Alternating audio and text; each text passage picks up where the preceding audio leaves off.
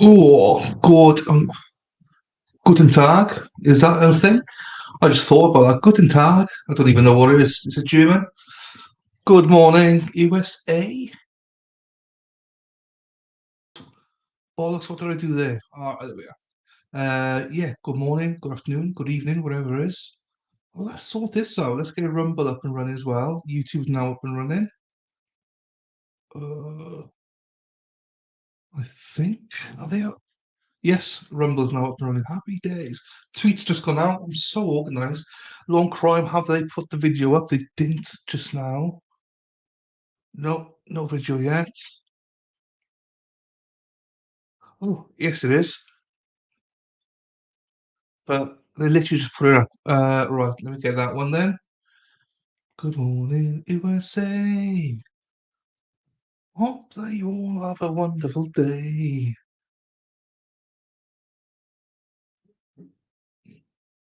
Hmm, for typing, type in the chat.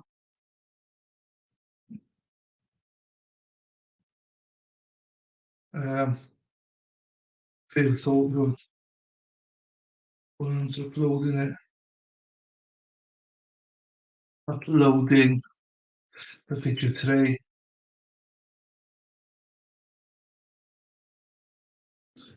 I just remember when I've been angry.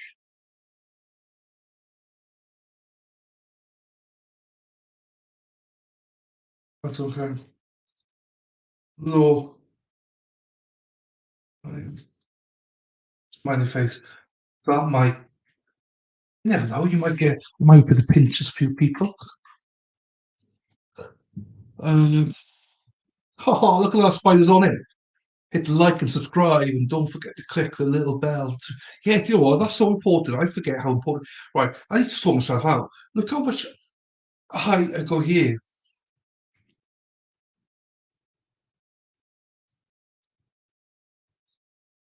I do need to sort that out.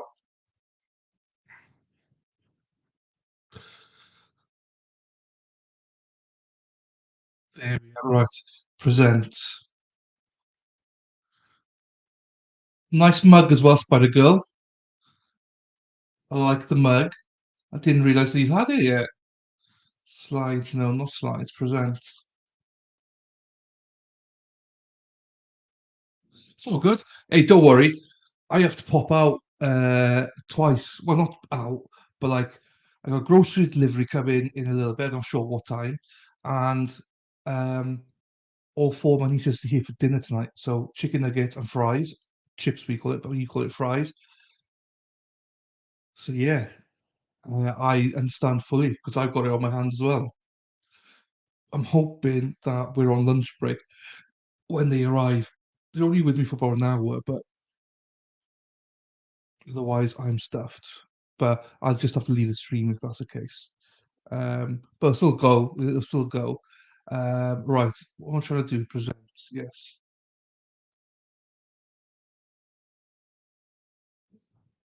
Share screen. Law and network. Where are we? Law network. Hello, hello, hello. Bit of opera singing today. Hello, hello. Lawyer accused. There we are. Share. Get that bad boy on. Oh no. Hey, let's look. Let's get my face up there. There we are. Happy days. So, do you know what? I'm so efficient. We're all set up. Um, Law and crime were a little bit slow today in setting it all up. I was a little bit worried that they were not going to do it. So, but they have. So, yes, winner, chicken dinner. Let's go. Hope everyone's okay. Hope everyone's well. Um,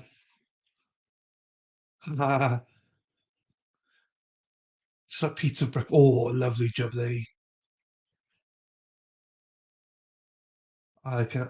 Oh yeah, definitely. You got every excuse in the world to have pizza in the morning because you get off work at that time. So, hey, no, no victim shaming here, no pizza shaming here. So yeah, hope you're all okay. Right, what should the poll be today? What should the poll be? What should we do a poll on today? Oh fuck, how do I do a poll again? I know how to do it before we start, but don't remember how to do it afterwards. Any ideas about a poll today? I also spotted I tagged you in a tweet. Oh, everyone's talking about Johnny Depp and Amber Heard. I might have to stream it. But if I do, we'll have to be on the weekend, like one one day per weekend or something until it finishes. Because I don't have time otherwise. I don't miss any live trials. Do you know what I mean? So hopefully, if we, oh, hang on, that's a poll. I can ask a question. I can say, would you be interested in watching Johnny Depp and Amber Heard trial if it was every Saturday for the next 25 weeks? That's a lot, isn't it? That's half a year. Half a year, that is.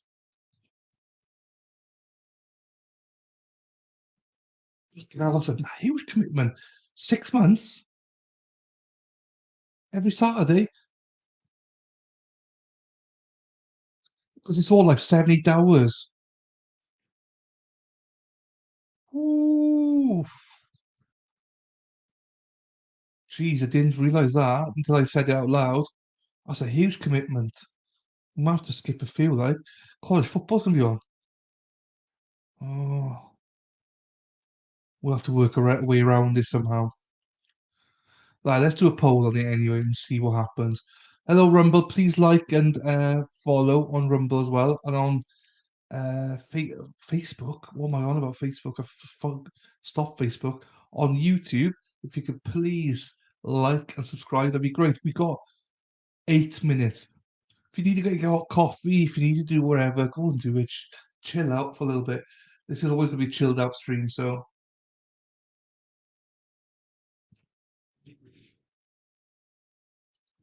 no, I don't mind streaming it. I just don't want to stream it in the week and stuff. 'Cause there's so many trials coming up.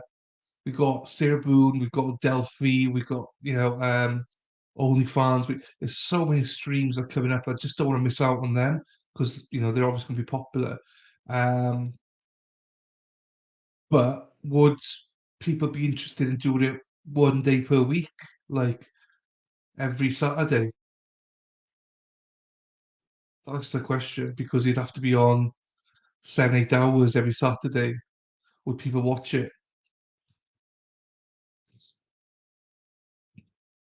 I know, like what you said is if there's no family time and stuff, you would definitely watch it. But would other people do that on a Saturday? Would they be happy to give up a Saturday to watch it? I know that also people don't have to give a whole Saturday if they can rewatch it again. But am I happy to give up a whole Saturday to watch it? Fuck.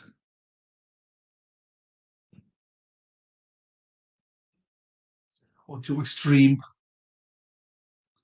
2 hours a night or something? I don't know. That's still gonna be like 6 months.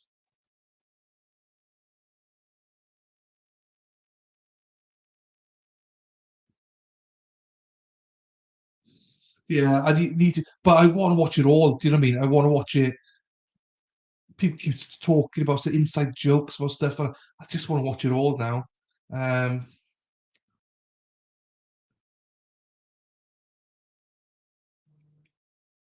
well, so I think we'd have to stream it, but it's how we stream it. That's the question. I can't commit to it every day of the week, like because if there's another trial that comes up, that's just because if we stream it, it's 25 days. So how do we stream it?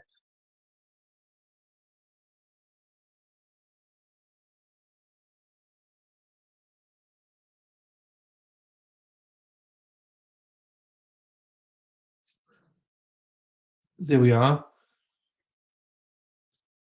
It's whether we do it on a because it is literally everyone's, as you know, is like 7, 8 hours. Okay, we can do it 1.25 speed, and also we can cut out all the breaks and things like that. So probably brings it down to about 5 to 6 hours. But then it's like, you know, yeah.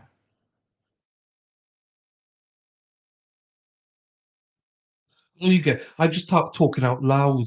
Do you know what I mean? For everyone else, anyone else got any? Oh, that was Mad World. Hey, Mad World. Sorry, I thought it was Spider Girl. I thought Spider Girl was that. I thought that was a bit too sensible for Spider Girl. I was a bit surprised. Joking, Spider Girl. Um, yes, yeah, exactly. But that's the thing, though, Mad World. Like, it'd have to be like Saturday, wouldn't it? And people got so many commitments with their families on Saturday, so it's hard.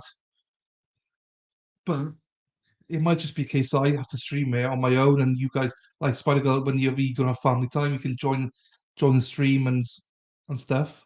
It's just more of a people can watch it afterwards. I don't know. I don't even know what I'm walking into, to be fair. Yeah, because if I was doing it, mad, well, it'd have to be like I'd have to do it like 6 or 7 p.m. our time. Do you know what I mean? So that's like 2 p.m. Eastern time.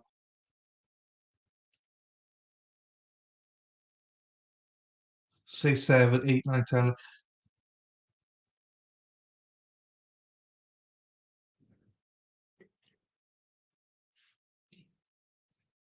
Yeah, they can. Yeah, that's true. Still want it's either that, so it's either do a Saturday at 2 o'clock Eastern, 7 o'clock our time, or uh,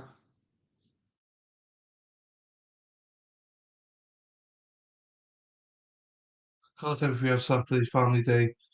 Okay, I just one a week. People are more likely to follow it.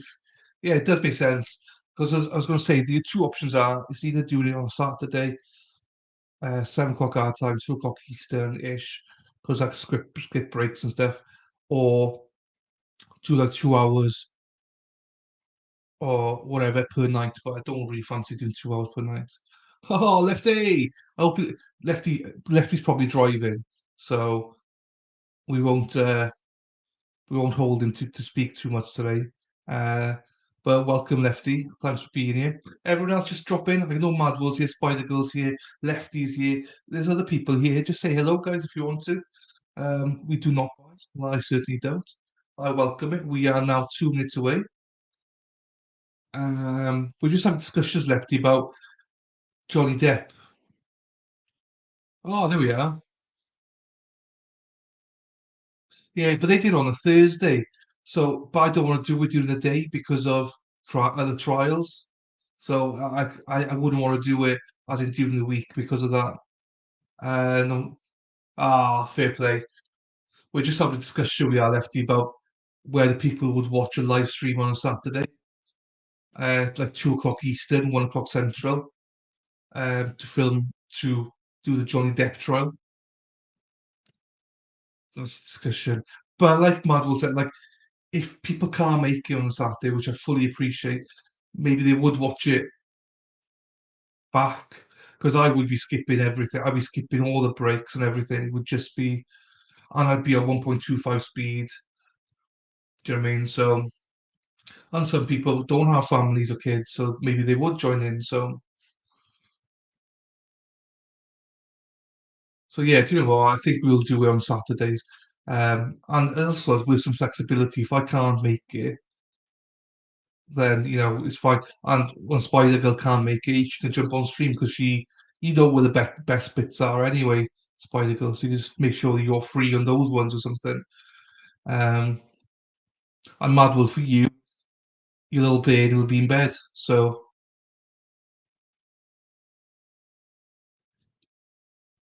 oh, okay. So, right, okay. So there's a deposition, right? Fine. So that I will watch it. So that was like so all the pre-trial stuff. You mean? Have we got a video of that then? So, because is that not on the playlist? For you and me, it's going to be fine, Madwell, because your Bane's in bed. And that's if you're free, obviously, unless you're going out partying or something. You could be going out every Saturday night. I don't know. Um, but if you were free and you want to tune in, it's they all might do like 6:30 or something.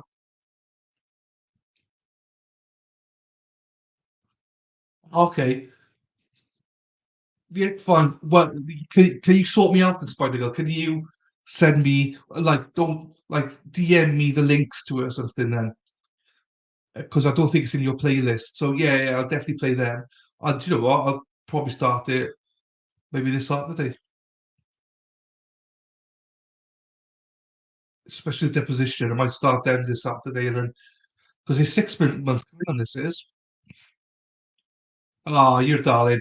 I got the playlist. Yeah, thank you. I got the playlist that you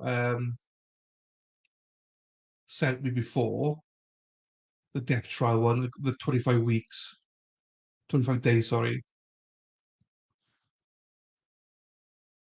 And then what's this? Brian Fella's video. Who's Brian? Reaction fit to that Brian Fella's video. Don't know who Brian is. They were masterful. Is that an inside joke or something? Is that again Deppy thingy? Well, they ain't got a fucking clue what you're on about in that mad world. But that's not new for you. Do you know what I mean? So sometimes you speak and it's like it's up here somewhere. So again, if there's a playlist, I'll be in your hands, girls. You tell me what I need to watch and I'll do it.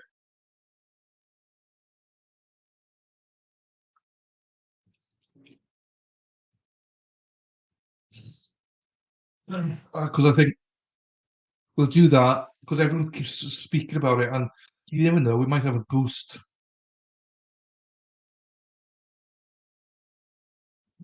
Might give it a boost in numbers.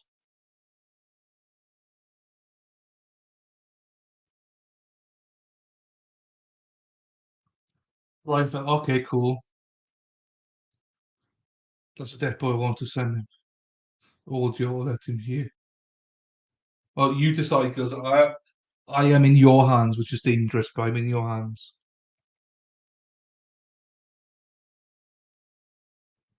In your hands. You set it up between you. Why? Whatever you send me is what I play. So if it's shit, I can blame you two then. You right. There's movement in court as well, by the way. So they are.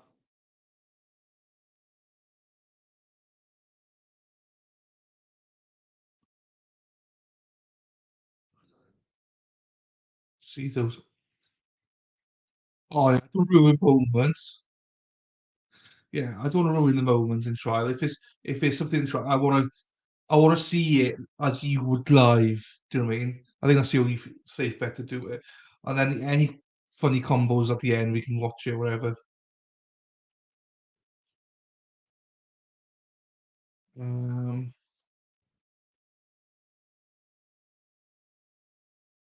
it's like a little message from a Rumble friend. Rumble, uh, hello, Rumble friends. Please like the video and and please follow my channel. Thank you.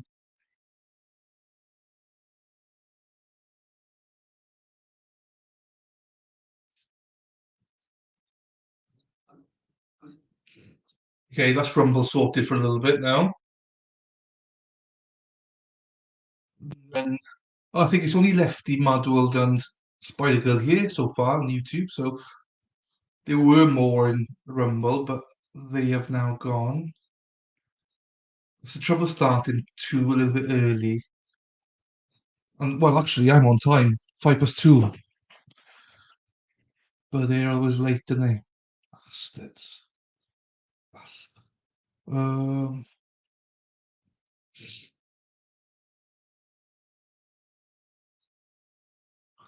okay. Also, Madworld, just you're away as well. I got food delivery coming, which is going to take me away for 10 minutes. So if I disappear, that's where I've gone. And also, I'm hoping the timing of the lunch breaks going to be our time between 5 and 6 because I got 4 hungry girls coming to my house. They want chicken nuggets and chips or chicken nuggets and fries for you weirdos in America. So, um, so yeah, if I disappear, that's where I've gone to. So you girls know that. Also, can you now do everything on YouTube, the two of you? Can you pin those chats onto here and stuff, onto the screen and stuff? You type as like I don't know what the hell you can do. Well, I know. Well, actually, I don't know.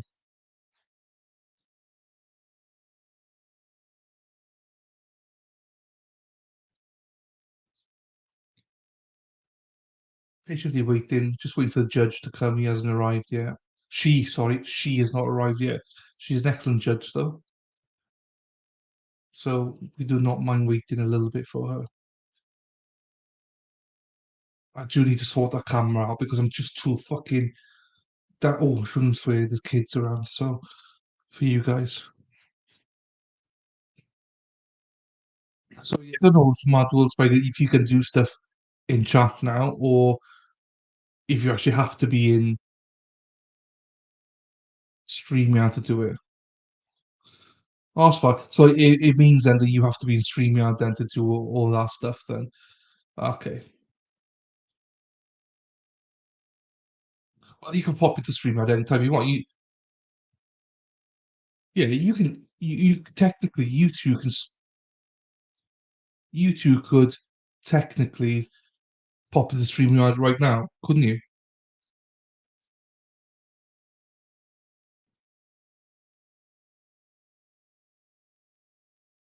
At least you can do those actions, which is good.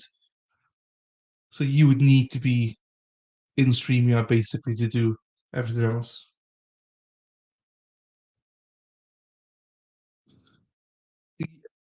But you got access to like how do you?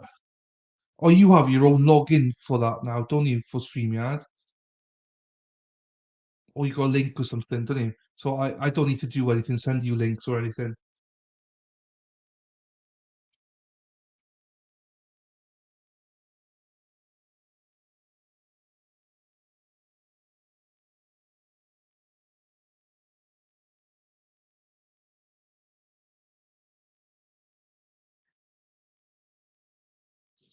Which is fine. I mean, you can play about with StreamYard in your own time, girls. Whenever you fancy it. Because there's a lot more. Obviously, in my side, I can obviously put your chats on.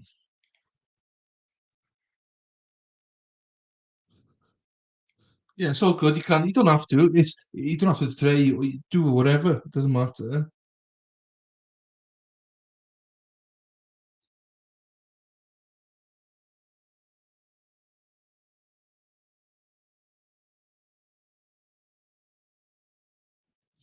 Um, because if you're in the back end, you can start broadcast, end broadcast. You can put banners up. You can put the branding up. You should be able to start. You should be able to, yeah, see exactly what I see. Essentially, you should be able to type. Yeah, you should be able to type in chat. You should be able to basically do everything. Being a StreamYard, I think you're in a box, so it doesn't mean you come on stream or anything either. But it means you can put yourself in stream if you want.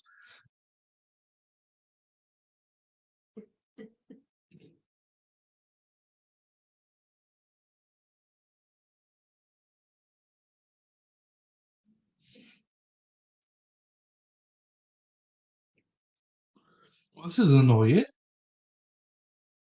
There must be something up. Must be something wrong.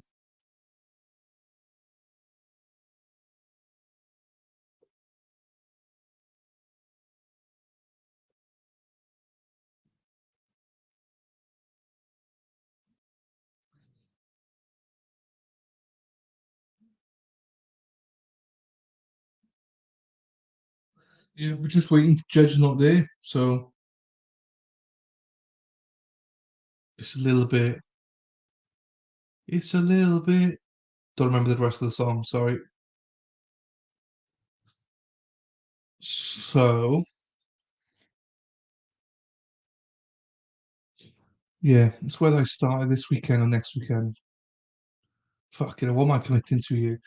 Am I gonna get loads of Depp and Amber Heard stands in my feed and stuff now? I tweet it out now, so this is exclusive announcement.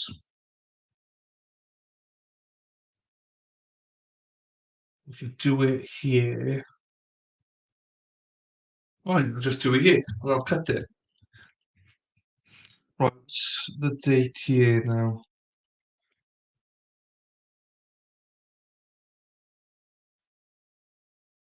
So that means the 27th, 3rd. So the deposition then, that's one that like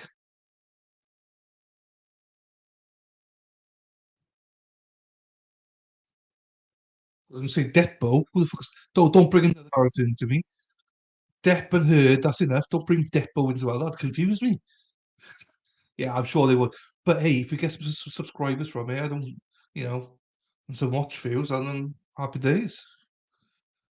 Hey, as admin, you can mute them then. Do you know what I mean? So deposition, that's going to be a few hours, isn't it? So not the trial. Spider Girl, when can you get me those stuff? Is it could I start it this Saturday, or do we wait till the following Saturday? Start it.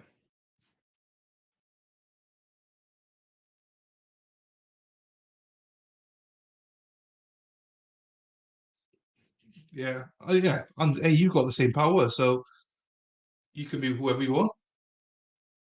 I will even know that you muted them. Oh, judges here. So yeah, do we start this Saturday, next Saturday, and do we will we have the position video by this Saturday? If it's this Saturday? Uh, Deputy Madison is getting the Okay, last well, I just juror, who was running a little late, but I guess you all can probably notice the smell in here. oops, hang on. So we may have to be delayed a few minutes so we can figure out what that is. I know that there's some issues with the jury room next door, and that may account for some of the smell, but this is different. So if you'll just be patient with us, and I'll have Deputy Madison update everybody as soon as we hear from facilities. It's a delay today.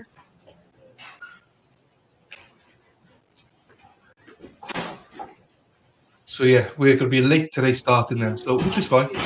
We can get this sorted now anyway.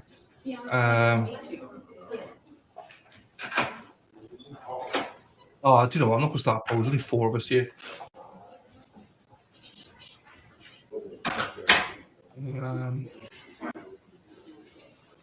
Spiegel, if you can get everything to me by before Saturday, then I'll start Saturday. I'll start with the deposition, and then I think I got the 1 to 25 days. Sorry. Oh, unlimited to them to watch with them.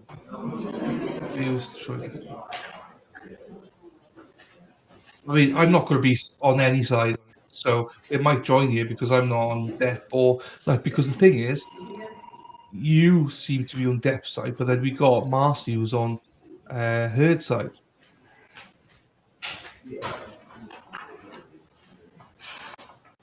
Oh, so we can start on Saturday. Happy days.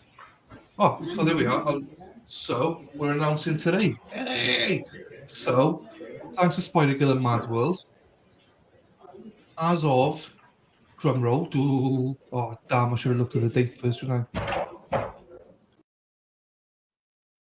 Should have looked at the date.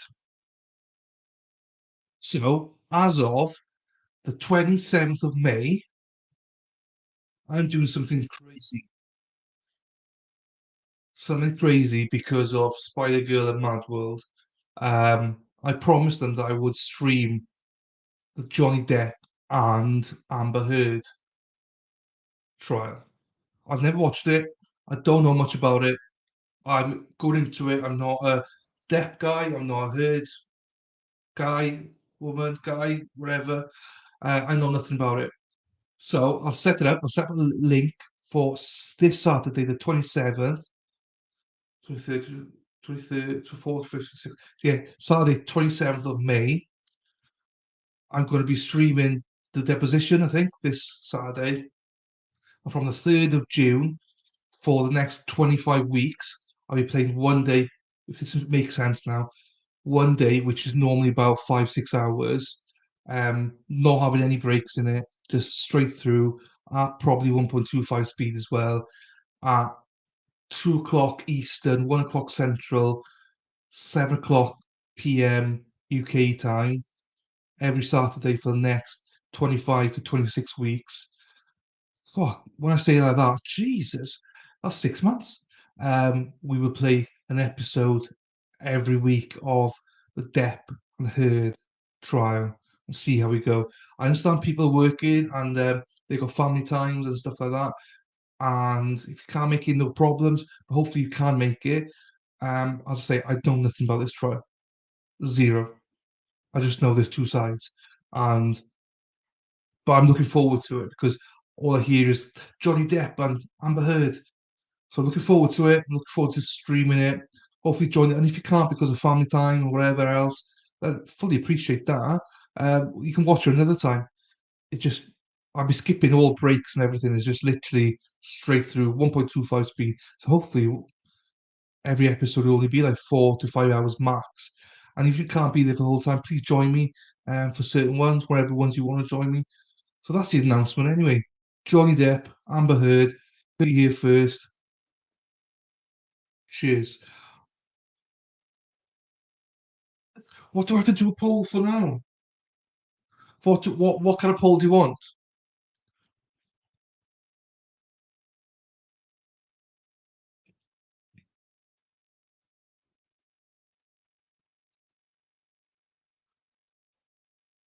I know.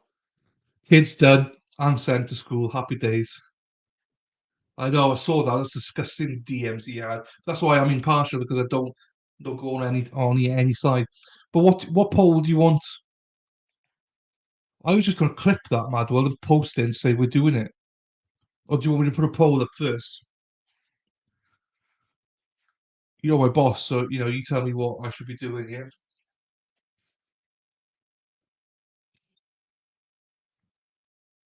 Well, we're happy with that. I'm just going to clip that and just tell people announce it.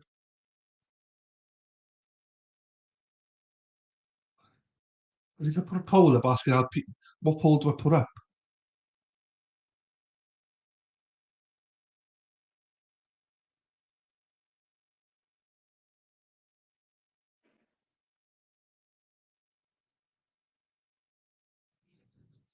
Okay,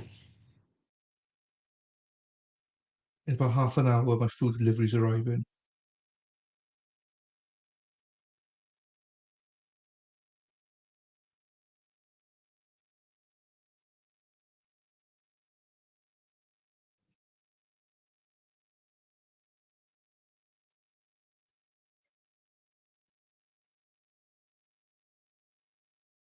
Okay.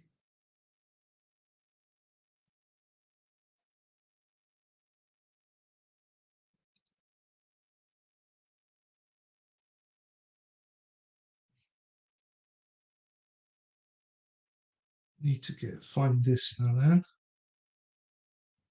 Then what I'll do is I'll clip this,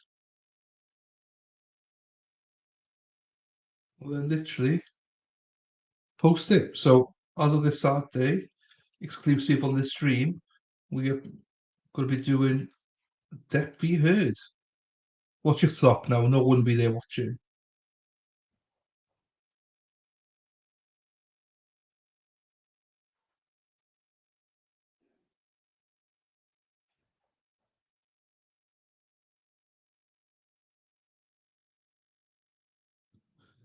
Um,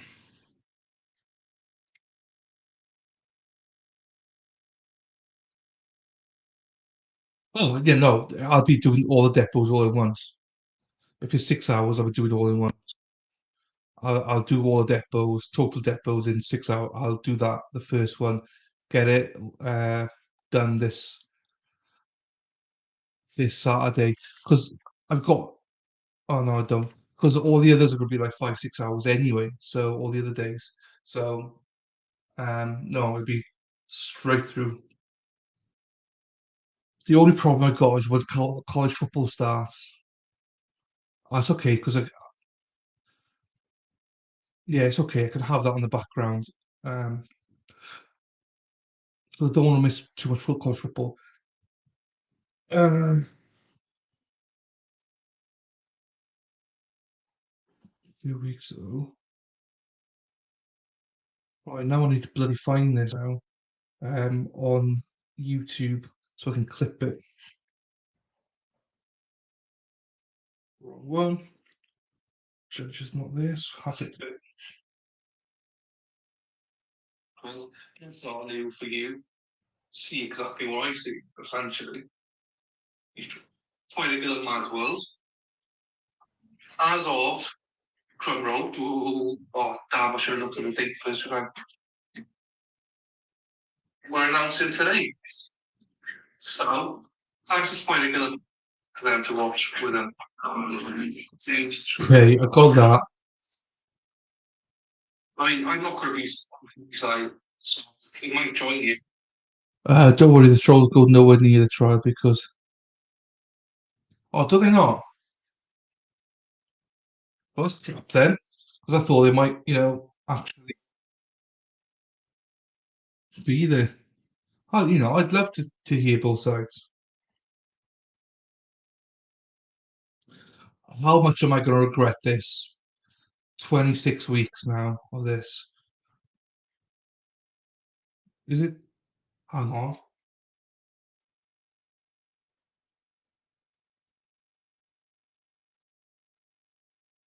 It's about 24 days plus, so it's about 25 weeks. Literally.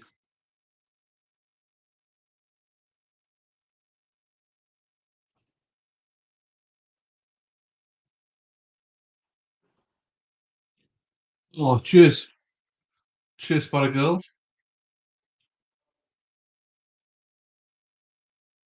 Jeez, it's about 7 hours.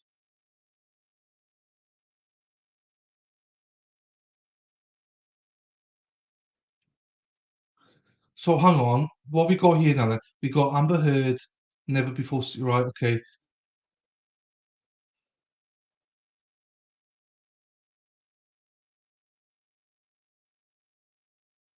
What's the difference between one, two, three, and four? Are they all right? Oh, right. Hang on, because that's about 7, 8 hours.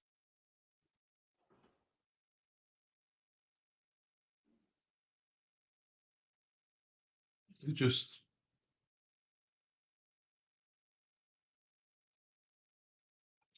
let fucking move. See the foot here. Recess for the day, Lord. Yeah.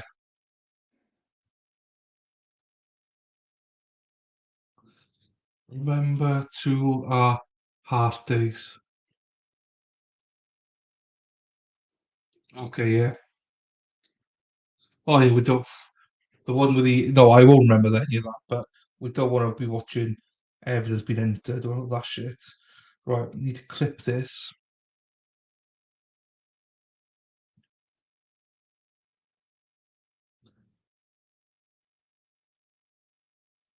Because I'm on. Because the thing is, you seem to be on this side, but then I'm just recording.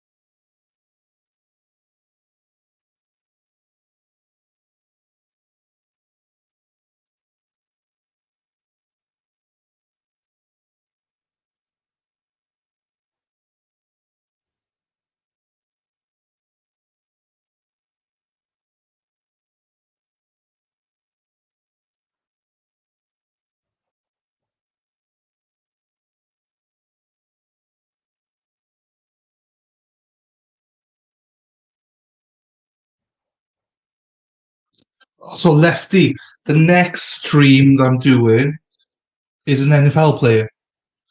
Where is it now? It should be starting today. So I have to play catch up. Death trial. Amber. Where is it gone? Let me find it. It's he's undrafted. He was from Tennessee. Let me find it, Lefty.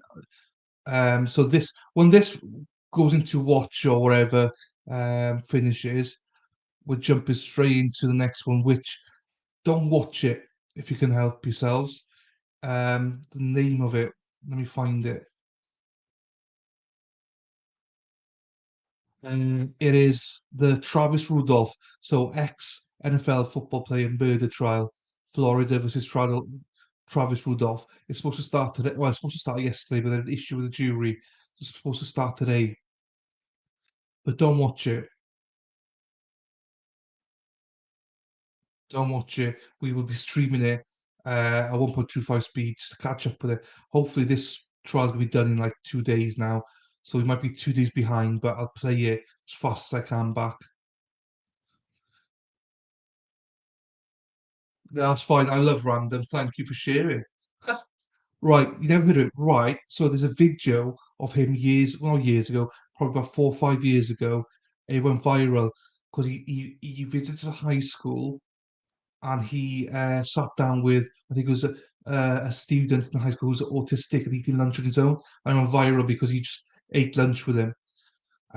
He was undrafted. I think he went to New York Giants first, and then yeah, I don't know much about him myself, but I think he was 2019 draft.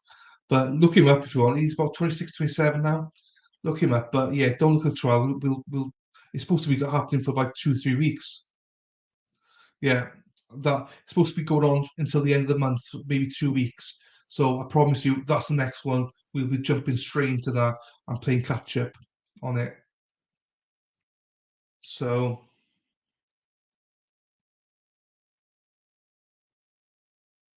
I need to fucking clip this now.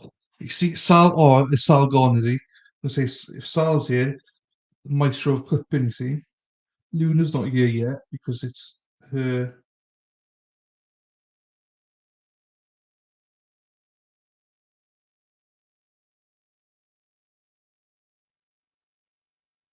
I need to edit.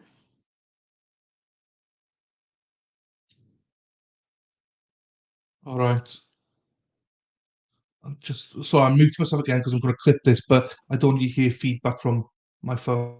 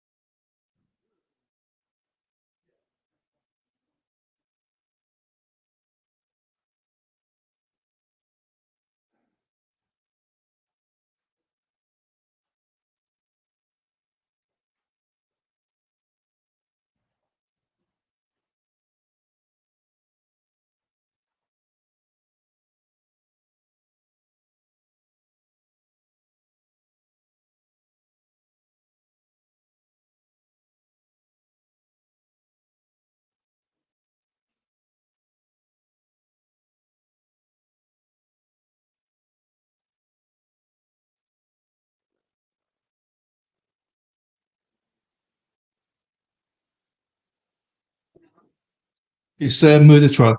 Um, Travis Travis Rudolph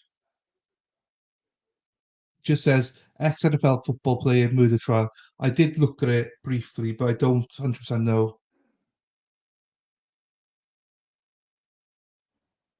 Sorry, I'm not very engaging today. I know I'm not yet because I want to get this clip out.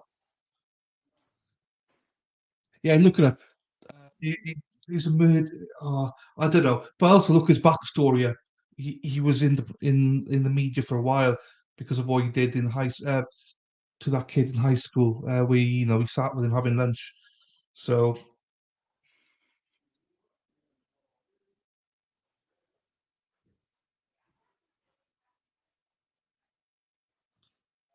announcing today.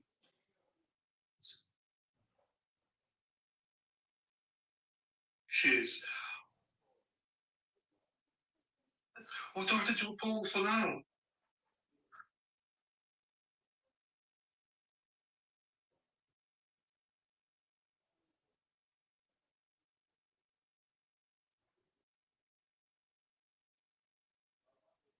Announcing today. So, thanks to Spider Girl and Mad World. As of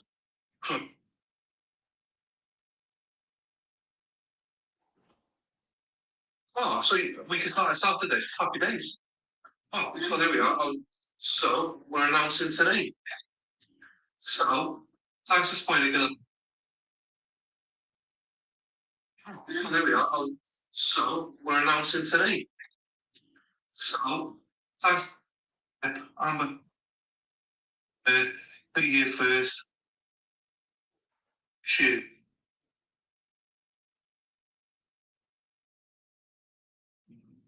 So there we are. I hate clipping. Yes.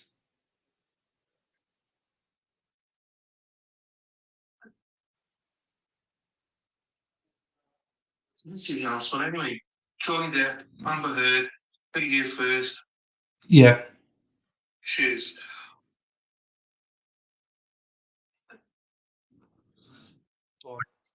Clipped it. Right. No. Done. No. Edit this.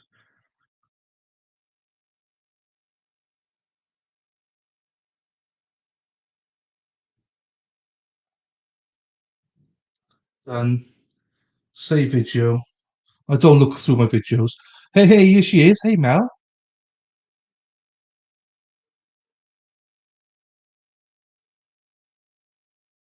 Nice to see you, Mel. So, like a murdering Antonio Brown, amazing play for the Eagles. I don't think Antonio Brown played for the Eagles. Spider go for Pittsburgh Steelers. Yes. Yeah, he went to Steelers. I think he went to New York Jets after that, and then um, what was might be fire somewhere. Yeah. So there's something. Was it in the jewelry room or something?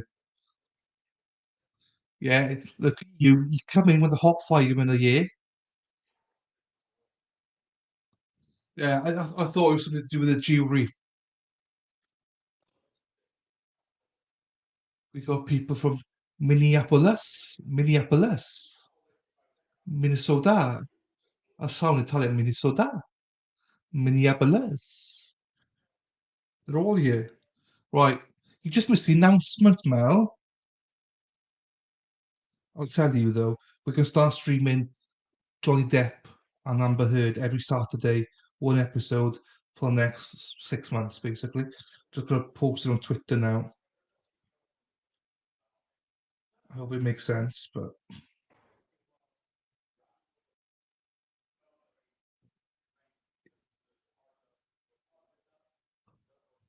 you guys get insight into my head, into my brain of how I literally spontaneously, we've just agreed to do a Johnny Depp trial live on stream. There's no thought process into it. 6 months of my life every Saturday, even when college football's on.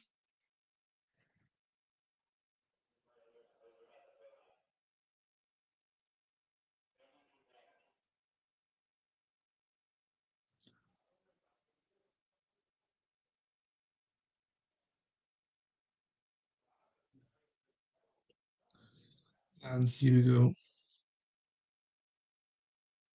Exclusive.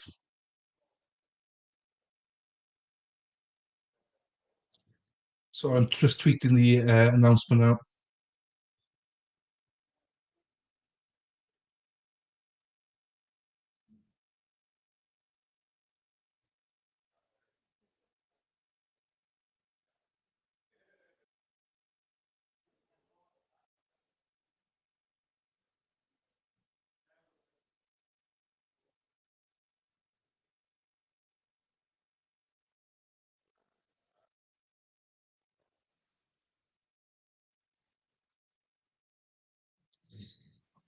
Right, got that.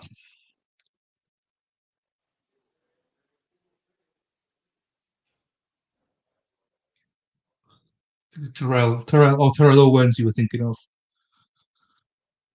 Yeah, oh, yeah, Terrell Owens was a bit, yeah. Yeah, I'm a bit behind. Sorry, I'm a bit behind as well. I'm just like, I'm just jumping around here. Right, I need to get my channel now as well.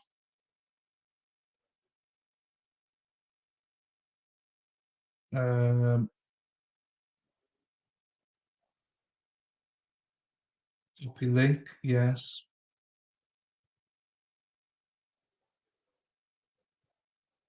Paste.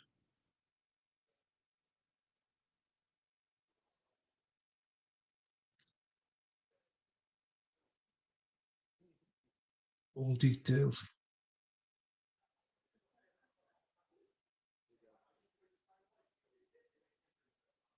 Okay, and then I'll post it. It's 2 minutes 48 seconds. Fuck. I do talk a lot though. Um,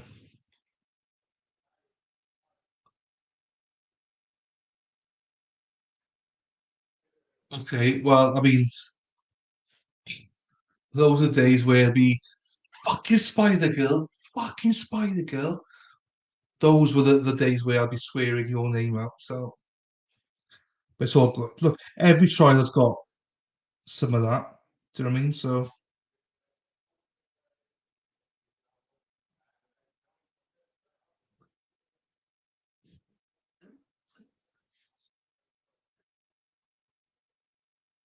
oh, trouble with this thing is you lose viewers because people get bored of it.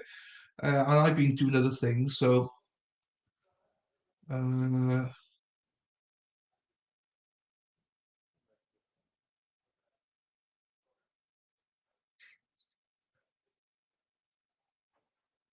I was going to say, most trials are like that. So, Mel, we're watching this trial, obviously.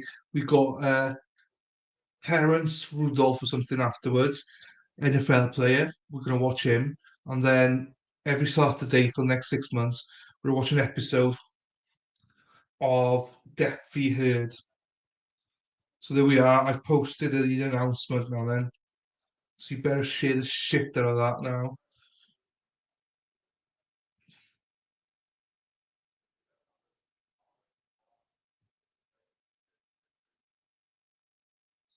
Now, I'm back in the zone here now. So I'm team kept asking the same thing over and over again. But the depots, that's what we're playing first, isn't it?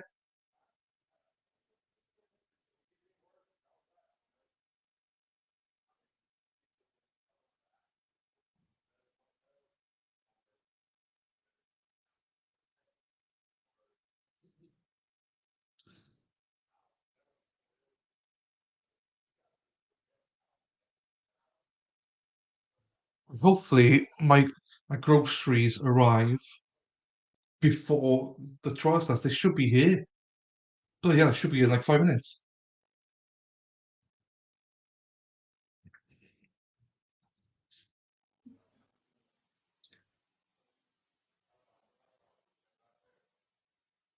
Oh, oh oh my days. Why?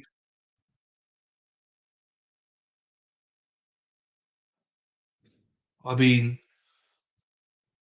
we learned from Mark Jensen, right? Ooh. So Hernandez is on the back burner, but I will play Hernandez at one point because there's surely going to be some downtime at some point as well.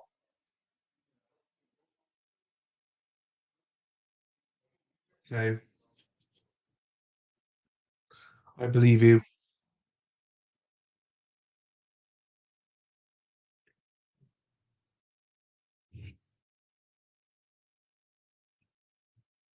So I'll keep looking out because in case I am the other way, my groceries are arrived.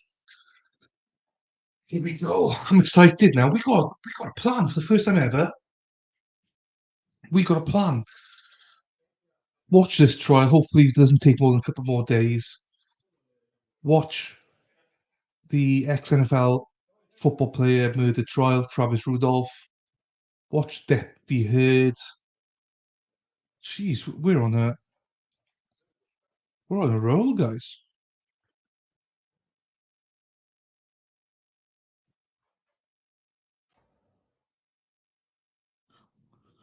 And you guys better share this bloody Murdoch, not Murdoch,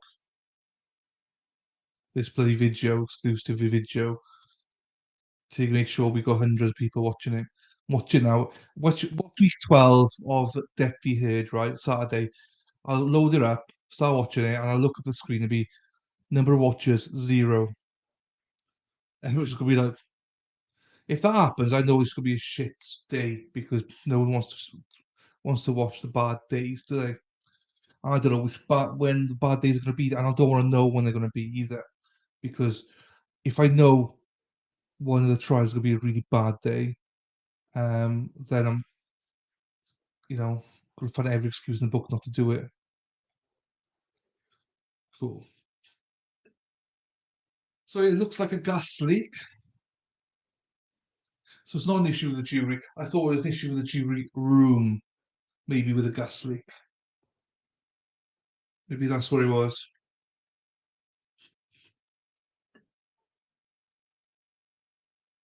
Um,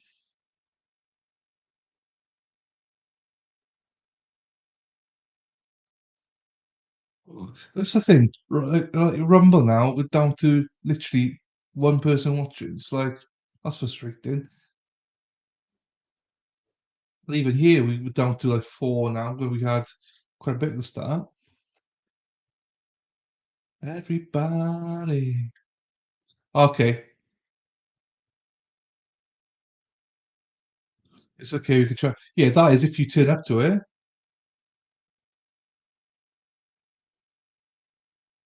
IW Just.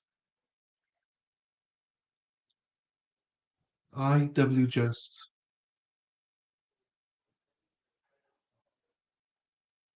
Hmm. I need more clues, Mel. I'm not sure what that means. IW Just.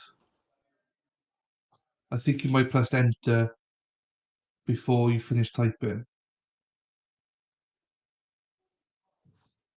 My delivery's here. I'll be back now.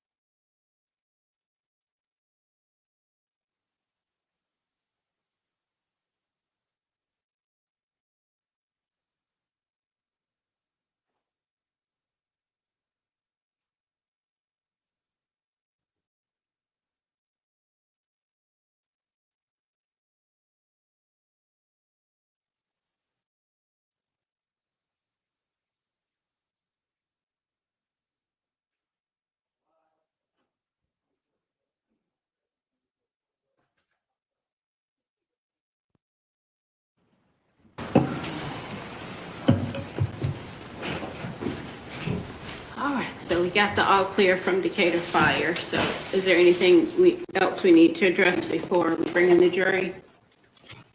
Your Honor, I did sit in the court and sent them some email last night regarding sort of a substitution that we have. Dr. Cunningham, who was supposed to fly in early this morning, contracted COVID, and we consulted with her supervisor and confirmed that she is in fact ill. She is not able to come in, likely until next week.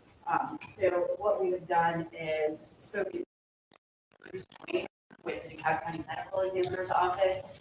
We actually met with him last week. He has been reviewing the entire file in this case and has performed a peer review of Dr. Cunningham's work. We would ask him to, we plan on calling him to testify as to his findings based on Dr. Cunningham's report, photos, the evidence, and so on and so forth. Your Honor, we also plan on calling the medical examiner's office investigator, who's also the custodian of records there. His name is Jess Dillard, simply for the purpose of admitting the photographs and other records from the case.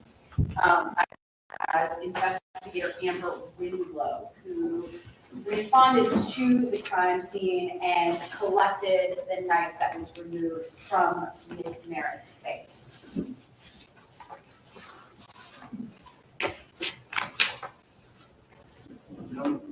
Yes, I know. Judge, state did inform us yesterday. It actually came up previously, as the court's well aware. State did inform us on yesterday. Well, no, court's not well aware of it. I know that there were some issues with getting the doctor flown in. And I don't see an email, so maybe, I don't know if it was maybe sent to the wrong address. I sent it to Campbell. Okay. Okay.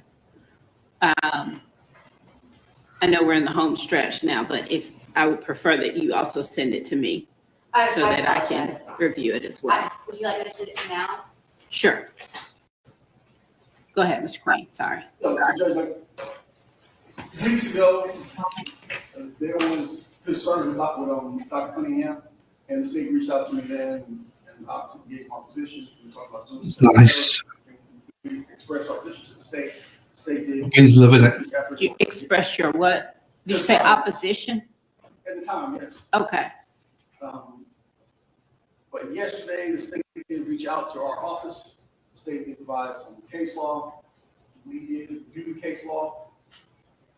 So at this time, I will say that on a preliminary basis, we believe that the law may support having another medical come in and testify under Georgia law. There are certain foundational steps which need to be completed before that testimony comes in. It is our understanding that the state intends to call multiple witnesses in order to satisfy those foundational steps. So as it stands right now, Your Honor, we are not objecting to this idea that someone else may be testifying on behalf of Dr. Cunningham. There are, like I said, foundational steps the state must complete. If the state fails to complete those, then obviously we will be rejecting the appropriate time. Okay. Would you, if you haven't already, Ms. Pot, go ahead and share those cases? I'm familiar with the case law, but I just want to make sure that we're all on the same page. Yes. That you shared with the defense. Yes, and they were in the email that I sent. I just forwarded it to Your Honor. Okay. But I wanted to. I don't know if these are in order. Let me ask this, Mr. Queen. Now that we know what witnesses are going to testify, do you need any additional time to speak to the witnesses before they're called? Well, unfortunately, Judge, thanks to the little time break we had, we did have so we do not need any time to speak to the witnesses. The cases which are, I believe, in Ms. Potts' hand are the ones which were forwarded to us. We did review those. We also reviewed some other cases inside and outside of Georgia. So she was put on the record, but we are well aware of the case law issue. Okay. Would you like me to put those on the record, Your Honor? Yes, please. Okay. The first is Clark versus State. It's a Georgia Supreme Court case, 296, Georgia 543. It's a 2015 case. In that case, the Supreme Court held that it was not error to allow a medical examiner who was not present during an autopsy to give an opinion as to the victim's cause of death. Najee versus State, that's spelled N-A-J-I. Again, it's a Supreme Court of Georgia case, 300, Georgia 659. It's a 2017 opinion. In that case, the court held that the testimony of a medical examiner who did not perform the autopsy did not violate the confrontation clause. And states as a court of appeals case. Citation is 356, Georgia Act 364. It's a 2020 case. This case does not involve a medical examiner, but it does deal with expert witnesses. And in that case, the Court of Appeals held that the trial court did not err by allowing a forensic biologist who did not conduct a former coworker's analysis of DNA sample to testify of her peer review of the former coworker's findings. And do you need copies, Mr. Queen? I do not, thank you. Your Honor, I do have some copies that I can present to the court or the court reporter. Would you like these? Yes, if you give them Ms. Campbell.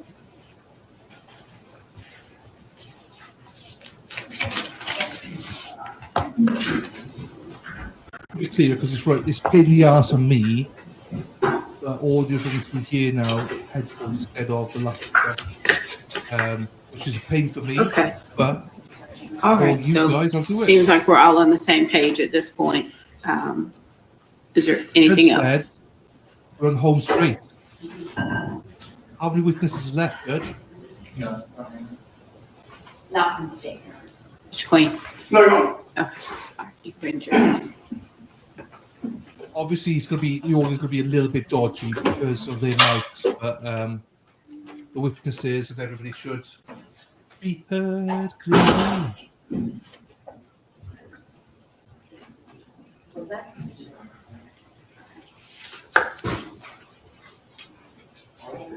Open the PowerPoint first.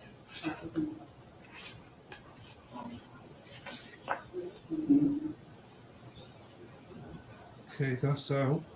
Let's look at Twitter then.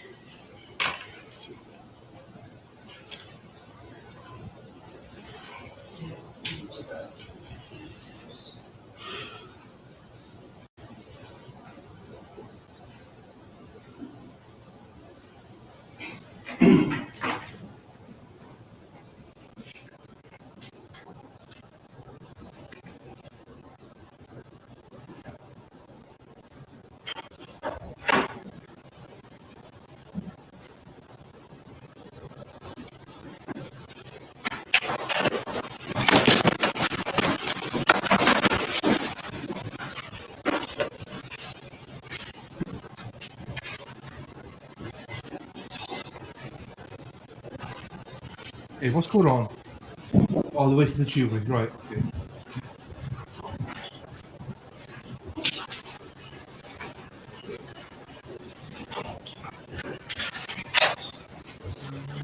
You all may be seated. Good morning, ladies and gentlemen. I hope that you all had an enjoyable extended weekend. I want to apologize for the delay. When we were about to get started this morning, we started to smell something that smelled like it was electrical, something burning in the courtroom. So we wanted to make sure before we brought you out, we did contact the Decatur Fire Department that came, use their equipment to see if there were any hot spots anywhere. They didn't find anything, and they gave us the all clear. So that's why we've been delayed this morning. So I apologize for the inconvenience, but thank you for your patience. All right, we're ready to continue on with testimony. The state will call us next witness. The state called investigator Jess Dillard. Guy, woman, guy, whatever. I know.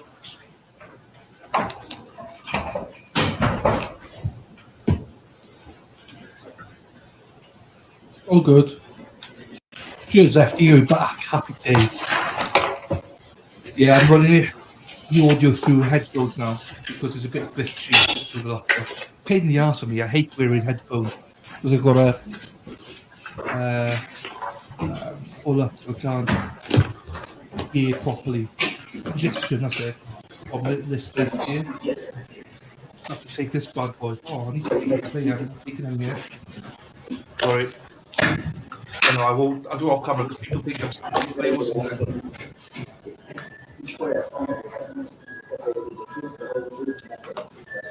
I?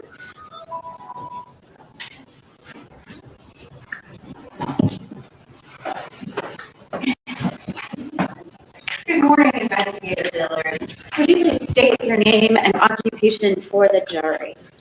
Jess Dillard, I'm a senior investigator with the DeKalb County Medical Examiner's Office. Okay, what does the medical examiner's office do?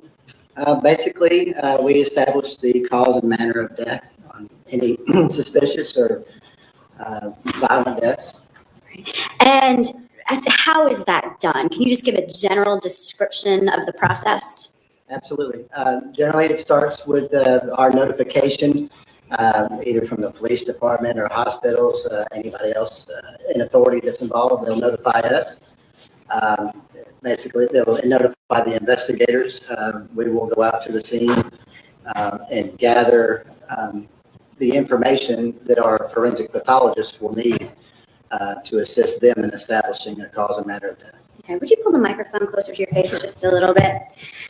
All right, and are records kept during the course of the investigation and autopsy? Yes, All right, and are those records kept in the ordinary course of business? that's correct. Yes. Are you the custodian of records for the medical examiner's office? I am. And are records kept for each autopsy and investigation that's performed? Yes, they are. How are they kept? They're in a digital case file. It's a program called Medical Legal Death Investigation. Right, and are they labeled in any way? They are. And how so? So when the case is first created, labels are made on a printer, little stickers. So anything that comes in that may be evidence or any photographs that we take, we attach that label to the photograph. And does each case have a unique number? That's correct, Okay, I yes. think you just said that. I apologize. I'm just clarifying. Did the medical examiner's office perform any investigation with regard to the death of Shirley Merritt? Yes, And was an autopsy performed? yes. Was a case number given to that case? Yes. All right. Do you recall what that was? Not offhand. I've got tens of thousands of cases running through my head, so the specific number is not coming to me. Would it refresh your recollection if I were to show you a photograph from Yes. that autopsy? Why do they ask stupid questions? Of course he doesn't remember. I don't remember what I did in the last Let me hearing. just tell the jury what the case number was that was given by the medical examiner's Sure. office in this case. So the case number was 19-0188. The 19 reflects the year 2019, and 0188 reflects the number that was called, or that's the death report number. We had 188 cases. This was the 188th one. And have you had the chance to review the records that were kept under that case number prior to coming to court today?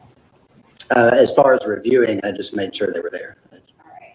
I'm going to show you what have been marked as state's exhibits. These are a little bit out of order, but 59, 61, 62, 63, 65, 66, 64, 67, and 68. Would you look at these and tell me if these actually are photographs that were kept in that case file in the ordinary course of business?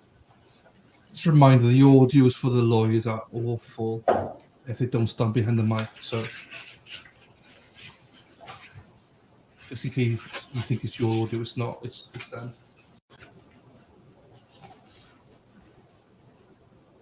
Yes, so reviewing these photographs, they're all labeled with the appropriate case number and information reflecting this specific case. Were these photographs that were taken during the autopsy of Shirley Merritt on February 3rd of 2019? I believe they are. They also include the date.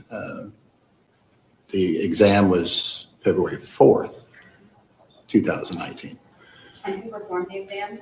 Dr. Cunningham, Was Dr. Cunningham an employee with the medical examiner's office? she was. Where is she now? I believe she's in Arkansas. And was she able to come to court today? I have no idea. All right, this time I move to admit the exhibits that previously listed. I apologize. Again, these are out of order. 61, 68, 67, 64, 66, 65, 63, 62, and 59. Did you include 64 or 69? Yes, both of those. 69.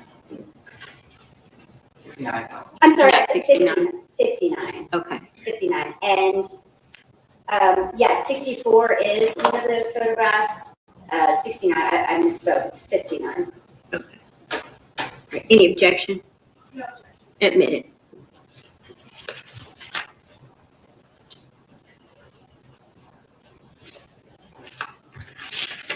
No further questions.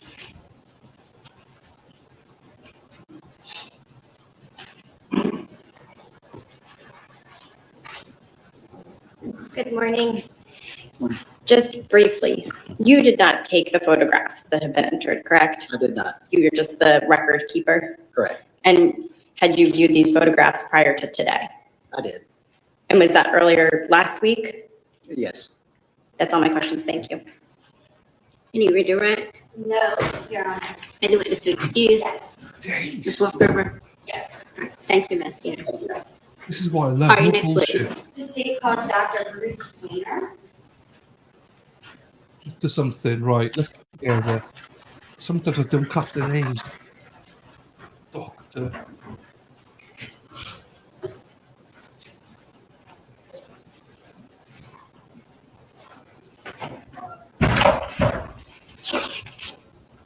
Reg said we're on the home straight, so here's hoping. So then we get into the NFL one then. I'm looking forward to the NFL one. Once this goes to rest and it goes like jury goes to deliberate, we're watching the other one straight away. And I'll pause it when we get the result. There'll still be verdict watch on this one, but let's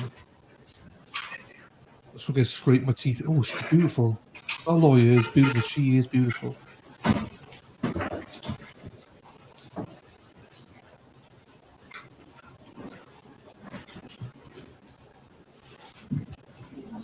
Morning, Your Honor. Do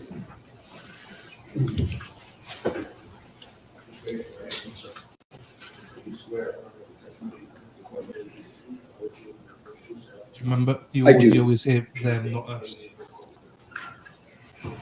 State my name. My name is Dr. Bruce Weiner, W-A-I-N-E-R. How are you employed? I'm a associate medical examiner at the DeKalb County Medical Examiner's Office.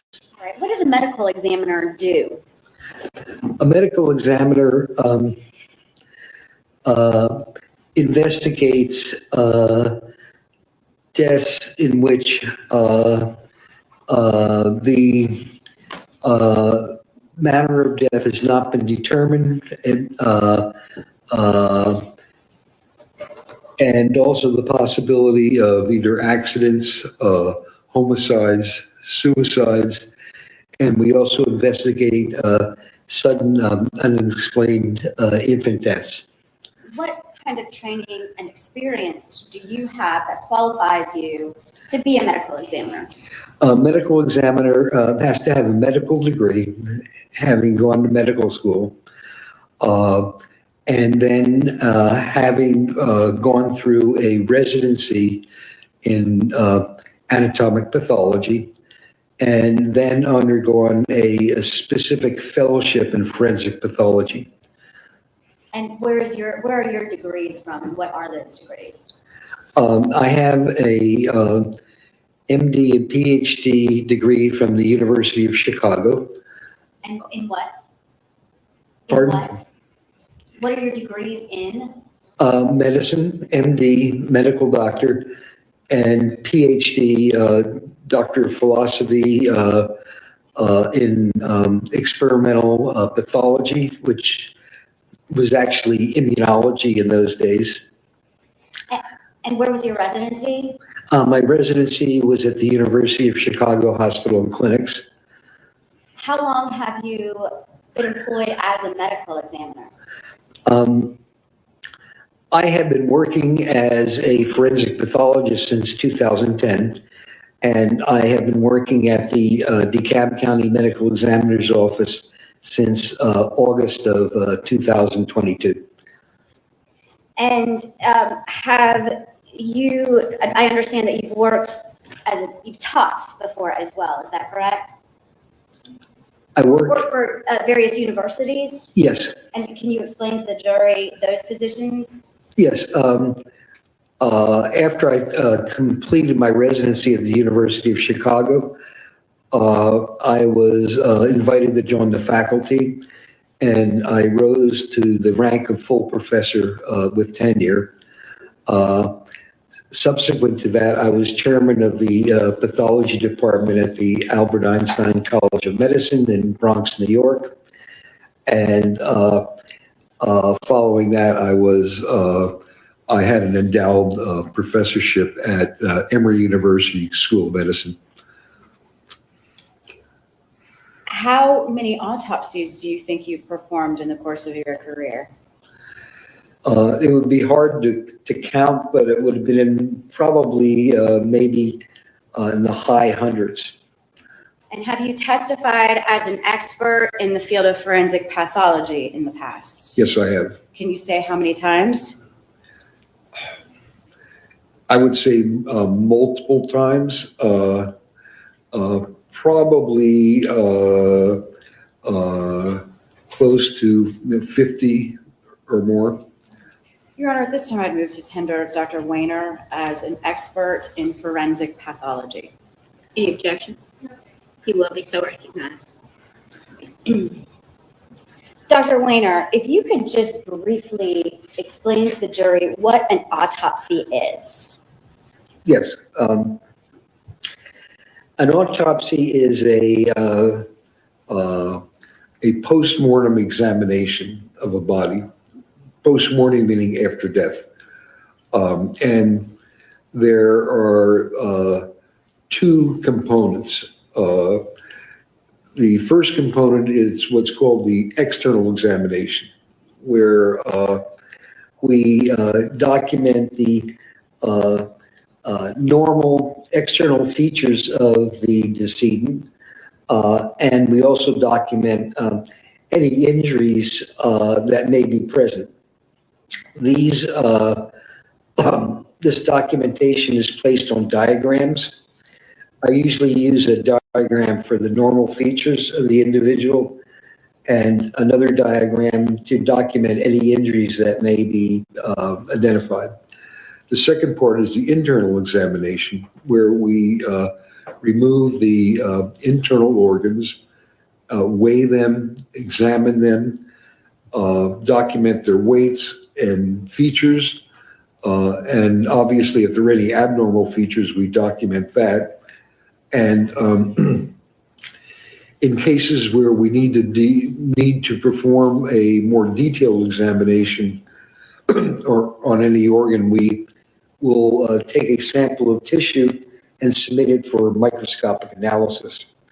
At the time of the autopsy, we also collect blood to be sent out for toxicological analysis. And routinely, we will do at least in some cases, urine screens for the presence of drug. And in some cases, we'll take fluid from the eye, that's called vitreous fluid, and send that for analysis of electrolytes. Did you perform the autopsy on the body of Shirley Merritt on February 4th of 2019? No, I did not. Who did? Dr. Christy Cunningham. All right. Is Dr. Cunningham currently employed as a medical examiner with the DeKalb County ME's office? No, she is not. Okay. Do you know if she's currently employed as a medical examiner? My understanding is that she is employed as a medical examiner in the state of Arkansas. Is it common when you are working as a medical examiner in a medical examiner's office that you review autopsies performed by other doctors? Yes, Okay, and is it common in your practice to testify As to your opinion regarding an autopsy that you did not perform? yes. And in doing so, what records do you review? What reference? Records do you Records, review? excuse me. I review the report itself. I will review any additional studies that were performed, for example, perhaps toxicology. And I will review all of the records, all the photographs that were taken, both at the scene of the death and also during the autopsy. Did you, in fact, review the records that were taken and the reports written regarding the autopsy on Shirley Merritt? Yes, I did. And did you have the opportunity of making your own observations and conclusions with regard to the injuries found on Miss Merritt's body? Yes, I did. All right. I want to discuss those injuries with you. Was an anatomical sketch prepared by Dr. Cunningham in the course of her performing that autopsy? Yes, Okay. And is that an item that you reviewed? yes. I'm going to show you State's Exhibit 58. If you could just have a look at that and Yes. assist you in explaining the injuries in your findings if you were to be able to look at and show the jury a copy of that anatomical drawing. Yes. Your Honor, at this time, I would move to admit State's Exhibit 58, 58A, which is just a larger copy of that, for demonstrative purposes only. any objection? Admitted.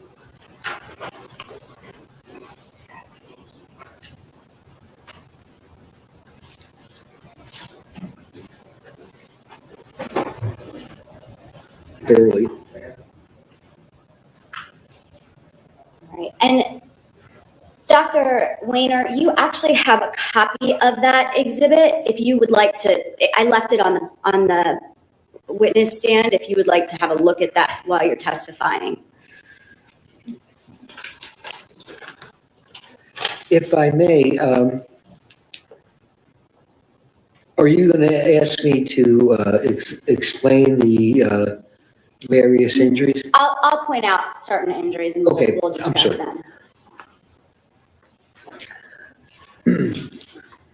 Were there injuries to Mrs. Merritt's back, as we see here on 58A? Yes. And can you describe what those injuries appear to be based on your review of the case? Yes, they are stab wounds. I'm going to show the jury State's Exhibit 65, Your Honor. I don't think it's on display.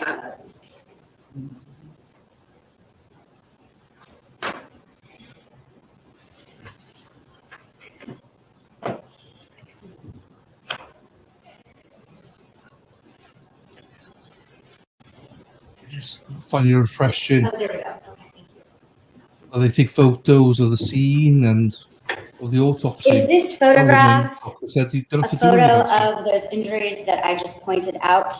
Shambles. And that you said that they appear to be stab wounds, is that correct? Yes. What do you mean by a stab wound? A stab wound is a result of what we call a sharp force injury. A sharp object, a knife, for example, it enters the skin. And the definition of a stab wound is that the depth of the knife wound is greater than the length of the surface wound. If the surface wound is superficial, if the knife doesn't penetrate very far, then we call that an incised wound. For example, like running the knife blade over the surface of the skin, but not entering at any great distance. Looking at State's Exhibit 61, which has previously been admitted into evidence, based on your observations, is it your opinion that those stab wounds in the photograph that's being displayed now are consistent with having been made by the weapon in State's Exhibit 61? Yes. And are they consistent with each other in the sense that do they appear to have been made by the same blade? Yes. How so? The configurations are almost identical.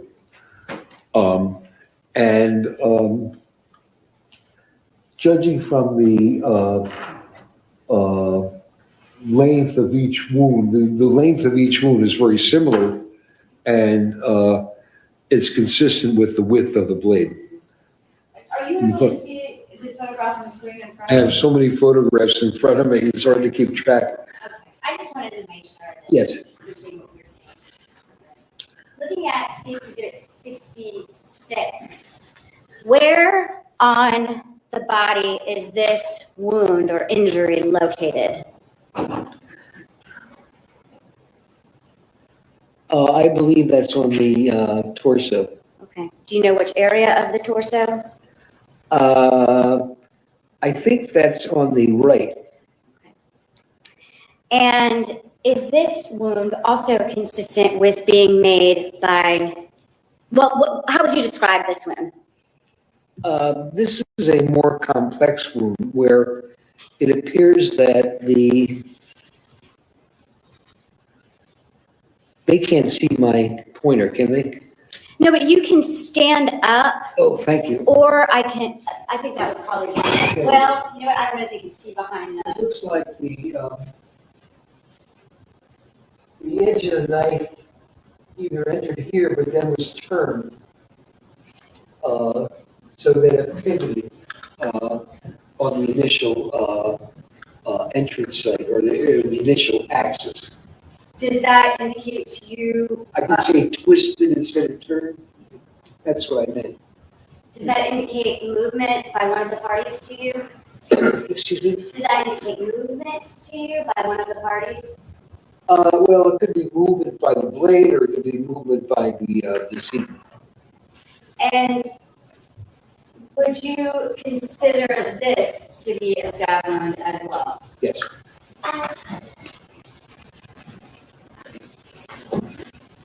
I next want to focus on the injuries, specifically the injury that's marked stab wound on the decedent's neck.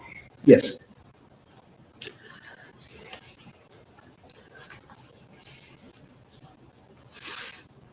On State's Exhibit 64, we see two wounds. How would you describe those? They both appear to be stab wounds. And based on your observations, are they consistent with having been made by the knife that you can see in State's Exhibit 61 in front of you? Yes. Okay. Let's talk about each of those stab wounds, and I want to talk about the one that's kind of lower down on the left clavicle. Based on your review of this case, do you believe that this injury would have been life-threatening? It could have been life-threatening, yes. Okay. Do you believe that it was something that immediately would have incapacitated the decedent? Not necessarily. Okay. Now, what about the wound on the right side of the neck that we see above it? Can you describe what we're looking at in that wound, on the neck? That particular wound entered the soft tissue of the neck, and it cut the external jugular vein. What does the jugular vein do? It returns blood from the head to the heart. Was that a life-threatening injury? Yes, that could be life-threatening. Okay. How would a person die from that kind of injury? They would die from excessive loss of blood. The technical term that we use is hypovolemic shock. Would that wound have immediately ended the life of Shirley Merritt? Not immediately. Okay. How long do you expect Miss Merritt would have lived after receiving that stab wound to the neck? She could survive on the order of minutes. I'm sorry, what was that, the order? On the order of minutes. Minutes, and can you say 10 minutes versus 2 minutes? Do you know? I would say maybe 2 to 3 minutes or 2 to 5 minutes. Would it immediately have incapacitated Miss Merritt? Not immediately. Would Miss Merritt have been able to move during those minutes after receiving that injury to the neck? Yes. Would she have been able to speak or make any vocal sounds? She should have been able to speak or make vocal sounds.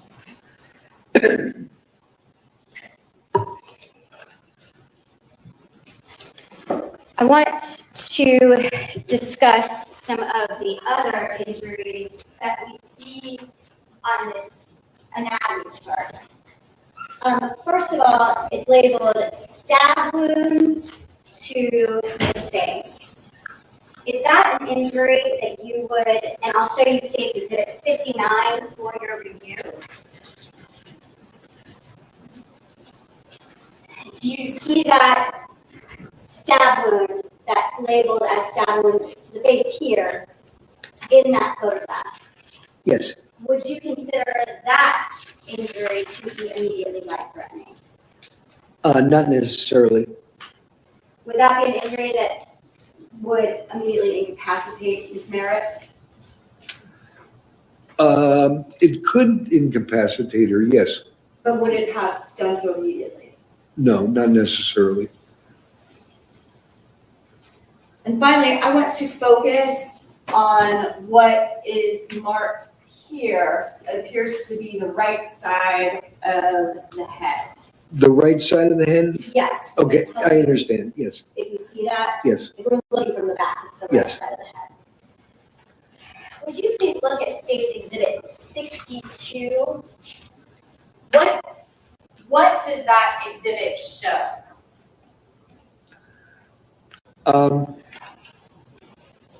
What that exhibit shows is a gaping laceration on the side of the head.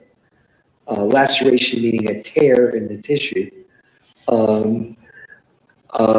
that looks like a combination of both what we call blunt impact injury, but with an object that has an edge capable of tearing the skin surface and opening it up as a laceration.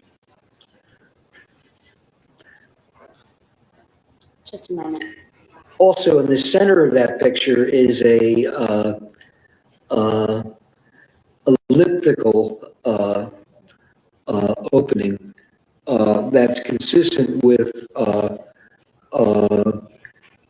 the blade of a knife, the tip of a knife, reaching that depth, most likely from the facial stab wound on that side. Would that Master. injury to the right side of the head, would that have been immediately life-threatening? Yes, And would it have caused would it immediately have incapacitated Mrs. Merritt? yes, And is that consistent with being caused by a heavy object? yes. In your opinion, what was the cause of death of Mrs. Merritt? The cause of death was a combination of blunt impact injury and stab wounds. And how did the blunt impact injury to the head cause death? The blunt impact injury seen in that picture actually fractured the underlying skull. It also produced a fracture of the part of the skull that is underneath the brain. We call that the basilar portion of the skull, and we call that a basilar skull fracture. It caused hemorrhages over the surface of the brain that we call subarachnoid hemorrhages, and it also caused hemorrhages within the brain, which we call contusions or bruises within the brain. The combination of those types of injuries would have produced irreversible brain damage. I say that not only as a forensic pathologist, but I'm also a neuropathologist. Dr. Weiner, would that injury to the right side of the head have been consistent with being caused by a 35-pound dumbbell, as we see in State's Exhibit 32? Yes.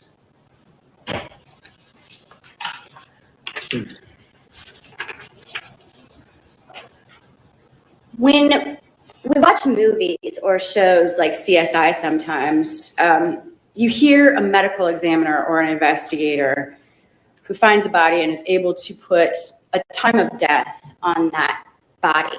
Is that something that happens in real life? Not really. Okay. What are some of the factors that you need to consider when determining whether you are able to determine a time of death? We usually start with the time when the decedent is pronounced. We look at the presence of several factors. One is rigor, which means that the muscles begin to contract a short time after death, whether there's rigor present or whether it is past. And also another observation in terms of that we call lividity, which is the pooling of blood where the body has been laying. Usually the pooling occurs in a dependent position. So if the body is laying on the back, the blood will pool on the back. If we apply pressure to this area of lividity, if it blanches, it becomes pale, it hasn't been fixed. So that means that the death interval, has been relatively short.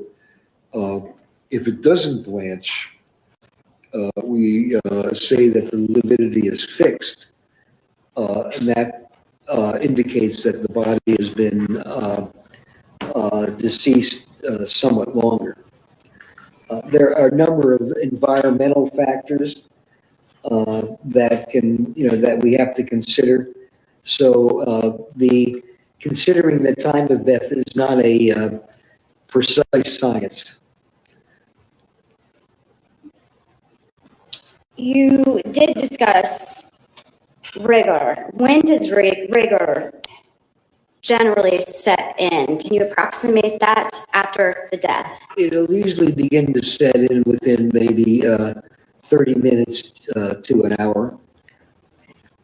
And how long does rigor last? Again, depending on environmental circumstances, rigor can last for up to 48, even in some cases 72 hours. When a body is collected by the medical examiner's office, is it refrigerated somehow? Yes. And how does that affect rigor? That can, in some ways, it can enhance rigor, All right. but not always. All right. And do you know whether Shirley Merritt was in that state of rigor at the time that she was examined by Dr. Cunningham? Yes, it's stated in the report. Okay. And are you able to put any kind of precise timing on her death? No, I can't put a precise timing. Can you estimate? One could estimate, based on when she was last seen alive. Based on your review of this case, would it be possible or would it be consistent with your findings that Ms. Merritt died sometime during the day of February 1st of 2019? Yes, that would be consistent with the findings at autopsy.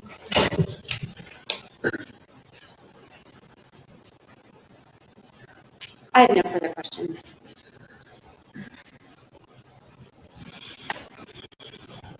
That was interesting. Let's see what the defense. There's no time of death or anything. This doesn't seem. What's the 50? Good morning, doctor. Good morning. You are not the medical examiner who examined the body of Miss Merritt, correct? Correct. You never came in contact with the deceased in this case. No, I did not.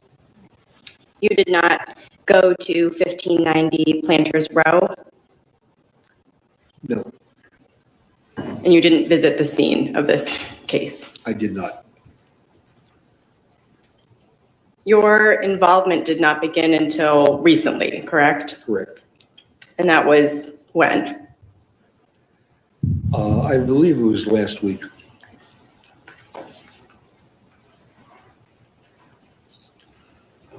Now, the state just asked you about time of death, and you indicated that that is a difficult thing to give, correct? In some instances, yes. And there was no actual time of death given in this case, right? Correct. And in reviewing the reports and the photographs, you cannot say whether it was just one single stab wound or one of the blunt force injuries that caused this death. Could you rephrase the question? Sure. 1 week. The determination in this case was that it was a combination of wounds that caused the death. Is that right? Yes. In other words, it was not just one single injury. Yes.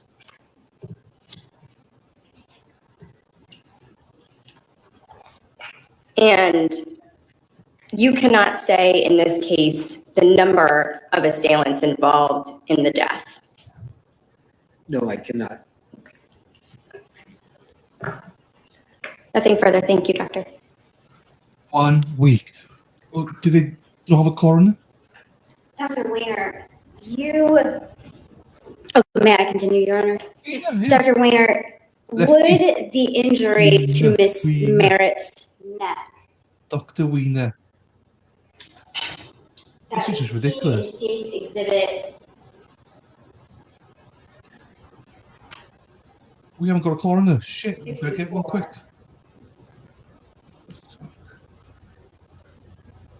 Thank you to Boulder. No. October 98. Thank you, Rumble. And Thank State's you, exhibit Paul. 64. Would this injury Appreciate you. alone have caused Mrs. Merritt to die? Potentially, yes. And what about the injury to the right side of her head, which you described as a blunt impact injury? Would that have alone caused Mrs. Merritt to die? Yes. Okay. And I just had one other thing. There, if you look at Exhibit 58 and 58A, there appears to be on the front of Miss Merritt's face some kind of bruise or contusion, and you can see it in the photographs. Yes. Can you give a description to the jury of what you believe that injury kind of around Mrs. Merritt's eye to be?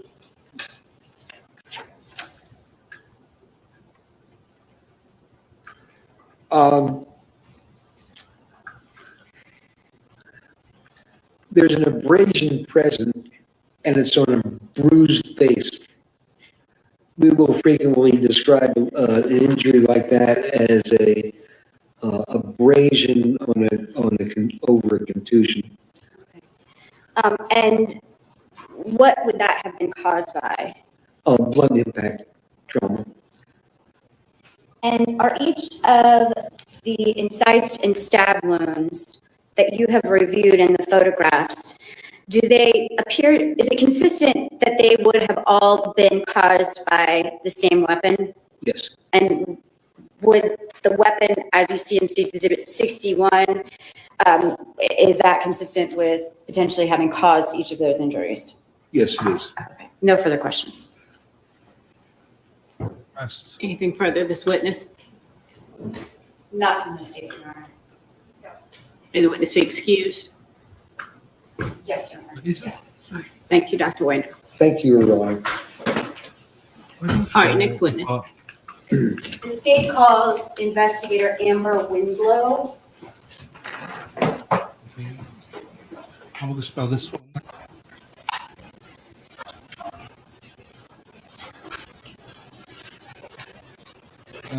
A week. I don't like what is. I know he's probably serious, but come on. Where is he, the coroner? Why did he only have a week here? Jesus. This is a murder trial. Homicide trial. She is fit, and I do like her a lot. I like her hair, the bun like that. I thought she's pretty like that than when she had the long hair. She's not pretty with long hair, but I like that style. Very cute.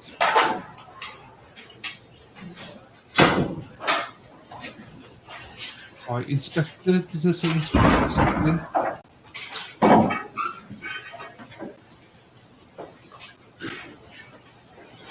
Oh Lord.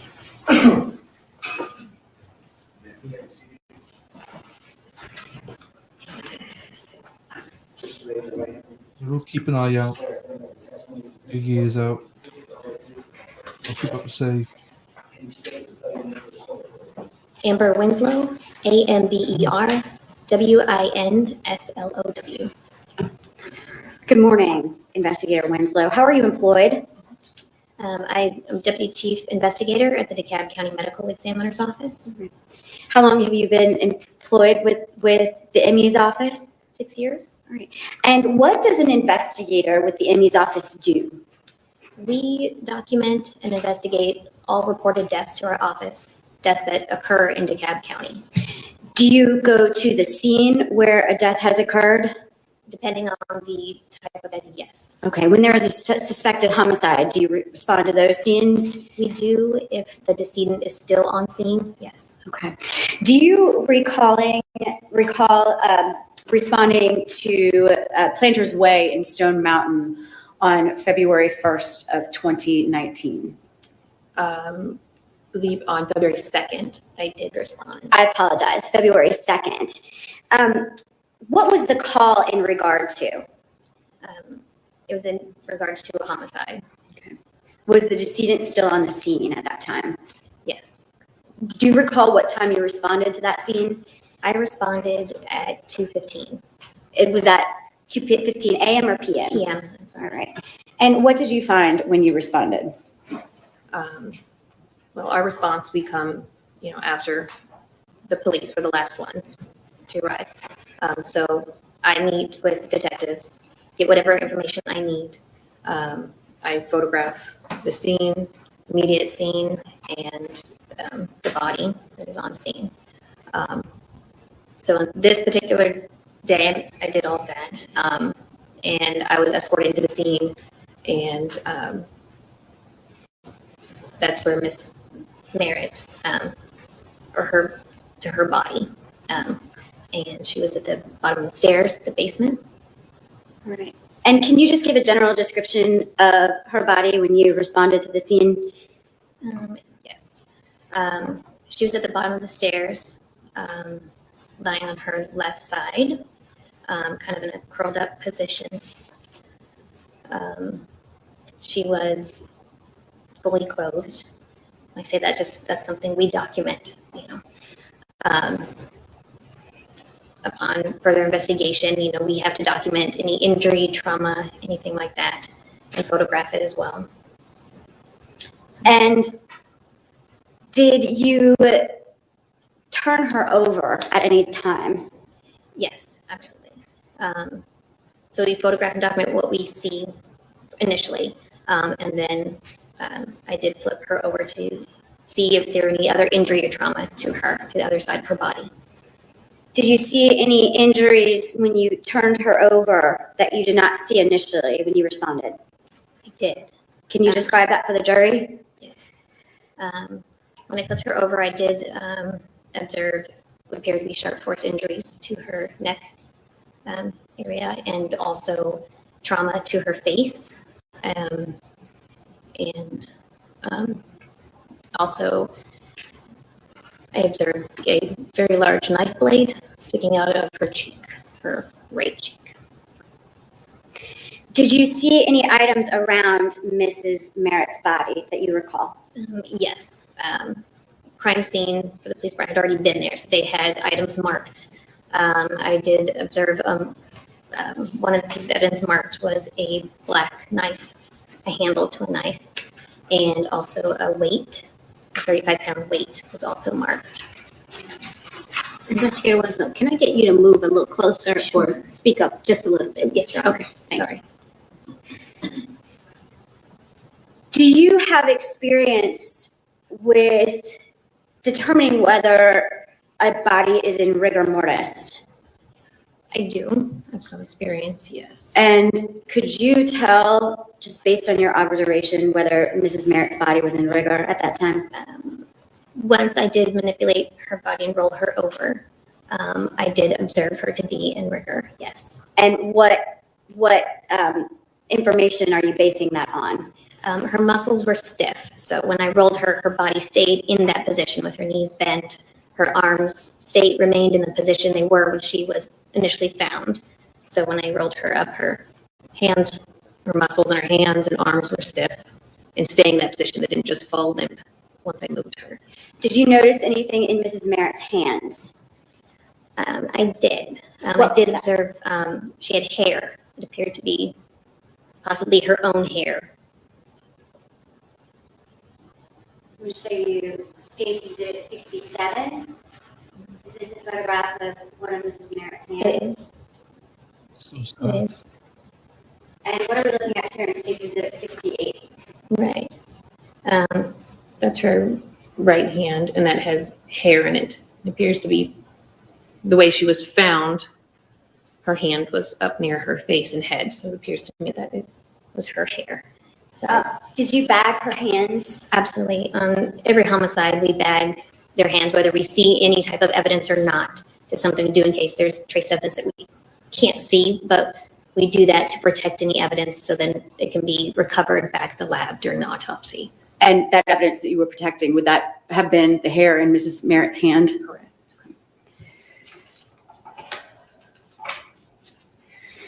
I'm going to show you, well, I'll show you what I've marked as State's Exhibit 60.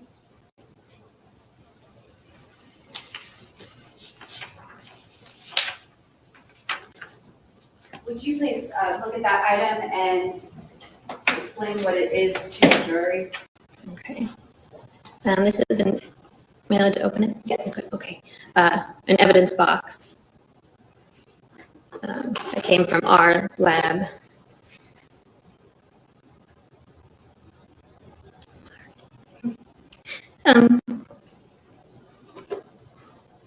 This is the blade to, this is the knife blade that was found sticking out of her face. This blade, I don't remove anything from scenes, so I photographed it, left it in place for the doctor to see.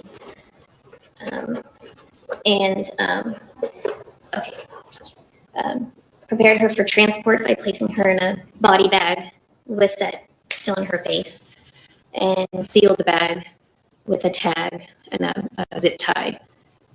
From there, she was transported from the scene to the lab where they would have removed that during autopsy.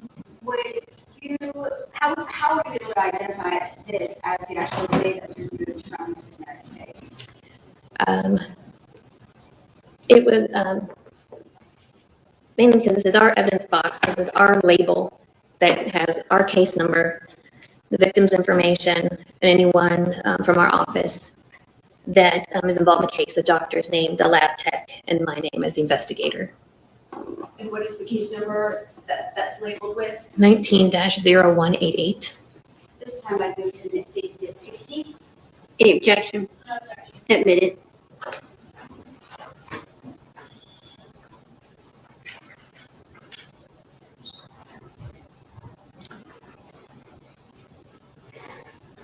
Did you photograph that item as well? I did. Looking at State's Exhibit 61. Was that blade longer than 3 inches in length? Yes, it appears to be. I did not measure it personally because, again, at scene, we don't manipulate anything like that. But yes, Was it consistent with being a kitchen knife? it appears so. It appeared to be, yes. Thank you, investigator.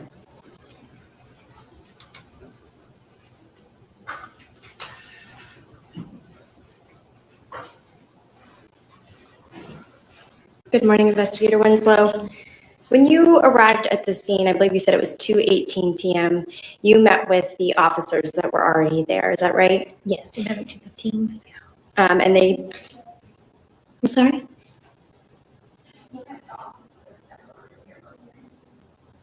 Oh, I'm sorry. I think it was 2:15, my response time. and they inform you about the scene that you're going to go into, is that right? Right. They give me any additional information and their investigation that's ongoing at the time, but yes. And at that time, they informed you about the suspect, Richard Merritt, is that right? Yes. And that was the only person that they informed you about as a suspect at that time, At right? that time, that is correct. Nothing further, thank you. Anything further? No, Your Honor. May the witness be excused. Ms. Wolf River? Yes. All right. Thank you, Investigator. Luna, Luna, Luna. Call your next witness. Your Honor, the time the state rests. Hey, Luna. All right, ladies and gentlemen, I'm going to ask you all to please step into the jury room for a moment. The break now was anyone taking that? No. Who voted no? Who voted no? Girl, she's hot. She's cute. Oh God, they shot me. Luna, did you vote no that she's not cute? The defense attorney.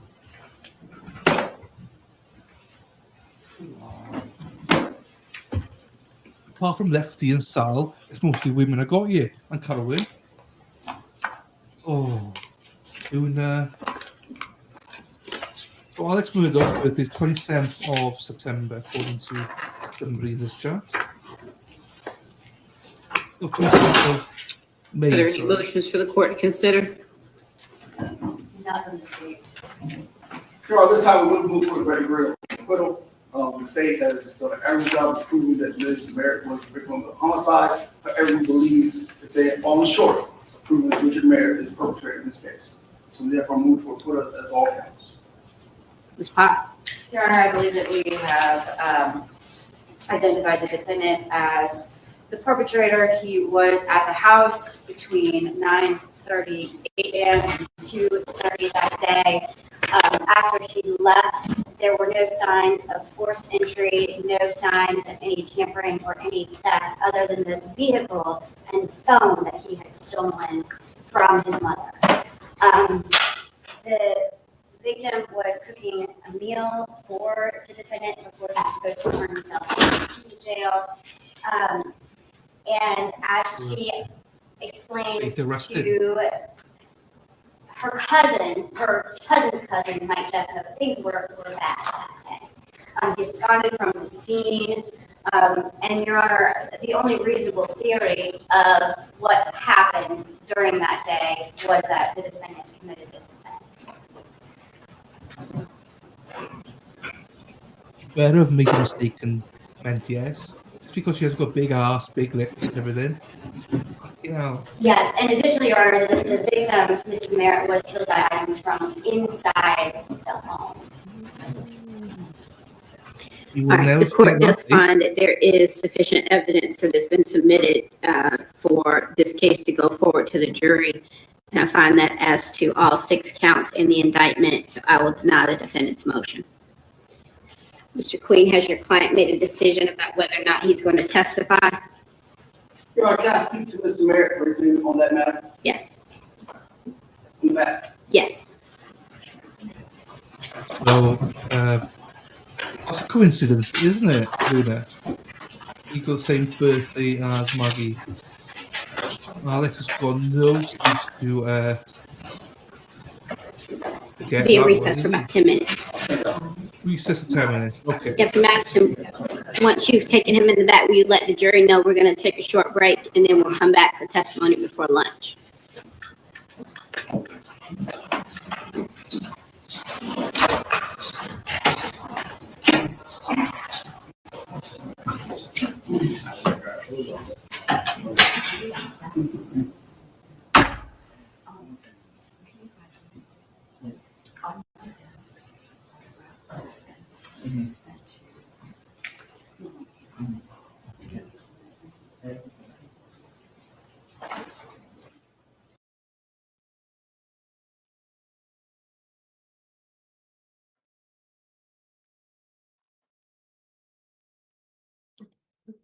I was on mute and I was speaking all this time. Oh, fuckers.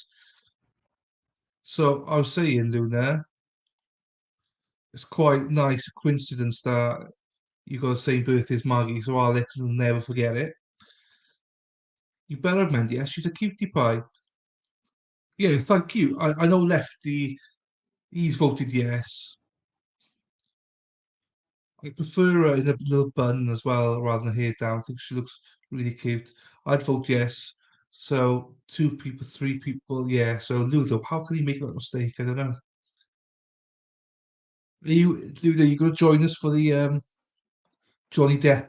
Obviously not gonna join for all of it every Saturday, but would you pop in now and again? Because I'm gonna be streaming it for 6 months. I think it's like 26 weeks or something. Maybe Spider Girl did say there's a couple of weeks that maybe we can join together. So, oh my god, no, you can't vote again, you numpty. Like, just literally, just because she hasn't got like big hips, big tits, big lips, you're just like that. You're such I don't know what you are. Don't know what you are. I mean, yeah. I mean, look, I know, you know, that everyone's got Saturdays they do stuff like, you know. So I don't expect, but if people are around, like even for 5 minutes, pop in and say hello, you know, especially when the days go longer because it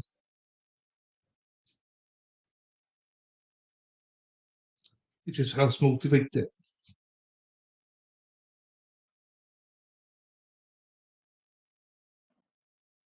Mm,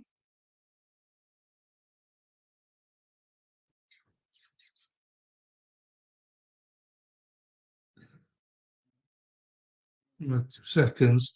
Oh no, I'll wait till it starts.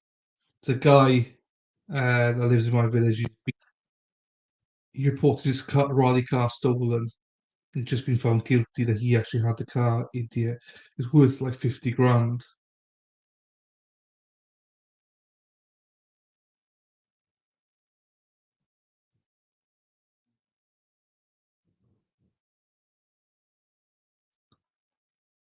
Idiots.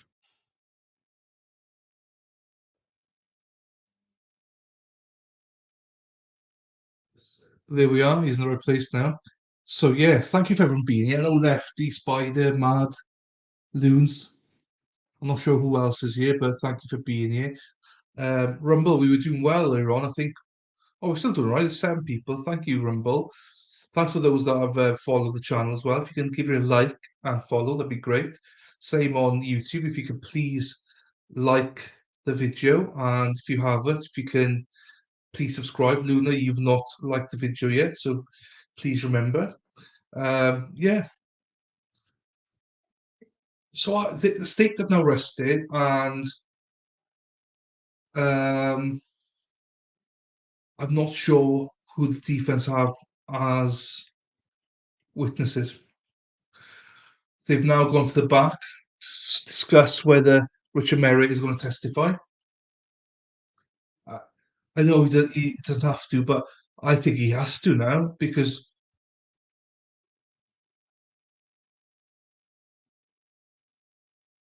he hasn't got much choice. I don't think. I think he could be found guilty. Do you know what I mean? But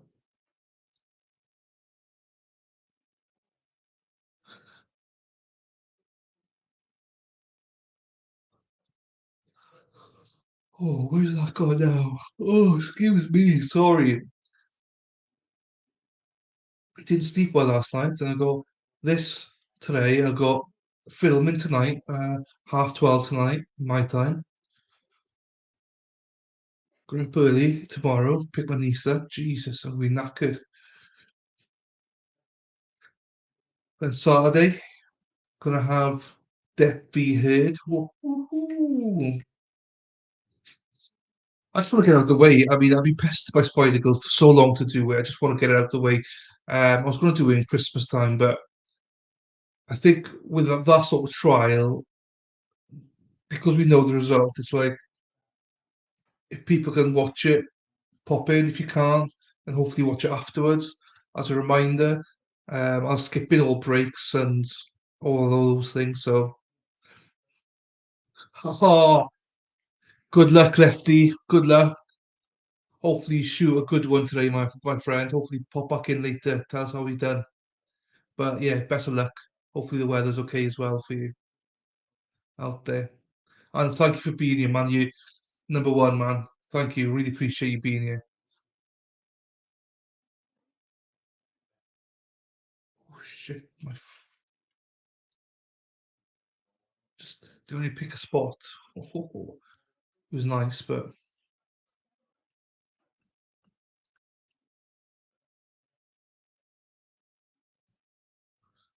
oh well. There's no excuse today, is there? So you pros, let's see what your score is. That's nice doing there.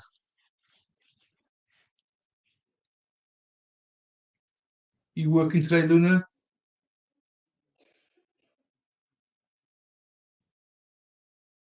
So how was the wedding? Was the wedding good? Did you enjoy yourself?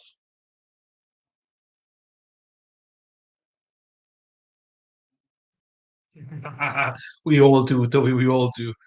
We all do that. Anyway, good luck, my friend. Good luck, man. If we don't see you later, hopefully we see you tomorrow. You can update us on it. Luna, Luna, Luna, Luna. Na, na, na, na, na, na. Oh, we had a lot of people pop in, pop out today. Um, always appreciate that. Always appreciate the likes and everything. It'd be really good if people chatted a bit more. Do you know what I mean? Not that I'm looking for people to chat. It's more as in when I say that, I mean if people here I've never chatted before, it'd be nice to know who they are and just say hello and stuff. I don't expect people to chat all the time. It's always nice to see new people here. So then hopefully we can try and keep them here.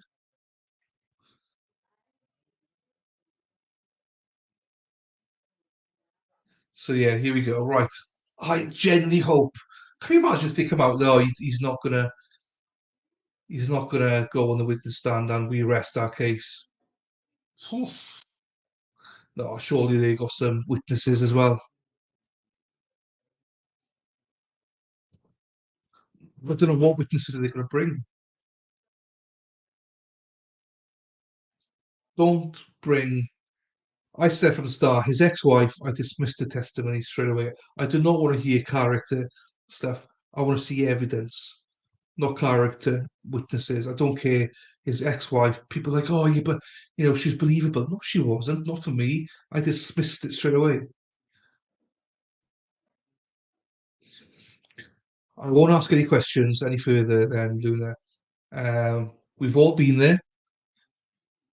They're the best types, but also they're the worst types because the next morning you're like, oh no, what did I do? Did I actually, like for me, did I actually strip off? Oh my God, no, I didn't, did I? Oh yes, I did. Those are the nightmare ones. It's fine when your parents aren't there, but when your parents are there, Jesus, it's embarrassing. I'll have to swing in the air, like, my shirt, that is, nothing else. Swing it in the air, like you just don't care. Oop, oop, oop, oop. Oh, I was just doing the Y. Is that the way you do it? CA. Oh, they won't be back in 40 seconds, even though this judge is excellente. She's excellente.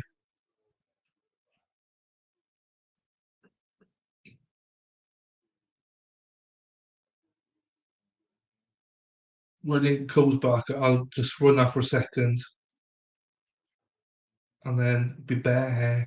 My nieces are coming in about 45 minutes for dinner. So my sister can cook them dinner. Once they eat my food, they can cook dinner, eat it. I'll pop out and see them, say hello. And I got my niece, 3-year-old niece, tomorrow here for a little bit. She's a nightmare. She wants to be on stream all the time. Absolute nightmare. But love her to bits. Love them all to bits. Right, so they expect it back, but yeah, we know the score by now with these trials. They just take forever. No, it doesn't. I use the headphones for the audio to come through because if I don't use it, it's a little bit dodge. But a choice, I got congestion after having the Rona, so I can't hear properly. It's not too bad at the minute, but I can't hear properly from my left ear. So wearing this doesn't hurt it, but it's a bit of a nightmare. As soon as I talk about life story, people start leaving. It's like I'm just speaking the truth.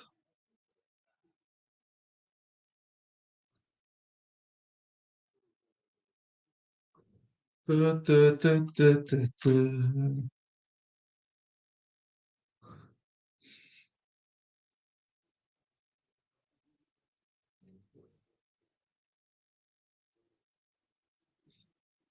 Here they are. Right, it's time to come back now. That's the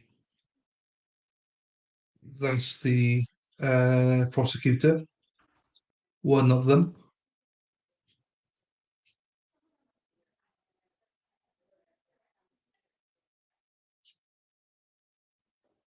Luna, Luna, Luna, Luna, na, na, na, na, na, na. Dee, dee, dee, dee, dee, dee, dee. I'm tired today as well. I've got a film tonight. Jesus. I'm doing Johnny Depp on Saturday. Oh, we do deposition. That's what we're doing. Yeah.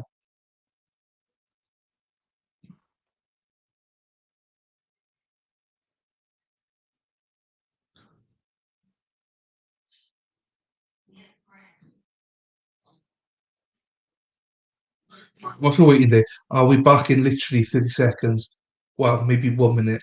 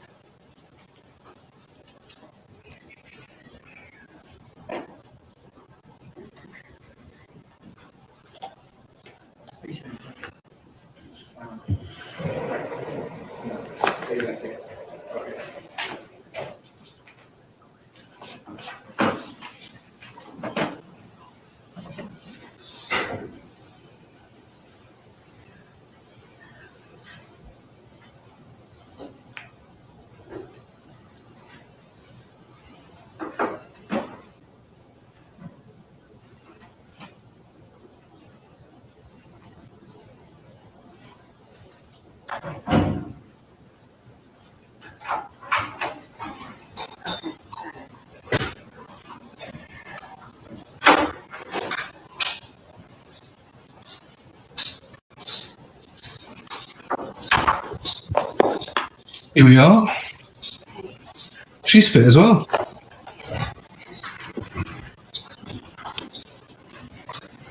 All right, Mr. Queen, has your client made a decision about whether or not he's going to testify? Yeah, All right, Mr. Merritt, if you'll please stand. Mr. Merritt, I'm going to ask you a few questions on the record, and I need to make sure that you keep your voice up so that the court reporter can take down your responses. Yes, Okay? Do you understand that you have a right to testify, and if you want to testify, then no one can prevent you from doing so? I do. Do you understand that no one can make or compel you to testify? That is, do you understand that you have a right to not testify if you do not want to? Do you understand that not your lawyer, but you personally are the one who decides whether you will testify or not? I understand. Do you understand if you do not testify, then upon proper request by you, the court will instruct the jury that your decision cannot be used against you? Do you understand if you choose to testify, you will both be examined by your counsel and cross-examined by the assistant DA? I understand. Do you personally want to testify or not? I would like to testify. I find the defendant has decided to testify with a complete understanding of his rights. You bring the jury in. Excuse me, Yes. let's see, two matters. One, I'm not sure, is the court will put Mr. Merritt on the stand. He is on with the leg ankle. Do you intend to call him first? Yes. Okay. Yes, Like, move them or put them on stand at a time. I have no preference. I think we should go ahead Oh, and let fine, do him that. be on the stand when the jury comes in. Second matter, Your Honor. Probably the first business which the state, or excuse me, the defense will be putting forth is offensive number 2, which is a certified copy of the arrest warrant in this case. Magistrate court, I'm sorry, it's the what? Okay. the arrest warrant, certified. That's the first matter. And Your Honor, I anticipate during the course of Mr. Merritt's testimony, we will be seeking to present a 4-page document, which is a letter accompanied by some handwritten notes. It's offensive number 3. The letter is a letter which was typed up by Ms. Merritt, Ms. Shirley Merritt, and sent to Mr. Merritt's attorney, Mr. David Willingham. The letter was created 2 days, well, actually 1 day before the sentencing hearing. But 2 days before the sentencing hearing, Ms. Merritt was hospitalized. And I think we had some discussion about that. She was having some chest issues, heart issues. She was hospitalized. And then the next day, when she was released, she created this letter.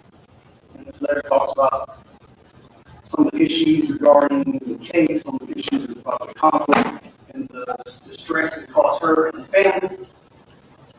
And then this letter, which was, it's actually in this cover, is one of the items which CSI Barnett testified about documents being by the nightstand in Ms. Merritt's room. Mr. Merritt, he has actual direct knowledge of his mother creating this letter, of his mother expressing concerns to the attorney, Mr. David Willingham. And Your Honor, we believe they are admissible under 24-803, as they are present sense impressions when she got out of the hospital of distress and agony she was going through. We also believe they express her then existing mental, emotional, and physical condition. And finally, Your Honor, we believe that you fall within, if not under 24-8803, they fall under 24-8807, the residual hearsay exception, where they are evidence of material fact. They are more protocol point, which is often the of evidence, which the opponent can procure with reasonable efforts. The judge, if the state has an issue with that, they can resolve that issue now, prior to Mr. Merritt's testimony. Can I see the exhibit? Yeah, Your Honor.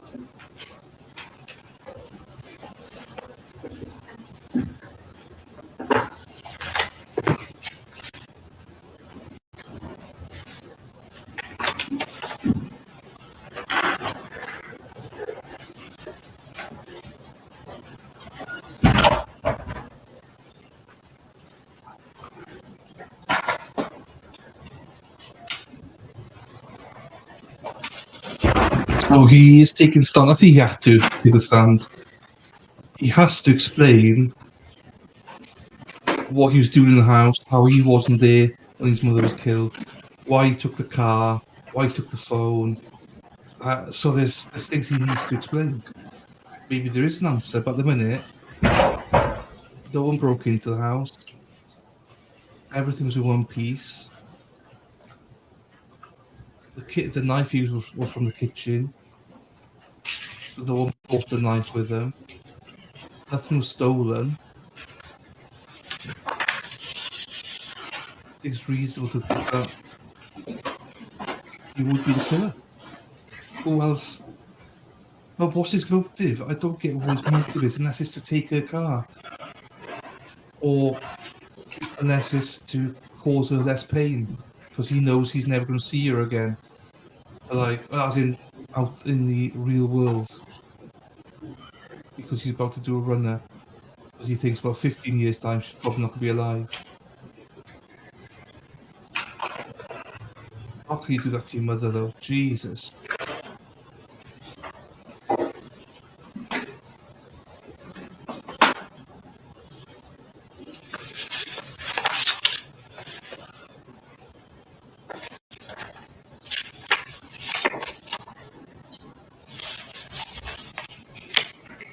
So, Mr. Queen, you indicate this is a 4-page exhibit, but it looks like the letter from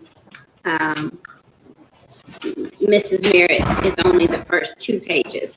And the last 2 pages, in addition to the bottom of the 2nd page, appears to be handwriting.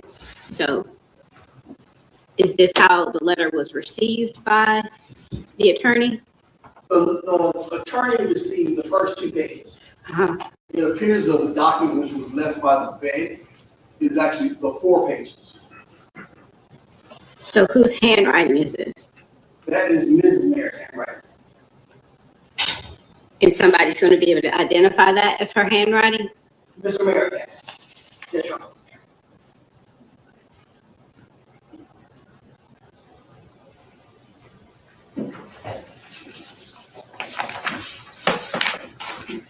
Hi. Yes. First, let me address 248807. Hold on just 1 second.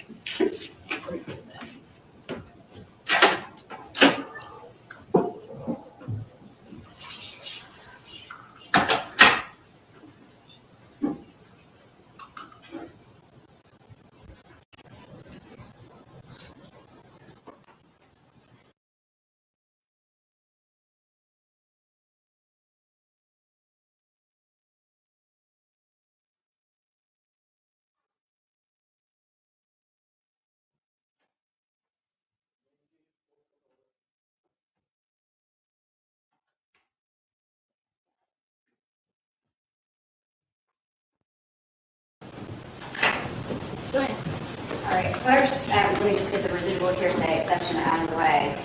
248807 requires that a proponent offers sufficient notice of their intent to use that item under this hearsay exception. It says that a statement may not be admitted under this code section unless the proponent of it makes known to the adverse party sufficiently in advance of the trial or hearing to provide the adverse party with a fair opportunity to prepare to meet it, the proponent's intention to offer the statement and the particulars of it, including the name and address of the declarant.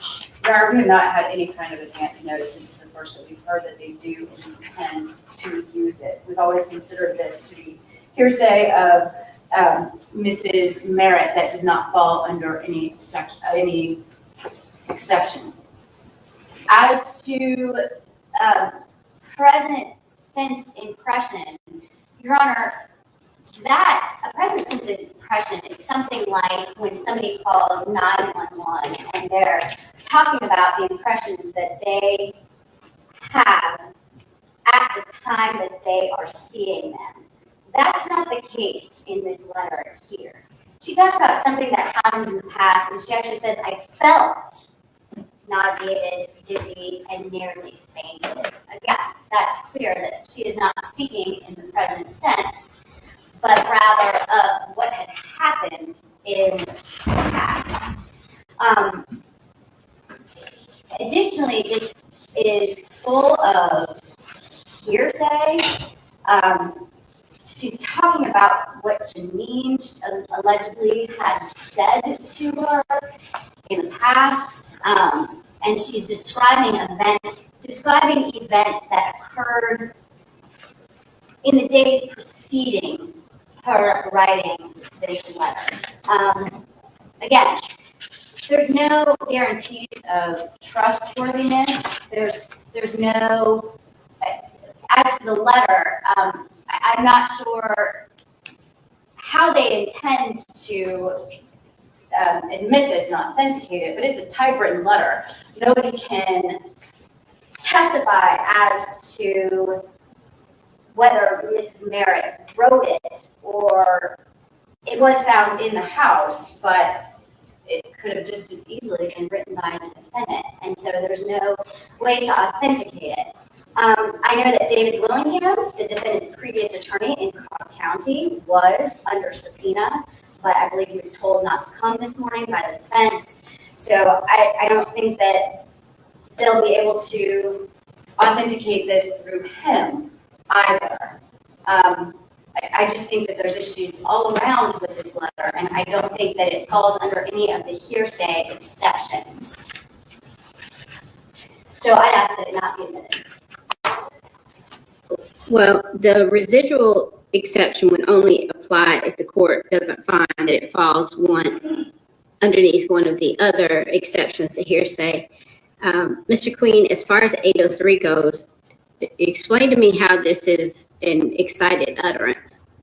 Judge, I'm not saying it's excited, I'm just saying the present sense impression, 803.1. Okay. How is this a present sense impression then? Because the statute says that a statement describing or explaining an event or condition made while the declarant was perceiving the event or condition or immediately thereafter. Okay, but the very first line of this is, I'm very upset over the turn of events this week. It doesn't give an indication of the time period within which she is allegedly writing this letter or when the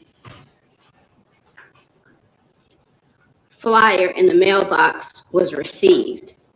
So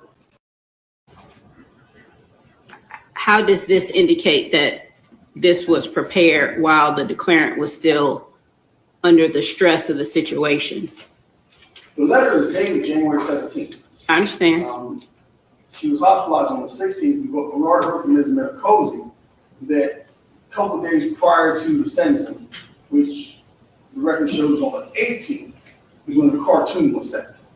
And Ms. Merritt testified that she did speak to Ms. Merritt regarding the contents of the cartoon, which puts us the 16th, 17th. And here we have Ms. Merritt describes in the letter here that it's the cartoon which described her, she believes, having concerns and physical palpitations that caused her to hospitalize on the 16th. And the judge, just jump back for a moment, as to notice, this is the state's evidence. The state has the originals in their file. So the state. Well, evidence is evidence. It doesn't necessarily belong to either party. It's evidence in the case, regardless of who has it. So Correct. it's not the state's evidence. It's evidence in the case. I agree, Judge. But again, the exception, the rule says a statement describing or explaining an event or condition made while the declarant was perceiving the event or condition or immediately thereafter. So again, unless someone is going to be able to testify as to when exactly Ms. Merritt received the cartoon related to when she wrote this letter, I don't see how this qualifies under that exception. Again, Your Honor, Mr. Merritt can testify as the date which they received the cartoon. They're living in the same house. The date they received the cartoon. Which would be what date? I believe that's on the 16th, 14th. The letter received on the 14th. Uh-huh. Mother's hospitalized on the 16th. Uh-huh. And then she has a letter which she sent on the 17th. Okay, so the 17th is 3 days after the cartoon was received and at least the day after she was released from the hospital. Day before she released the hospital. She was released on the 18th. Cartoon, then we have cartoon on the 14th. We have hospitalization on the 16th, release on the 17th, sentencing on the 18th. So she writes this letter on the 17th and it's sent on the 18th. It's sent or received on the 18th. The hearing on the 18th. Mm-hmm. And she sent it, I believe, on the 17th or 18th. Okay. I believe it's on the 17th, Judge. Well, it's written on the 17th. And sent off on the 17th. Okay. which is 3 days after the cartoon's received, and is it the same day she's released? They there, she's released. Okay, yeah, that's what I said earlier. So a day after she's released from the She was hospital. on 15th, she gets out on 16th, sent a letter on 17th. Okay.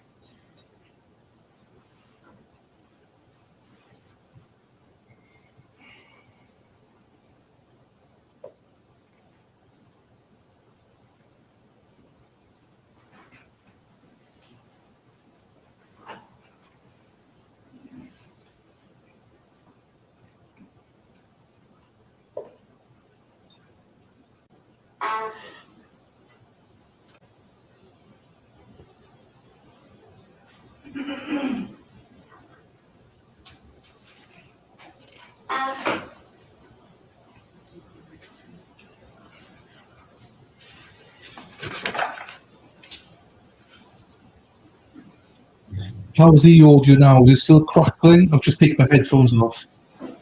If it's still crackling, I put my headphones back on, but hopefully the audio's good now. I think it's just got to change all the time.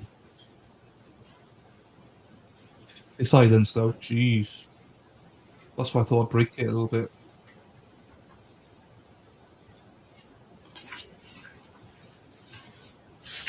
Taking their time. Good.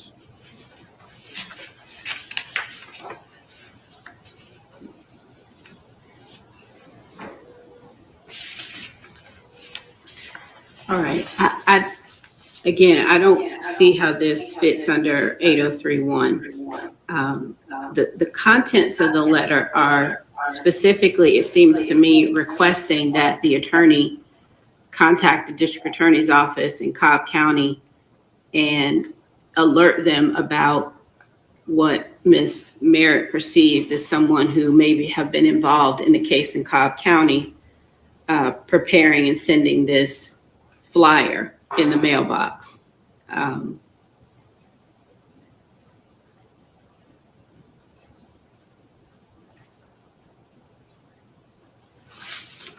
I don't see how this falls under that hearsay exception, especially considering the timeline of when the cartoon was received, when Ms. Merritt had the health issues, and when this letter was written and received by the attorney. So I do find that it does not fit under 8031. I do recall you making another offer under another code section, but I didn't write that one down. So what was the other one? 803, I got 807. 803, section 3. Okay. Mental and emotional physical condition. As she states, I am very upset. That is in the present tense. That is her saying on 17th that she is upset, and she explains why she's upset within the contents of the letter.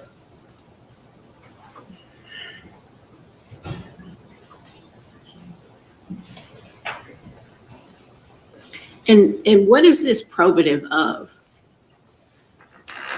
This is probative of her concerns and fears regarding the world outside, possibly having some impact on her and her loved ones. And why is that relevant? Your Honor, as the court knows, it's relevant to the fact just of the cartoon to show that there were people out there who obviously had a hate, disdain, vitriol towards Mr. Merritt that may have acted out and caused the death of Ms. Shirley Merritt. Do you want to respond? Again, I don't believe that it's relevant. What her state of mind was relevant to what happened in this case. I'm looking at the hearsay exception. I don't think that her state of mind, several days, over 2 weeks before the murder, is relevant, Your Honor, to what happened at the time that she was killed. I don't either, Mr. Queen. So how is this relevant? How is Ms. Merritt's state of mind relevant to the question that this jury has to answer about who committed this homicide.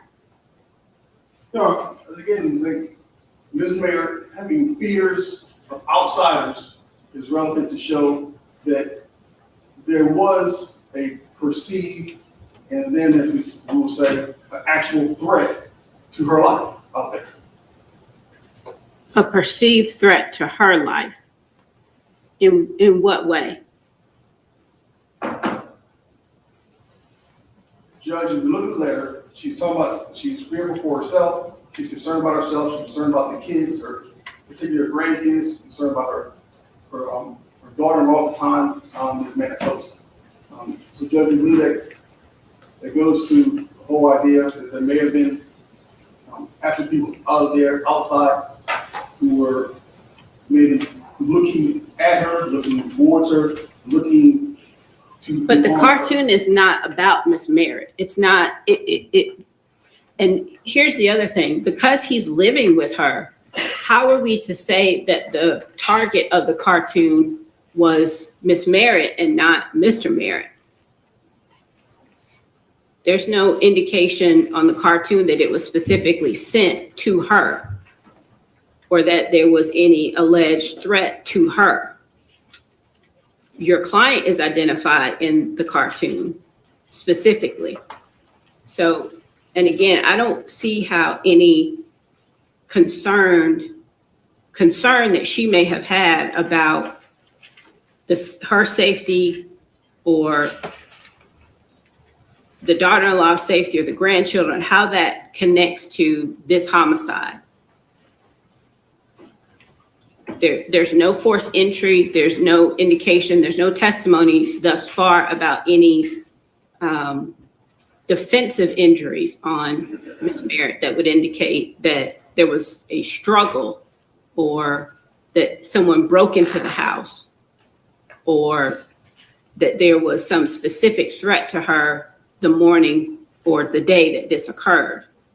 So I do think that you have to make the connection that there has to be some sort of relevance to this testimony about an alleged threat from outside. Now, we have the cartoon that's in evidence, and you can certainly argue whatever reasonable inferences flow from the evidence that's in evidence already that's been presented to the jury.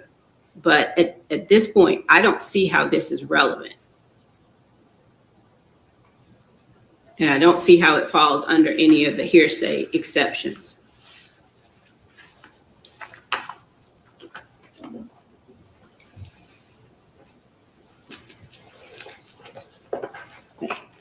I suppose as the testimony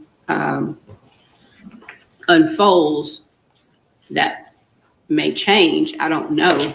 But at this point, I don't think that this falls under any of the hearsay exceptions that you've indicated. Anything further before I bring the jury out? No. Well, it's almost 12 already, so maybe we should just go ahead and break for lunch and start back at 1 o'clock. Other than your client, how many other witnesses will you have today? No.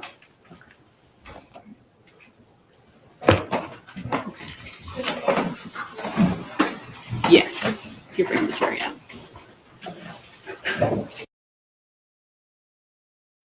So he said none. So does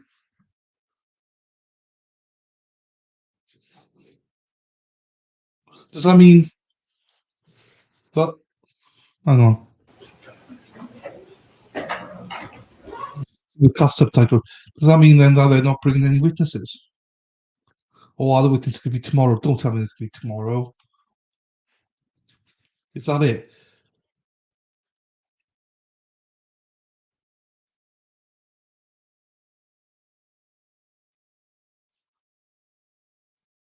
Jeez, he looks a bit creepy though. So he's got no other witnesses today. Yeah, we're in defense now. So Richard Merritt.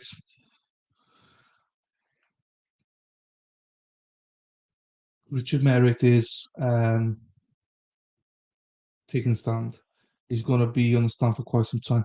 Yeah, he probably is. You're right. But it's just still surprising they don't have any other witnesses available. Do you know what I mean? If they are going to call witnesses, but maybe they're not. Maybe that's it. Maybe it's the one and done. Because what would have happened if he didn't testify? There would have been no witnesses today. That would have been a complete shambles. So I've got fingers crossed. They're crossing for long. Yeah, they will. You're right. But I got my fingers crossed, Lefty, that after that, it might be done. Let's have a look.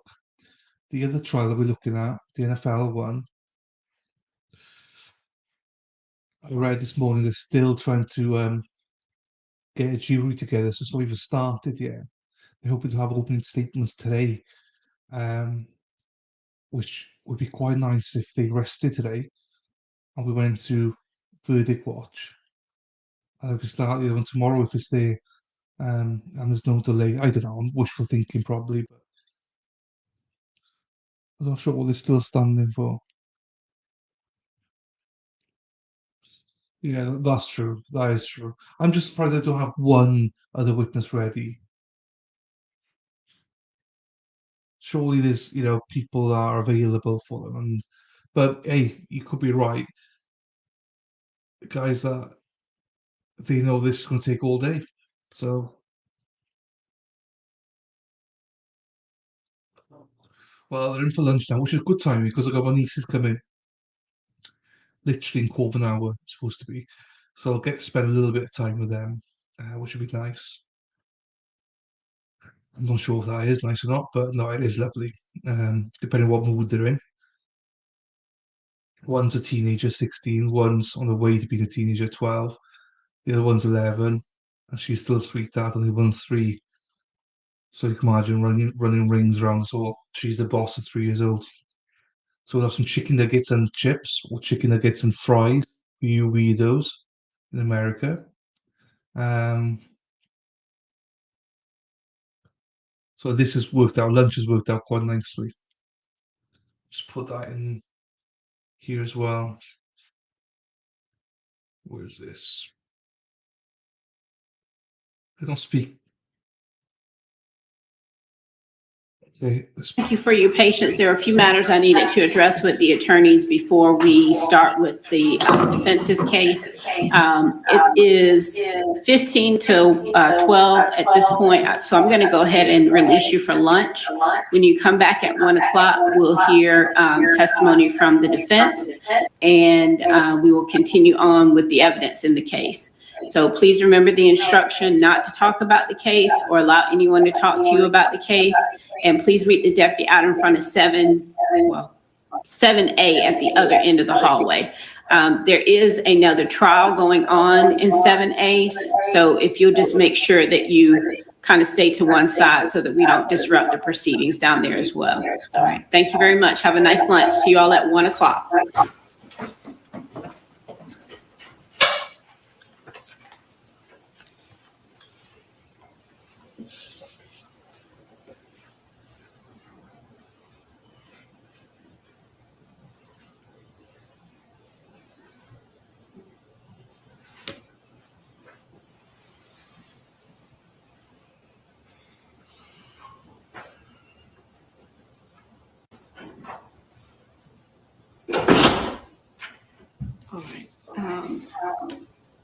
Yeah, I do.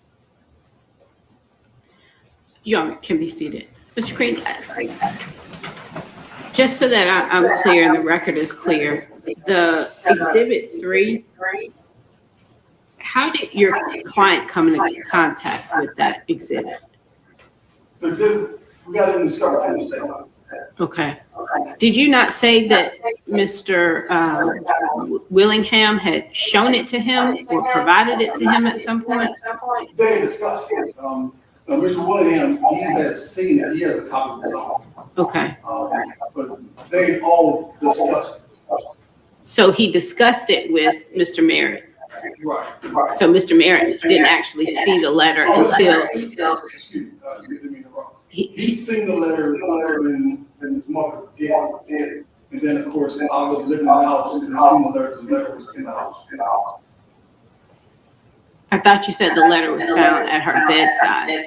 So are you saying that he's going to testify that the letter was just sitting around the house and happened to end up on the bedside? You don't know how I got to the bedside. He's seen the letter when the letter was composed. And then, because she composes the letter, it was like on the 17th, and they discussed it. And he's seen the letter. She composed the letter. And then it appears that over time, she did some scratch outs and actually made some notes, showing the bottom letter and continued to the other page. So how do we know that that Exhibit 3 is the letter that was actually sent?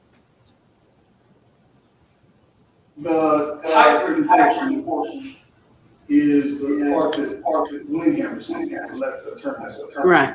He didn't receive no. I understand, but my question is, how do we know that Exhibit 3 was actually the letter that was sent? How do we know that that's not a draft that she may have done, that she was working on because of the handwritten notes on it? The type portion. Here's my question. Would your client be able to testify that that is the letter that Mr. Willingham received? Because this is hearsay on top of hearsay, on top of hearsay. No. Mr. Merritt cannot testify that's the exact version of what Mr. Willingham received. Mr. Willingham, he would have testified that he believes the typewritten portion is what he received. Okay, so under your theory that they discussed this letter, when would that discussion have taken place? Around the time this letter was composed. On the 17th? When we say that, I mean Mr. Merritt and. Yes. Yes.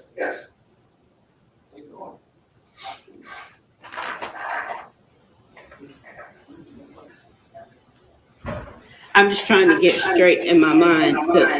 The letter itself is hearsay, and I don't think the letter itself falls under any exceptions to hearsay. But what I'm trying to get straight in my mind is if you're saying that there was some conversation between Mr. Merritt and the mother about the letter and about her feelings about the cartoon, then I think that's potentially admissible. Correct. That's the impression what I assume would find right. I guess the demeanor regarding the conversations between Mr. and Ms. Merritt, I believe that'd be admissible. Obviously, of course, the contents of the letter itself, the actual letter, I believe, of course, ruling that that's not admissible. Correct. So the letter itself is not admissible, but I do think that there is a possibility that you could establish that any conversations that they may have had around the time that the cartoon was received and potentially the letter prepared, that those could potentially fall under a hearsay exception. So that's what I'm trying to make sure that my ruling is clear that what I'm saying cannot be admitted is the letter itself. Okay. All right. We're on the same page.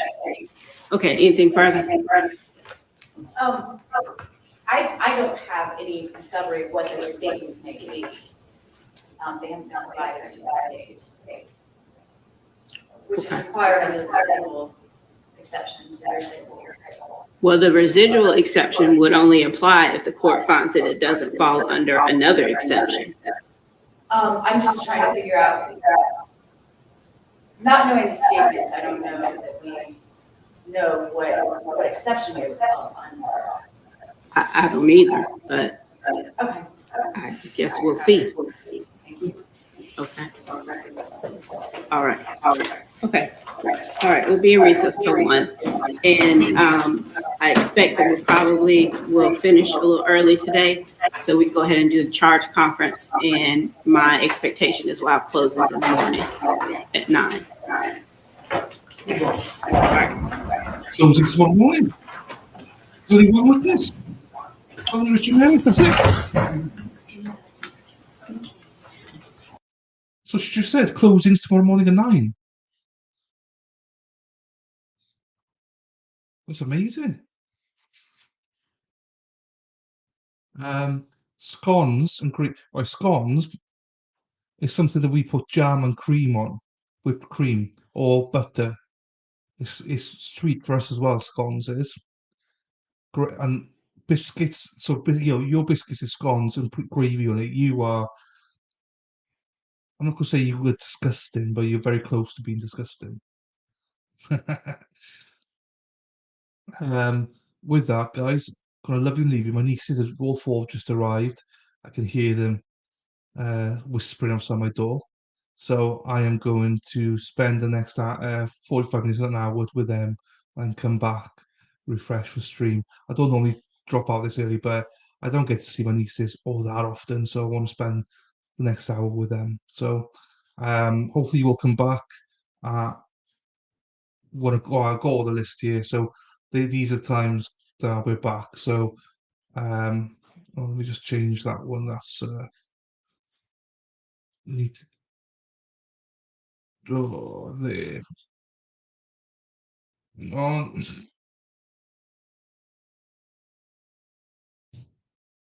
Okay, just see.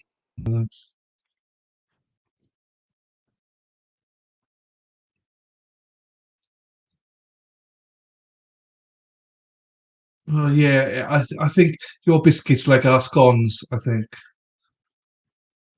Well, I'll just have to come out and try them. So, right. Huh. Um. So with that, guys, I'll see you in about an hour. All right. Take it. Thank you.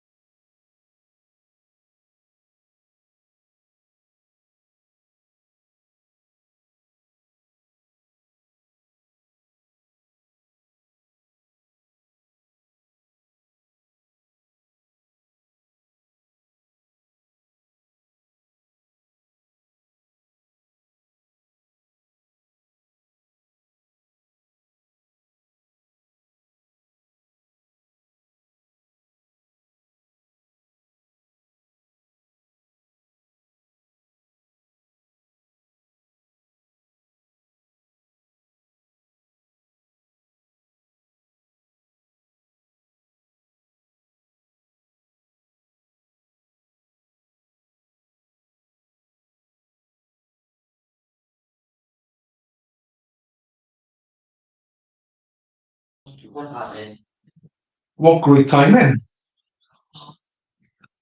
I think it's good timing. I think it's good timing anyway. Literally just finished. Say goodbye to the nieces. Last words go through the door now.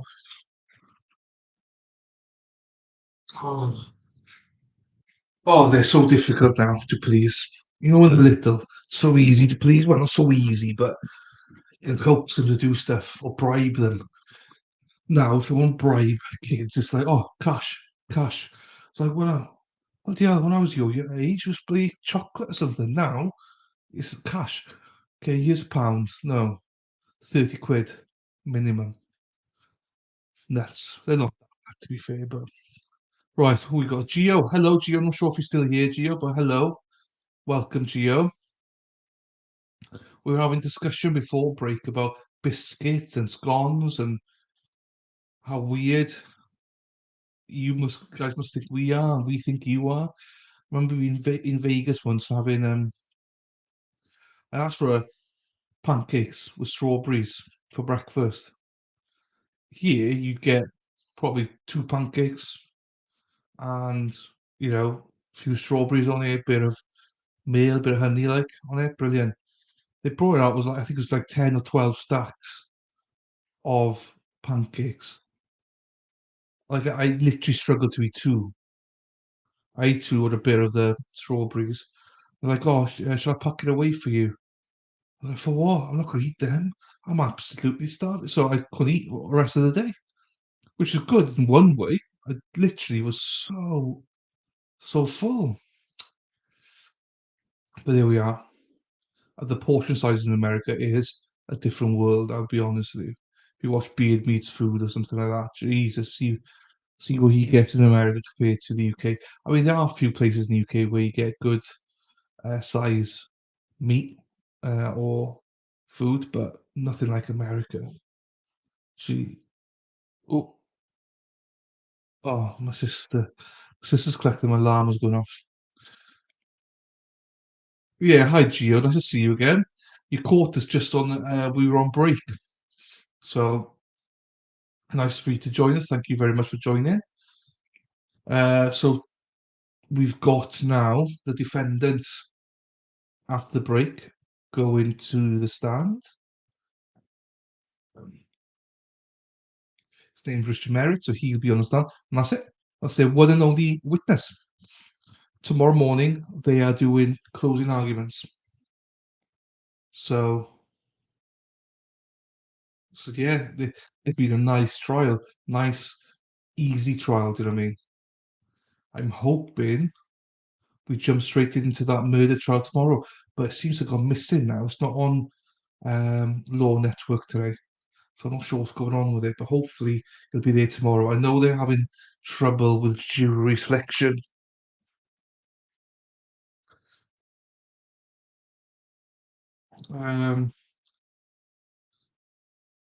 Please do. You're more than welcome in any streams. Okay, I'm just gonna the one I told you guys about earlier on, just to see where they're at with it.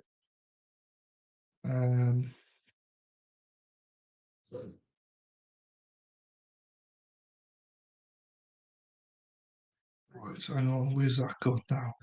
Where's that bad boy gone? Right, here we are. What's his name again?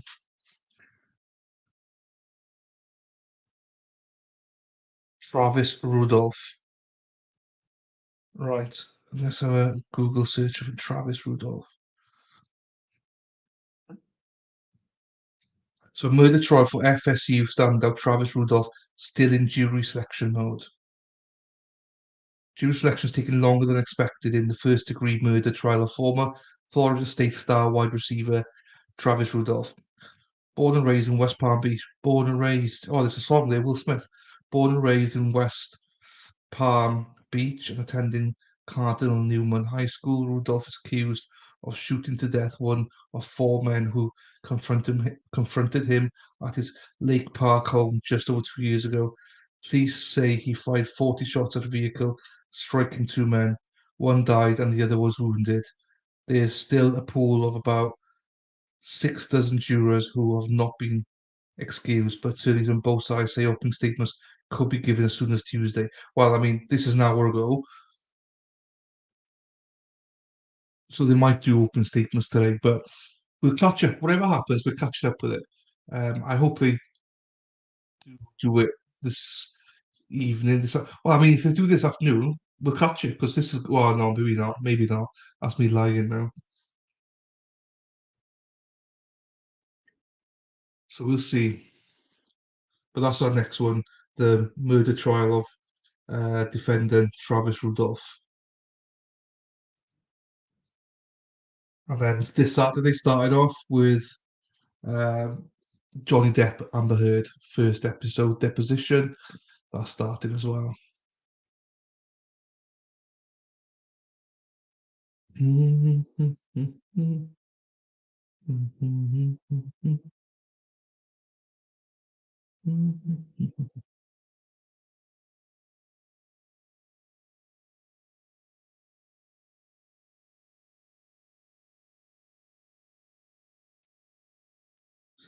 Okay.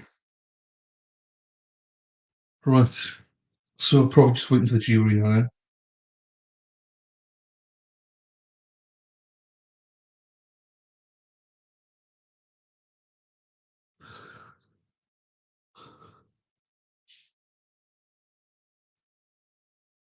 I did. I said hello, hello, Gio. Nice to see you again. I was like, Gio, lovely to see you. Hopefully you're still here, I said. And yeah, nice to see you in the industry. You must have missed it, Gio. You must have not heard it. But I did say hello, Gio. Nice to see you again. And thank you for joining us this afternoon. I'll just tweet out this one now.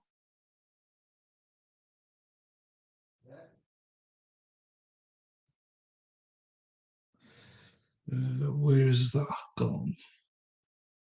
Just retweet to say that we're now back live again. Oh, wrong one. That's not good.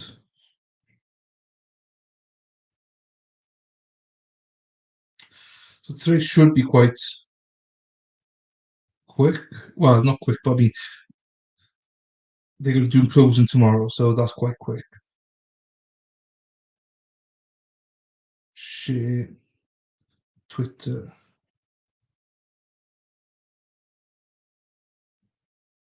Back for lunch. And now live. Defendants. Status arrested and defense put in. Richard Merritt on to the stand. Defendant Richard Merritt onto the stand. Was live. Okay.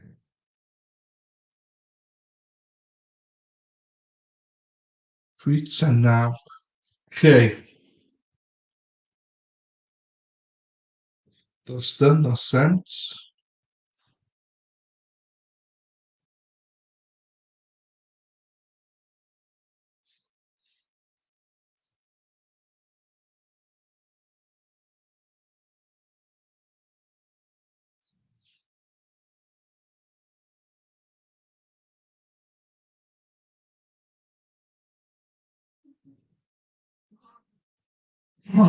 Right.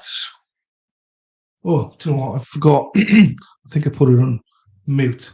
Guess back. Back again. Luna's back. Tell a friend. Guess who's back? Guess who's back? Guess who's back? Guess who's back? Luna's back. Hello, welcome back, Luna. I think it's, I'm not sure who else. Gio's here, Madwell's here, Luna's here. Not sure who else. Why have I got this? Surprise. So, you're all going to tell you what my audio's like. So we started off with headphones, and it was good. Then it went bad. So I haven't got headphones on now.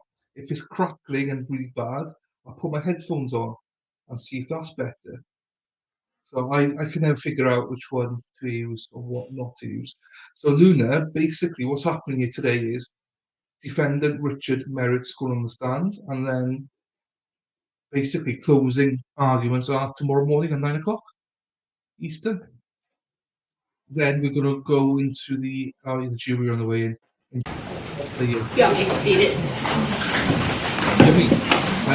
Please just start. And it's not play who killed somebody. So that might start today or tomorrow. I'm actually waiting for grand jury to come over so I can return the indictments first, and they should be walking in just a couple of minutes.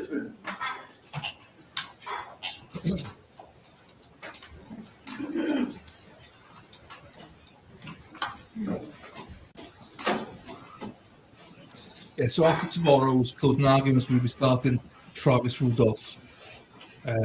Hopefully the Travis Rudolph trial straight away after. Like, we'll be on watch mode, but we'll be watching that as well. Hopefully, anyway. And that should last us a couple of weeks.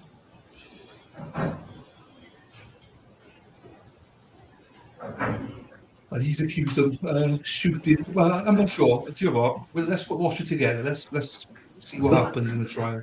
But it said NFL, so I loved it.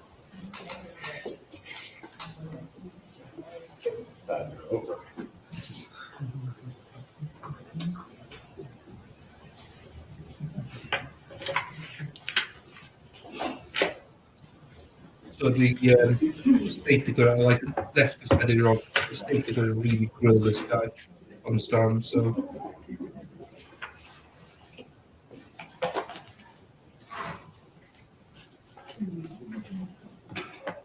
So I'm going to take us for the rest of the day now.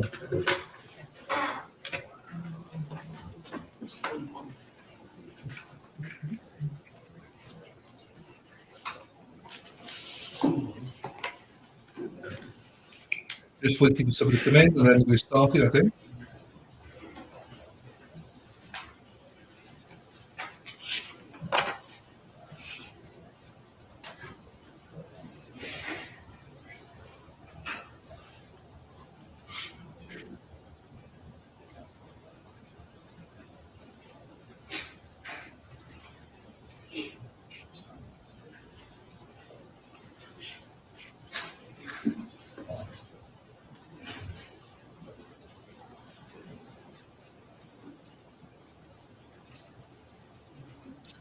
Right, that's all the tweets done, that's everything done, I can't do any more now.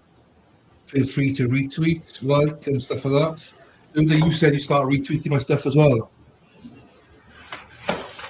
You're a choice for two things, isn't you?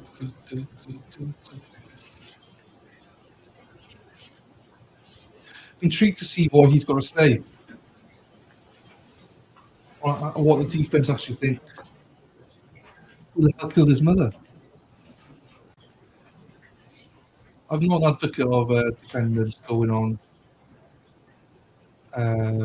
being a witness, but I think this guy has to, because this just doesn't make sense. But then, what doesn't make sense is hardly any DNA, nothing from the prosecution, but she died, so if it wasn't him, who did it? He's the only person that stole stuff, stole his mother's phone and car. No one else stole anything.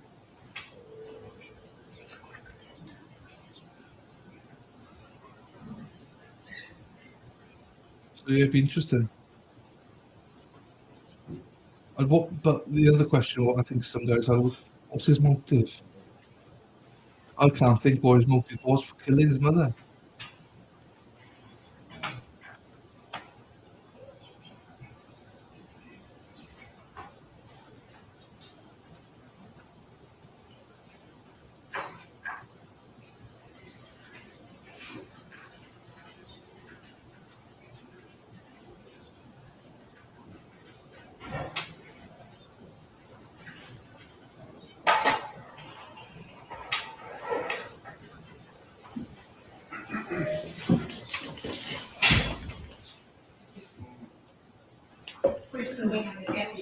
Okay. Deputy Madison can stand by. Subtitles are weird. Some of the stuff they come out with. It's clever though, but still it's weird.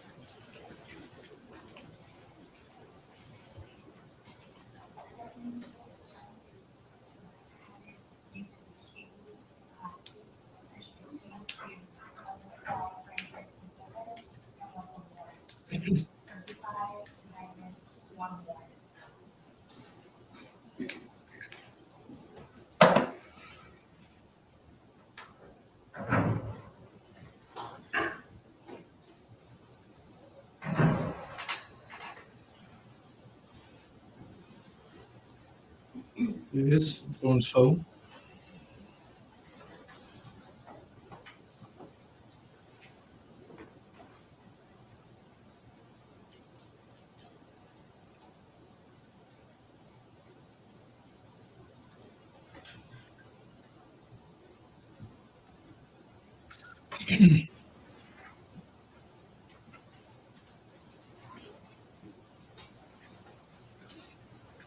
Yeah, Rumble, thank you for being here, guys, all 9 of you. If you can give the video a like and give the channel a follow, I really appreciate that. Thanks, guys.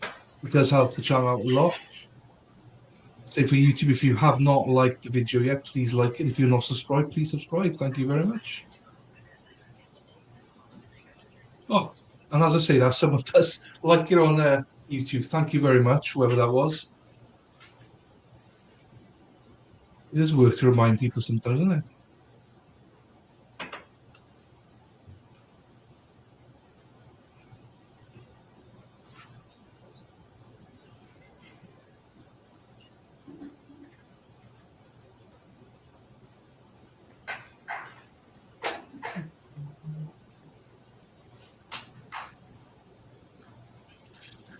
Rumble, if you've got any questions, just type them in chat as well. And keep an eye out on chat, so put them in chat.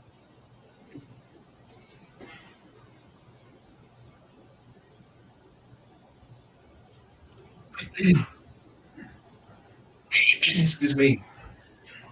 We're just talking with Spider break about scones and gravy, biscuits and gravy and stuff. How, like your scones, we put butter and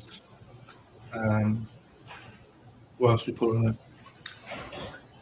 Like jam and cream and stuff, clotted cream. You guys put gravy on it, right? Oh, and also we have like sultan as a currency as well.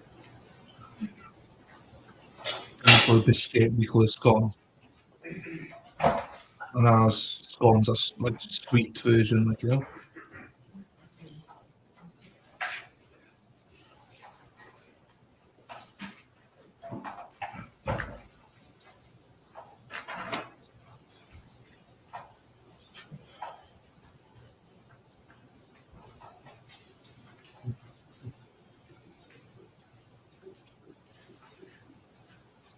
Thank you, Rumble, whoever liked it as well, the video. I really appreciate that. Thank you. And as I say, guys, if you could just follow the channel, that'd be brilliant. Hopefully, then get notified. And on YouTube, you should really, well, if you like the content, you should press that notification button so you know when I go live. If you don't like the content, don't press it because it'll be annoying. But basically, we're going 6 days a week now, so I've got some videos that'll be coming out. So maybe even 7 days a week. There'll be something coming out. So keep an eye on it. Luna's Gio's got a message for you. She says hello.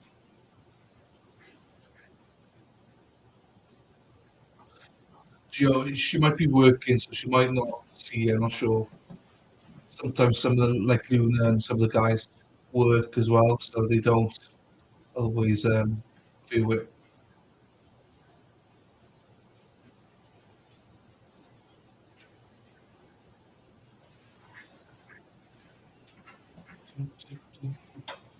I hate waiting. I hate the waiting. I know.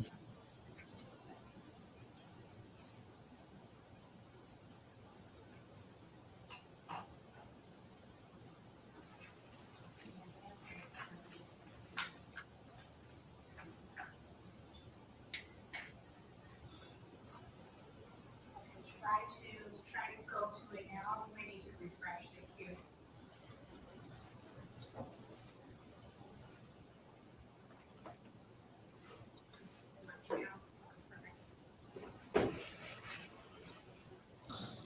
There we are. That's nice, Luna. That's why I shout them out in case people are watching. Hi, Gio. How are you?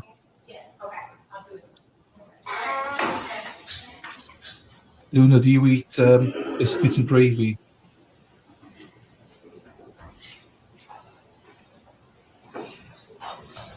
All right, Mr. Mayor, if you'll take the stand, please. He's going to take a stand before jury come in. Please stood there ready.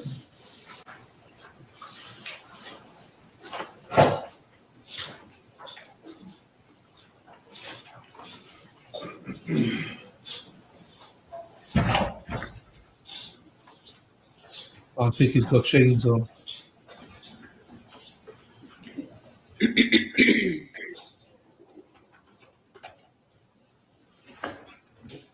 You're another mentalist then.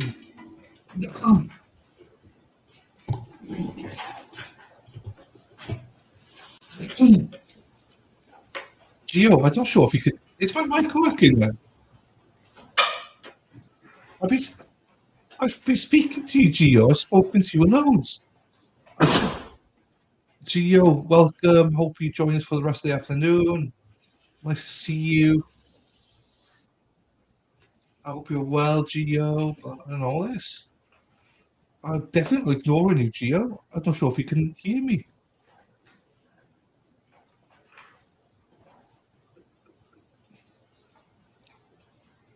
I don't know what's going on.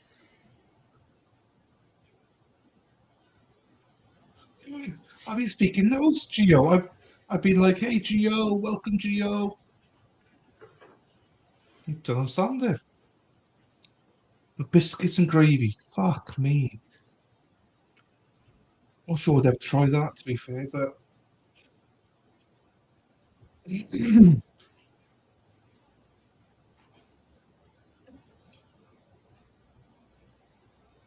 No. I don't know that. I don't know. Do you hear? Oh, jeez, I don't even know.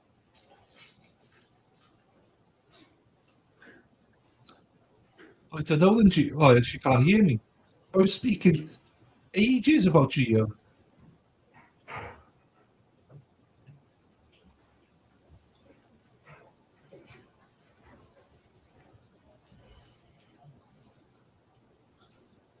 How much this going along here?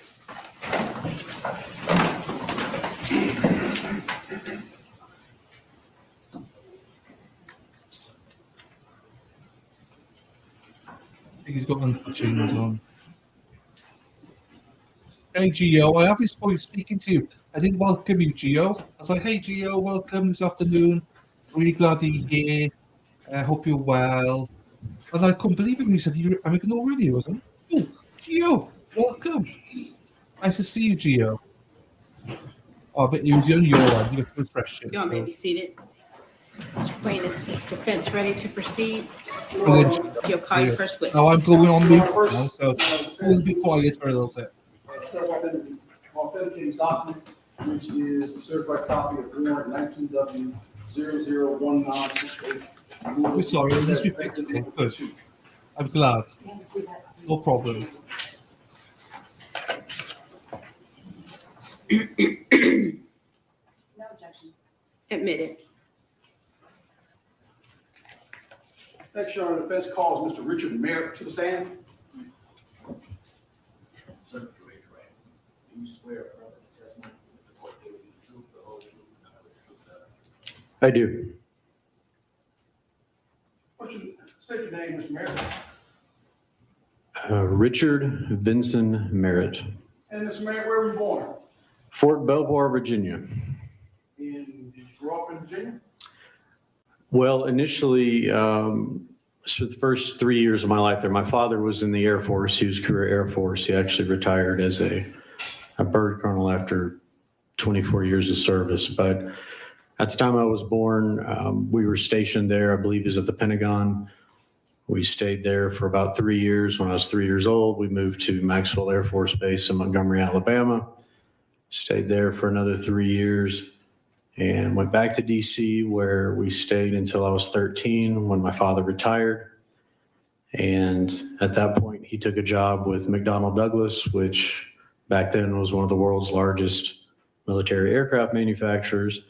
We went and lived overseas in Saudi Arabia for 2 years. At that time, you could not attend school past the 9th grade in Saudi Arabia. So I came back and actually went my sophomore year at the Paideia School here in DeKalb County. And then my dad was transferred to St. Louis to company headquarters, where I spent my junior and senior year of high school. So I moved around a lot. What's your father's name? He went by Ken, but his full name was Robert Kenneth Merritt. And when did your father pass? He passed away in November of 2000. Obviously, your mother's name was? Shirley. Do you have a brother? I do. And what's your brother's name? Robert Kenneth Merritt II. And is there an age gap between the two of you? About 9 years. Who's older, who's younger? My brother would be the older one. Now, growing up, or what was the dynamics of the family? Was it just the four of you? It was just the four of us. As I just mentioned, we moved around a lot. That was primarily when my brother had already gone up to college. He was in college by the time I was 3rd or 4th grade. So, but the dynamic when he was still around or came to visit was, we had a very traditional, conservative Southern military household. My father was, as I said, career military. He went on to be a successful businessman. My mother sold real estate, was very good at it with her personality and natural intelligence. She was a star at it. And, my brother and I, we got along. My father definitely ruled the roost. He was the boss, but my mother certainly had her say too. It was definitely a partnership. Now, when did you guys move to 1590 Planters Road? My parents bought that house in the summer of 1993. That would have been the end of my freshman year at the University of Georgia. Now, is that where you went for undergrad? Yes, I went to UGA. And did you graduate from UGA? I did. What did you major? I was a double major in English and political science, basically pre-law. And did you go to law school? I did. And where'd you go to law school? I went to law school at Mississippi College School of Law in Jackson, Mississippi. Now, while you were in undergrad, did you meet a certain lady? I met a certain lady. Her name was Janine Minicozy. I met Janine when she was a freshman and I was a junior. I'm about a year and a half, maybe a little bit more than a year and a half older than her. But we met through a, we met through a mutual friend. And how long did you date before you got married? Well, early on, we dated off and on as kids do at Georgia, just enjoying the scene there in Athens. But as I proceeded into my senior year, it was, I guess, spring quarter of my senior year, getting ready to graduate, we became more serious and decided we wanted to stay in a committed relationship. Now, by the time, what year did you get married? We got married in 1999, about a week after I graduated law school. And during that time, was she a veterinarian yet? No, I believe she started her first year of vet school, either my second or third year of law school, because she was still had a couple years to go when I graduated law school. Now, by this time, when you got married, was your father still around? Yes, he was. What year did he pass? 2000, about a year after we got married. So during this time, did your mom help you out? Yeah, they both did. At the time, I took me 3 attempts past the bar. I passed it the 3rd time. I failed the first 2 times. I did thankfully have a job as a project manager with a local internet company, so I didn't have the pressure of needing the license, although it certainly would have been nice to get that under my belt right away. But yeah, there were times when my parents helped us here and there while she was still in school, sure. Now, after your father passed, what was the relationship between you and your mother? Well, after my dad died, it was, as you can imagine, just my brother and I and our immediate family. We are close to a lot of extended family, had a lot of close friends. But in terms of our family, it was obviously just my brother, mom, and I, and we were close. So what year did you and Janine get married? 1999. And did the two of you have kids? Yes. Who are the kids? The firstborn is our son, Jack, and our secondborn is our daughter, Mia. Now, Jack, you've heard a little bit about him. Were you involved in his life? Absolutely. Jack was the kind of son that every father wants to have. He was smart. He was a sensitive kid. He was creative. He was handsome. He was athletic. He was everything you wanted somebody to be. Just a real strong, special child. And he was my pal. I mean, we did everything at an early age. We went fishing. When he got older, we played a lot of golf. We went on trips, father-son trips. We went on trips with other dads and their sons that we were friends with. I went to all of his school activities, helped coach his baseball team, helped out with football. As I said, it was those big things that brought us closer, but it was the little things as well. Just going to Target or hopping in the truck and going for a drive or, things of that nature as well. Now, Mia, I understand she has a disability. What's her disability? Yes, Mia has cerebral palsy, and we did not know that she had a disability until she's about a year or so old. She was not reaching her milestones as the pediatrician wanted her to, and upon further testing, they realized that she had a form of cerebral palsy. So you and your wife have to put her in programs for anything? Yes, I mean, she required special schooling, special therapies. As she got older, she required speech therapy, occupational therapy, physical therapy. She had a walker and a wheelchair at a young age, and obviously as she grew bigger and taller and stronger, she had bigger walkers and bigger wheelchairs, but she's always going to require the aid of one of those devices and always going to require therapy. She's had a couple surgeries to help her perhaps walk better. She can't walk without the aid of a walker, and her speech is slurred and her development is delayed. Now, were you involved with her therapies and in progress along with your wife? Yes, as much as I could be. I mean, when I opened my firm in 2002, as you can imagine, is extremely busy. I was running my cases, trying to get new clients, attending court. It was just me to start off with. So those early years, I couldn't be at every single thing. That was the case when I was at a large firm before I opened up my own firm. So I went to everything I reasonably could, but certainly I couldn't be at everything. But the things I couldn't attend, we certainly talked about after the fact because I wanted to be involved in her life. And you mentioned your practice. What type of law did you practice? Well, in 2010, I opened up my own law firm. And before that, I had been at a large law firm in Buckhead, but I've always been a litigator, primarily civil litigation, mainly personal injury, wrongful death, medical malpractice, and business litigation. When I opened up my own firm, I also did a little bit of criminal defense. I really didn't do felony work. I did a lot of DUIs, things of that nature. Now, during this time, around 2010, and as the practice grew, what type of lifestyle were you and Janine leading? When the firm opened in 2010? Well, we were a very sociable couple. We lived in a very diverse neighborhood in Smyrna within walking distance to downtown Smyrna, where a lot of the restaurants and whatnot were at. The neighborhood was primarily people like us, two professionals, small kids. So there were a lot of children the same age as our children's ages. We got together for barbecues. We went to events together. We had each other over at each other's houses. There were a lot of sleepovers for the kids.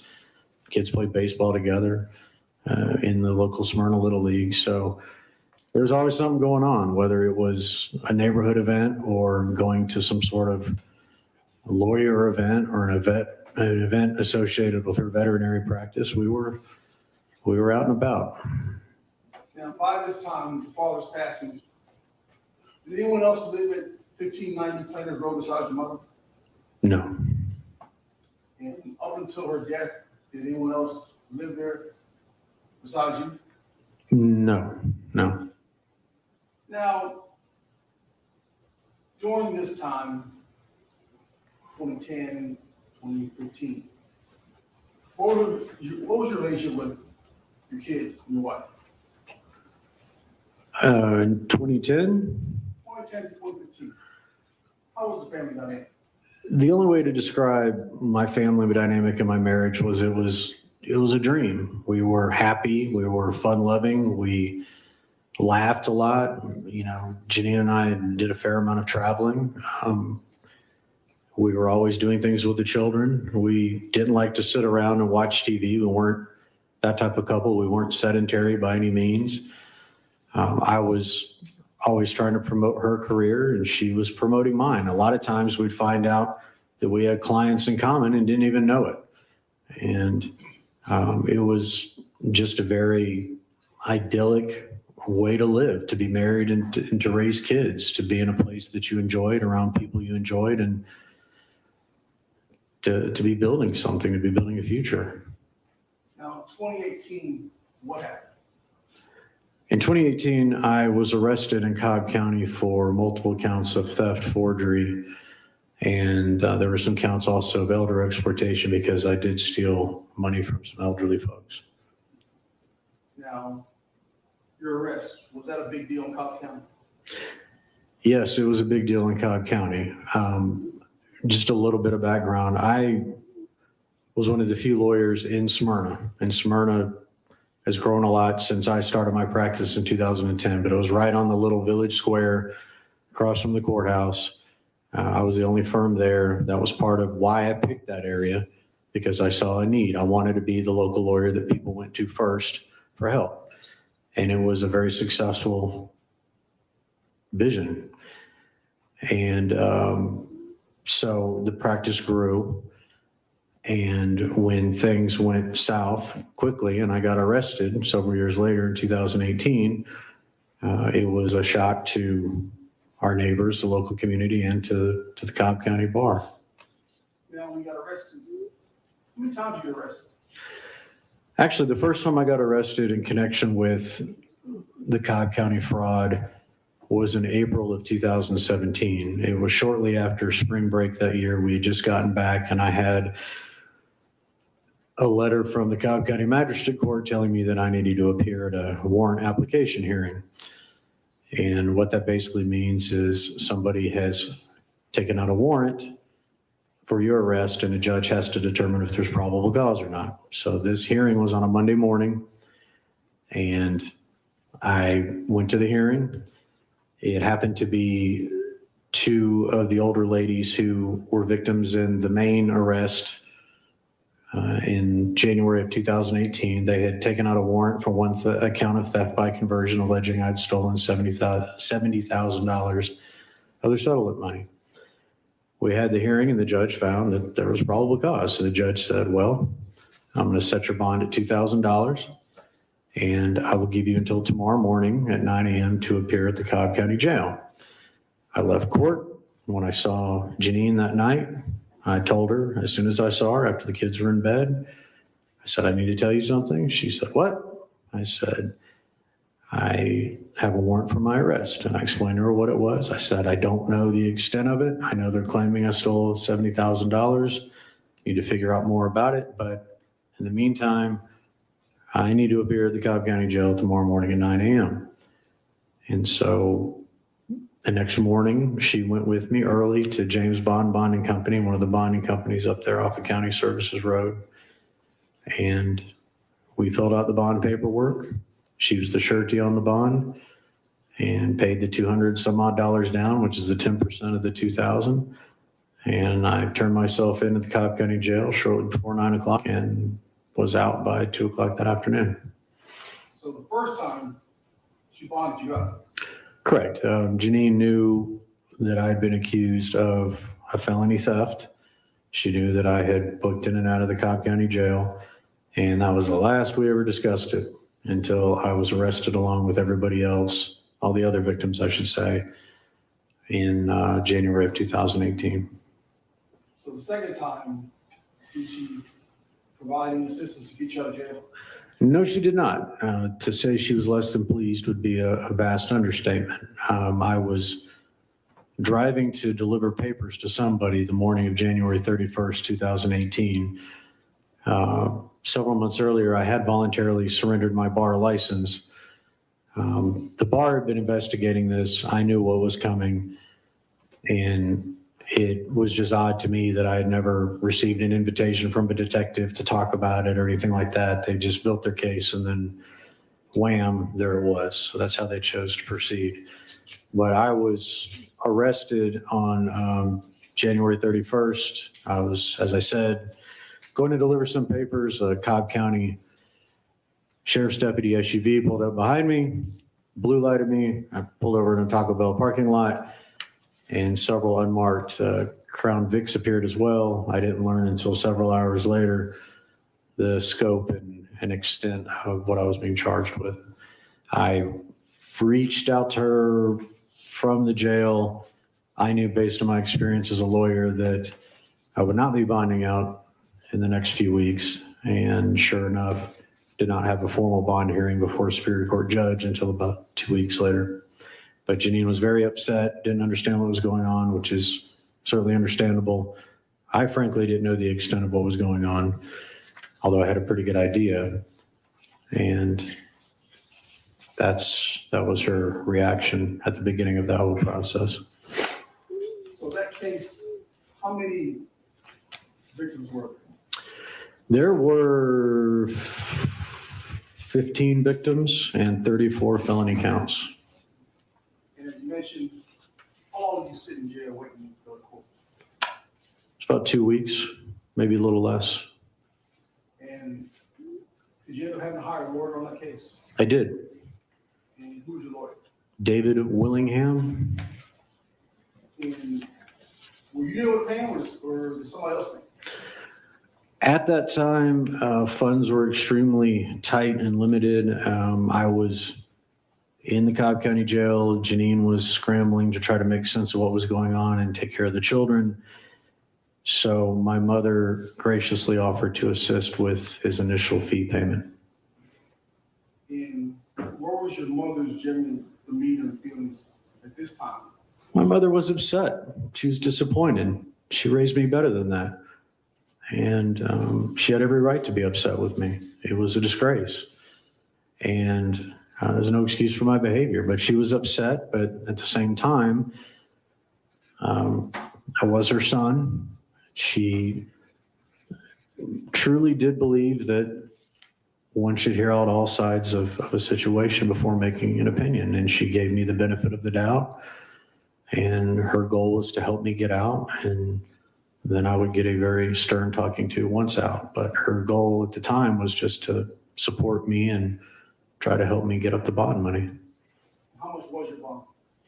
The bond was $400,000. The down payment for the bond in order to actually get me out was 10%. So that would have been $40,000. How was that?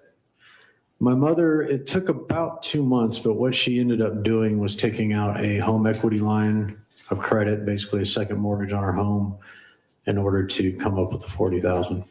So ultimately, how much time lapsed between your getting a bond and getting out of jail?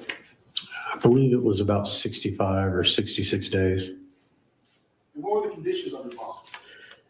Well, the bond conditions were as follows. I was to have a curfew of 5 p.m. to 8 a.m., which meant obviously I had to be back at her address. I had to live at her address, first of all. That was the first bond condition.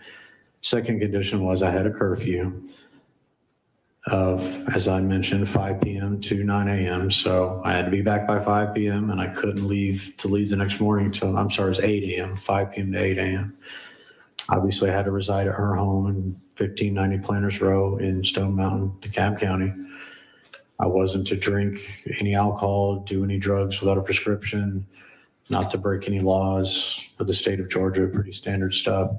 They also had me surrender my passport within the first 24 hours of release, which I did. and I was required to wear an ankle monitor. Now, once you were released, what was the relationship between you and your wife? It was very contentious. She felt that I had led a double life. She didn't understand why I took money from these people. She was upset. She was shocked. We went from having an idyllic life to having nothing. Despite my urges to try, it was decided that she didn't want to stay in the home. So we let the house go. It was a very nice house that we loved and had lived in and raised our children in and planned to stay in a long time. So the house was gone. She decided to move into a rental home in East Cobb and Marietta, where the public schools are quite good. And my son had attended the Levitt School, which is a private school, but he wasn't going to be able to go there anymore. My daughter went to public school because of her disability, so thankfully she could attend school wherever she wanted, based on having a disability. But it was a major upheaval. I mean, overnight it was as if a bomb went off in our lives. And at some point in time, did she file for divorce? Very quickly, she filed for divorce 4 days into my arrest. And did that divorce ultimately, was it completed? Yes, the divorce was finalized, I believe, third week of June 2018. And I didn't fight her on the divorce. I understood her emotions. I understood the reasons for it. I certainly didn't want her to be accused of having any part of my misdeeds because I truly did act alone. She wasn't involved. I think early on some folks may not have believed that, but it turned out that the divorce not only was what she wanted emotionally, but perhaps helped out in segregating, my behavior from, obviously her not having an involvement. Now, after your release, what was your relationship with your kids? My son was 14 and a half at the time. And as I said, we were very close. And he had me up on a pedestal like a lot of boys do their father. And he was upset with me. He yelled at me. He ignored me. He cried. He was hurting. There's no relevance to his kids' feelings. We've heard from Dr. Minicozzi, and she went into detail about the things that the son felt, things that the son did, and things the son told her during this time period. But that doesn't make it relevant. So how is this relevant? So y'all move on. But your mother, by this time you're living with your mother, Yes, and you're out of jail. correct. What was your relationship with her? She wasn't pleased with my behavior.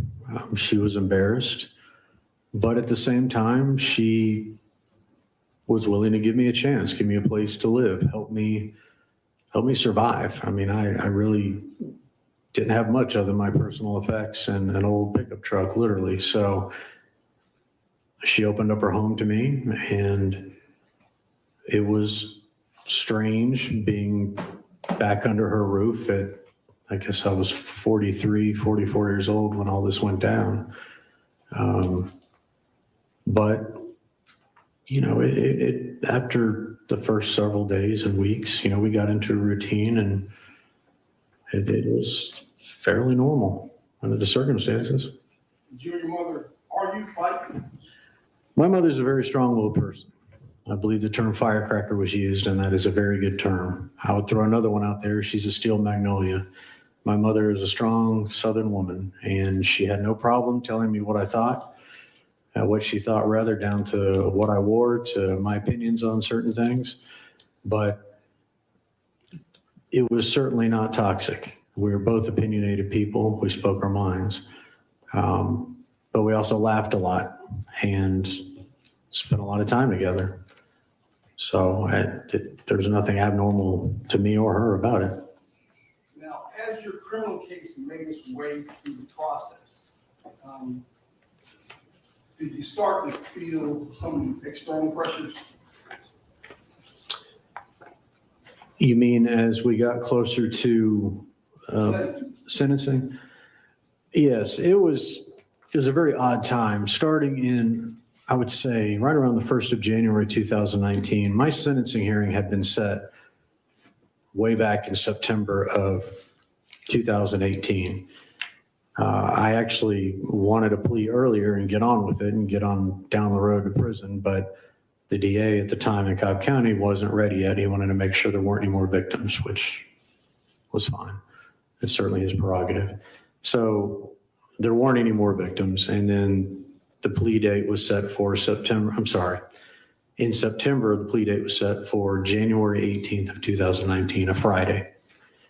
And right about the 1st of January 2019, my mother's house kind of sits up on a cul-de-sac, and you can see the whole cul-de-sac.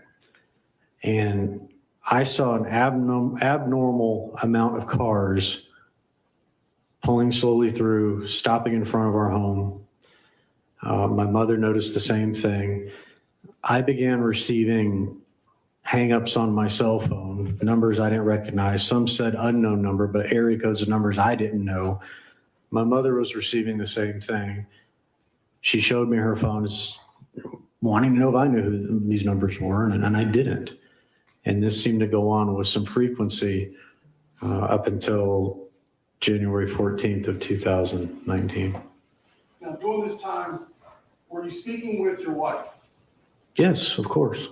And likewise, does she have concerns? I believe, if I recall correctly, she did. The victims in this case have been characterized, and I don't mean this disrespectfully, I'm just trying to answer truthfully and honestly. The victims have been characterized as... Objection, Your Honor. What the victims have been characterized as is not relevant. I don't know if that's hearsay or where he's coming up with this, but I don't believe that that's relevant. And they're not victims in this case. There's No. one victim in this case. Correct. So how is this testimony relevant? Statement, I'll move forward. All right, I'll sustain the objection. Now, were you ever, so you were following? Yes. And did you ever feel that maybe somebody was out to get you? Absolutely. No doubt about it.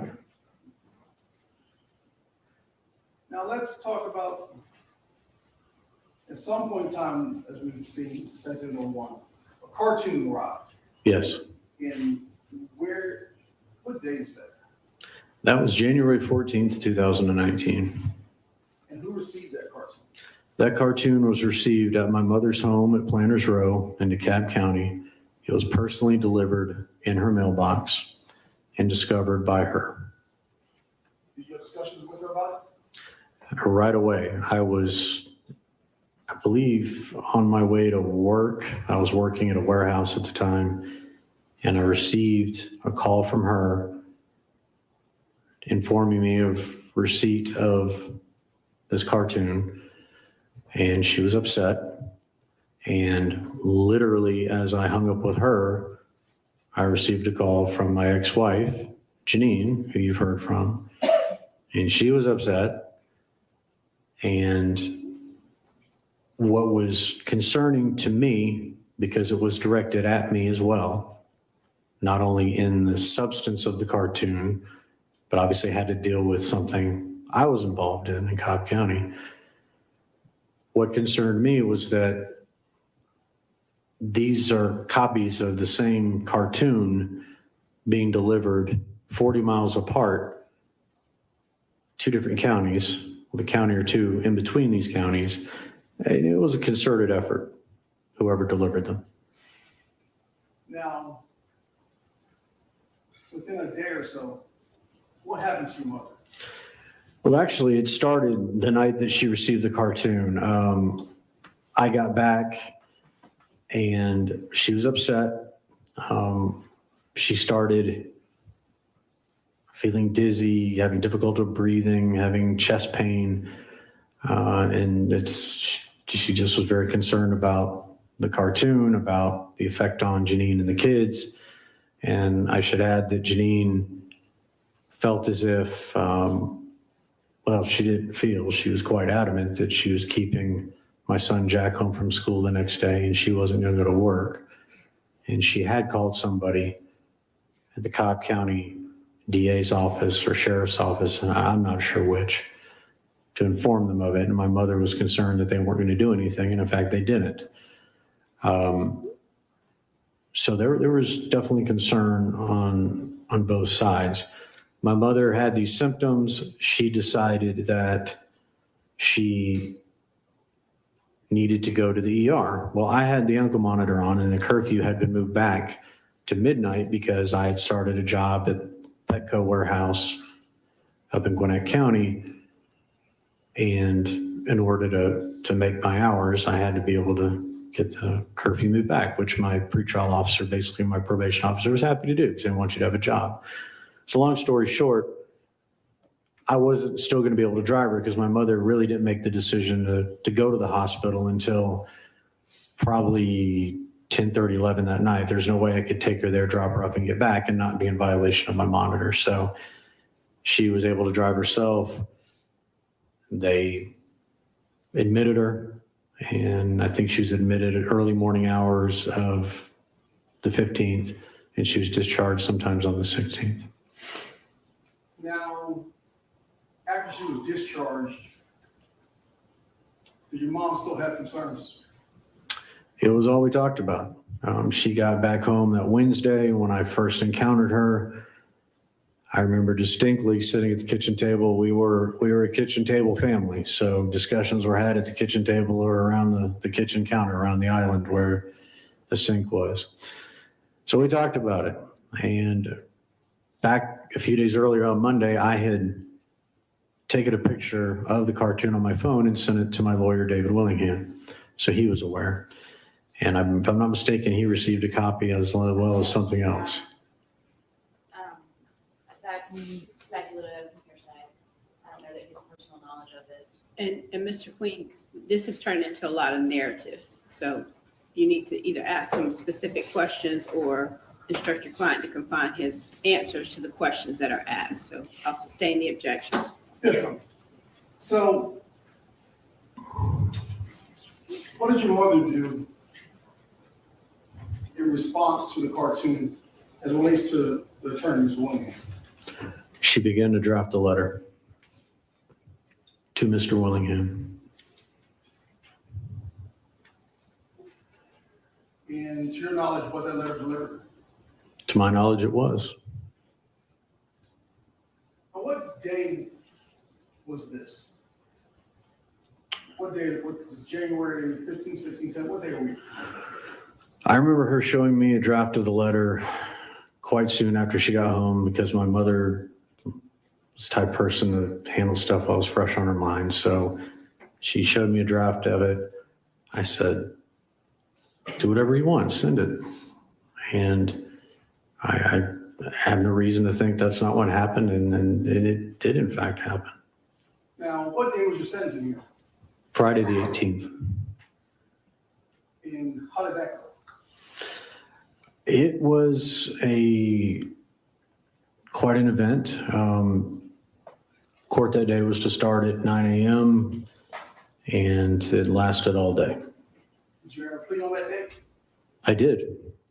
Did the victim get an opportunity to express their opinions regarding your sentence on that? They certainly did. And the way it worked that day is I showed up and entered my plea, but there had not been an agreement on the precise sentencing. I rejected the state's initial offer. The judge assured us that he would not go more serious than that offer.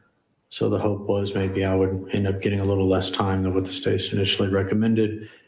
The judge heard testimony from the victims all day. I believe I was the final person to testify. And then the judge pronounced his sentence 4:35 in the afternoon. Now, you said you testified. Was there a trial? No, it was not a trial. I pled guilty in the first few minutes of the proceeding. The rest of the day was simply about the judge hearing from victims, hearing from me, and making a decision on what he wanted the sentence to be. There was no question about my guilt at any point. And what was the sentence? The sentence was 30 to 15. Plus, I had to pay back $526,000 in restitution. Now, did you go to jail that day? No, I did not. When were you report to the jail? The judge was gracious enough to give me 2 weeks to report, which would be February 1st by 5 p.m. at the Cobb County Jail. And he made it abundantly clear what would happen if I did not show up. What would happen if you didn't show up? If I did not show up, he would revoke my sentence, and it would be a serve 30 sentence, which could affect parole and all sorts of other things. So the sentence would be much harsher if I did not appear as scheduled and ordered. So after sentencing, what did you do during this period of time between sentencing and the day before the show up? Well, that day, just starting off with how it was handled. I mean, I wasn't surprised. I wasn't upset. I accepted my punishment, and my mother and I got in the car and we left and went back to our house in Stone Mountain. That weekend, we kept the kids. I spent time with my children like I did a lot of the weekends during my 10 months out on bond. They wanted to see me. I wanted to see them. So did you have an opportunity to spend time with your kids while you were on bond, even after you took your plea? Absolutely. That was an area where Janine and I were thankfully in agreement. She made it clear to me both in and out of the Cobb County Jail during that 60 days I was trying to make bond. She said, if the kids want to see you, I have no problem with you seeing them. And I saw them above and beyond the former divorce settlement agreement. There are many times that I kept them while she did things with her friends. And there really weren't any issues. We communicated, and if I wanted to see the kids and it worked out, great. If not, then so be it. I'd see them next time. Now, your wife testified regarding the night before you returned yourself in. Yes. And she mentioned that you went to a Starbucks. Did you meet her at the Starbucks? Yes. My son, Jack, expressly wanted me to pick him up at his school in Buckhead that Wednesday and Thursday to try to get as much time together as we could. And I certainly complied with that and wanted to spend time with him. That Thursday, we went for an early dinner. I took him to the Longhorn Steakhouse in Kennesaw off of Barrett Parkway. We finished kind of early. We walked around the REI sporting goods store because we both enjoyed outdoor things together. Jack, these have become very, very non-responsive. I just asked that you answer the question and not go beyond that. Mr. Merritt, you need to confine your responses to the questions that are asked. If you don't understand the question, ask that it be clarified. Yeah, sure. So when you met at Starbucks, were you already with Jack? Yes, And when your wife arrived, did she have a meal with her? she did. Was there any animosity between any of you? No. And let me go back for a moment. By this time, you were in the process of a divorce. Yes. Your wife mentioned about an incident. She says if you pushed her down. While you were out on bond, did you ever push your wife down? Absolutely not. So let's turn your attention to February 1st. Okay. That morning, did you go to your daughter's doctor appointment? I did. Janine had told me about a pediatric neurologist appointment that my daughter had it was early. I think it was 8 a.m., maybe even a little bit before. And at that point in time, were you still on curfew? I was. So what time were you able to leave the house? I could not leave a second before 8 a.m. And the doctor's appointment, where was it? Sandy Springs. So what's the route you would take to get there from Planet Road? Well, really, the only way to go would be to leave the neighborhood. We make a left out of the neighborhood, get back to Hugh Howell, get on 78 to 285. Now, did you get there on time? It would be impossible to get there on time, but I got there as soon as I could. And were there any problems between you and your wife when you got there? No, And did you get a chance to see me? I did. They were already seated with the doctor. I walked in, said hello to everybody, gave me a hug, and sat down and listened to what the doctor had to say. Now turn your attention to Mr. Jeffco. What's your relationship with Mr. Jeffco? Mike is technically some degree of a cousin, but we come from a large family where, we don't really get into all that. And I knew Mike my whole life, and we were close. And was there understanding for Mike to originally take you to jail? Yes, I believe Tuesday or Wednesday that week, my mother and I decided that it would probably be best at that time when we had the discussion that Mike come and take my mother take me to the Cobb County Jail. Now, is it that your mother didn't know how to get there? No, my mother had been to the Cobb County Jail plenty to visit me and to go arrange the bond. So what caused things to change with that plan? Mr. Jeffco took it. Right. Thursday night, after I got back from seeing the children, my mother and I were talking, and we just felt like it was a private family matter, an intimate family matter. Even though Mike was family, it was something that she and I wanted to share and handle. That was really all there was to it. We didn't want to inconvenience him. So did you ask your mother to call Mike off? We both decided that it wasn't necessary for him to be there. Why is that? Because we didn't want to inconvenience Mike, because we actually had a few things we wanted to talk about, and we just frankly didn't need anybody else's help. So the morning of the first, what time did you get back to the house? Oh, around 8:30, I think, somewhere in there, 8:30, 8:45. And tell us what happened that day. So when I left the doctor's appointment and was driving back, it was the last time that I saw Mia before I knew I had to turn myself in later in the day. Mia was my baby girl. She's my princess. So naturally, I was sad. It was a sad ride home, just like the night before I was saying goodbye to Jack. When I walked into the way that you got back into my mother's house is that I would park my car in the driveway. Her car was in the garage. If the garage door wasn't open, I'd open it and walk through the garage door into the kitchen. So I walked into the kitchen. I'm sorry? How would you open the garage door? The garage door opener. Did you have a separate garage door or was it on a panel on the door? No, it was in my car. Yeah. So once you opened the garage door, I went inside, and it had been obvious that I was upset. I had tears in my eyes, and she just came over and hugged me.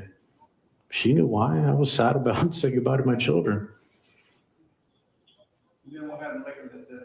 Well, shortly thereafter, she sent Mike the text saying that things aren't so good here.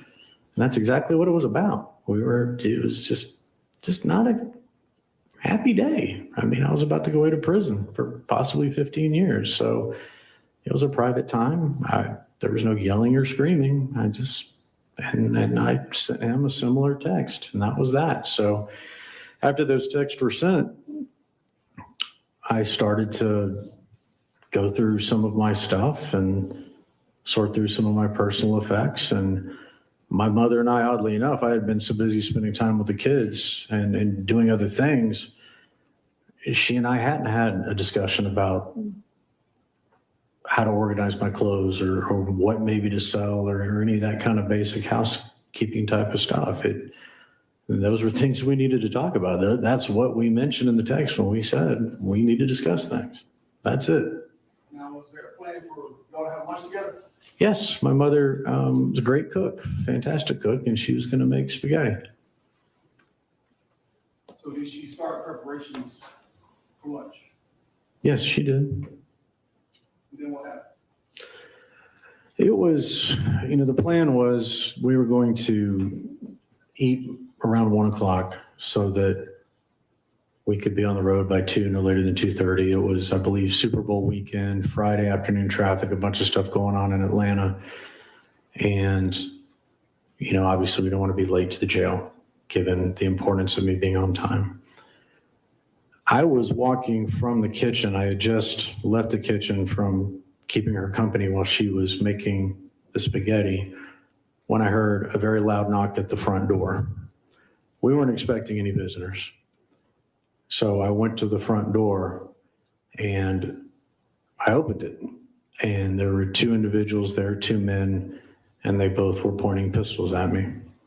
And they told me to let them in. So what'd you do? I let them in.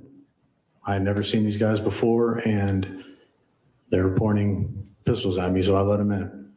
I let them in. They shut the door. About this time, my mother came to the foyer where I was standing with these 2 individuals, and they said, head to the basement and don't say an effing word. So did you go to the basement? The taller of the individuals, he was older, probably in his 50s, about 6 feet, athletically built, walked past me, put the gun at my mother's lower back, and she started to head towards the stairway to the basement. The fact they said head to the basement led me to think they knew we had a basement and had cased the house before. The younger of the men, he's probably about 5'8", 5'9", shoulder-length brown hair, pudgy. He put his gun on my back and we followed them. She opened the stair door to the basement, flicked on the light. It was a two-step process to get down those stairs. You had 4 or 5 steps that went down, there's a landing, and then you make the turn and there's the longer flight of stairs. They proceeded first. My mother was crying. She was making sounds like she might be wanting to scream or shout. And as they made the turn on the landing and took those first few steps, by this point, I and the guy behind me who had the gun on my back made it to the landing. He told her to shut the F up and pushed her down the stairs. And then what happened to your mother? It was the worst sound I've ever heard in my life. She plunged headlong into the wall. It's a sound I can hear to this day as I'm sitting here. And I could tell that there was a dent or a hole in the wall. She was trying to get up and move around, but from my vantage point, she appeared like she couldn't get her balance. Was your mother injured at that time? She certainly appeared to be. And as I moved like I was going to try to go down the stairs, the guy dug the pistol into my back and grabbed my shoulder. The gentleman who pushed her down the stairs put his pistol behind his back into the back part of his jeans. He ran down the stairs, turned the corner, and came back with the 35-pound weight that has been seen during the course of this trial. And where did the knife come from? Well, the knife came later. This monster took this dumbbell and proceeded to bludgeon my mother right in front of me. And she stopped moving at this point. He then told the man who had his pistol in my back to bring me down to the bottom of the stairs. They shoved me over to the tile where the dumbbell rested. And then the older guy took off up the stairs. He came back a few minutes later with the kitchen knife and proceeded to stab my mother repeatedly in front of me. I cannot believe what I was seeing. I didn't understand what would be the purpose because she wasn't moving. Why is any of this happening? It was a complete and utter nightmare. So what did you do during this time? There's nothing I could do. I had a pistol in my back. I couldn't believe this was happening. I had no clue who these people were or why they were doing this to us. So he stabbed her with such force that the handle broke off the knife. I didn't realize at the time that the knife was still stuck in my poor mother's face. He put the handle down on the tile across from the dumbbell. He then turned and looked at me, and he pulled out his cell phone. And he proceeded to show me a picture of my ex-wife dropping Mia off at her school, a picture of Jack being dropped off or picked up at Lovett, a picture of them all getting out of her van at their rental home in Marietta, and a picture of her either coming or going from her clinic in Vinings. And he said, and I'll never forget this as long as I live, if you say a single word, they're next. I had no doubt who they were or what next meant. And then they left. And then, did you call the police? No, I did not call the police. Why not? Because I just witnessed an unimaginable act of violence. 2 unimaginable acts of violence. And then a man coldly looked at me after he's standing over the body of my dear mother that he skewered and bludgeoned, and shows me pictures of my family. So no, I did not call the police. How much longer did you stay there? I stood there numb and incapable of moving for what seemed like minutes. These guys had left. I went upstairs. All I could think about was Janine and the kids and what these monsters could do. And I went and got a small backpack out of my room. I put a few clothes. I didn't pack much. Some basic toiletries. And I left. Why did you take your mother's car? I took my mother's car because it had more gas in it than my car. It had a bigger tank. And I had no idea where I was going or where I was going to end up. And it seemed to me in that state of mind that at least her car would be easier to sleep in. And that's why I took her car. So where'd you go? When I left her house, I went out of the neighborhood. I don't even know what time of day it was when I left, but I went out of the neighborhood. I made a right and went up, I believe it's called Rock Bridge, but it becomes Five Forks Stricken. We're right at the DeKalb County, Gwinnett County line. And I made a left. I'm not sure if it was Arcata or Killian Hill, but up by the Kroger there, and just started heading towards 85. Now, how much time did you get to Nashville? I go straight from Nashville. No, I didn't go all the way to Nashville in one shot. No, I ended up going to the QT station at Indian Trail in 85. I stopped to get a couple bottles of water, some snacks. I only had $18 cash on me. I topped off the tank, I believe, put some gas in it, and then I proceeded towards Cobb County, towards 285, and then ultimately to 75. Why did you cut your monitor off? Well, the reason I cut my monitor off is I was concerned by the time I got north of Cobb County, I was within, I believe, an hour or so of when I was supposed to report. I had no idea if just by routine, the monitoring people were watching me or not. So that's why I headed towards Cobb County. I didn't want to do anything that would get me involved with the police because I didn't want it to come back to hurt my family if these guys found out and thought I had said something. Now, why'd you take both of them? For that very reason.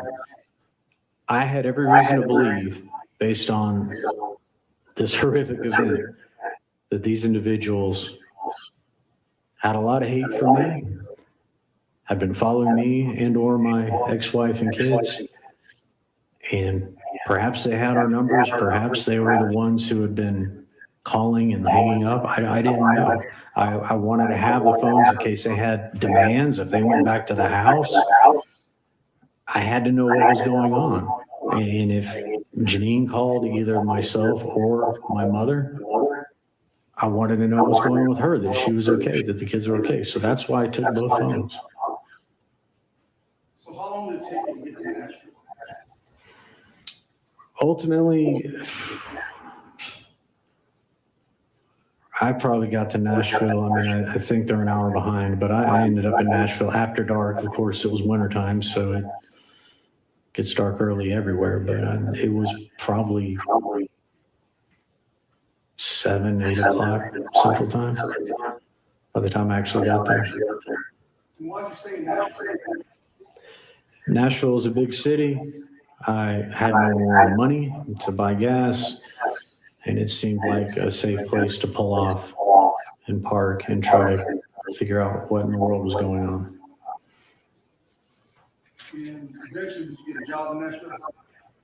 Yes, I got a job at a bar called Betty's Bar and Grill on the west side of Nashville. And we heard yesterday, last week from Kelly Richardson. And how'd you meet Kelly? I met Kelly online. And did you start living with Kelly? Fairly quickly, yes. Were the two of you in a relationship? Yes. Did she know who you were? No, she did not. And why didn't you tell her? I did not tell her because, again, in my mind, with how horrific the events of my mother's murder were, how graphic that people were capable of such insane violence, I had to believe that they would keep their word and take it out on my ex-wife and my children if anything was said. So I adopted a new identity, and I made a vow to myself that I would never reveal who I was. And there were many, many times I wanted to Kelly, but I wanted to tell her that I was accused of murder I did not commit. But I didn't because I didn't want to endanger her, and I didn't want to endanger Janine and the kids. Now, Kelly, did you and Kelly ever have any problems, anything violent between the two? No, absolutely not. She was telling us that around about the date when you got arrested, that she wanted you to move out or stay somewhere else. What was going on? Kelly, at the time, was a PhD student in chemistry, and she had a lot of work to do, and she needed her space. It wasn't relationship space. It was, hey, just go find somewhere else to be for a day or two so I can get my project done. That's all it was. Now, by that time, what happened to the car? I want to say it was Wednesday or Thursday before I got arrested. I got arrested Monday, September 30th, 2019 in Nashville by the Marshals. I want to say Thursday, the 26th, I woke up. I believe Kelly was already in class or at her lab, and the car was gone. Kelly lived in an attic apartment in an old house on 18th Avenue near the university, and I didn't know it, but apparently there were a lot of break-ins, and learned after the fact that the car had been broken into, and during investigation of it by the Vanderbilt police, the car got towed, and that's what ultimately led to my capture. So I woke up, walked out, the car was gone. So did you have anywhere to stay with the car being gone? Not right off the bat, no. Tell us how you ended up doing that. Yeah, on that Monday, I was, the weather was starting to change in Nashville. It was getting cool at night. I was walking in West Nashville in an area called Sylvan Park where Betty's was and a few other places that I knew. And there was the old Southern thrift shop, which I had bought good cheap clothes before. And I was just looking for a light jacket because I didn't have one. And as I was done browsing through the store, I didn't see one. I started to walk out, and next thing I knew, I was surrounded by 5 or 6 marshals, and my face was in the floor, looking up at them. And they told me I was under arrest. So, Richard, getting back to February 1st. Yes. Absolutely not. I loved my mother. She stood by me. I'm not a violent person. I've never laid a finger on anybody. What a load of fucking. He's going to jail. He's fucked. He's done for. What a fucking shit story. Could you not think of a better story? Just my opinion. I totally agree with Spider-Girl here. Everything's just dead. What the hell was that? 2 people. Pistols.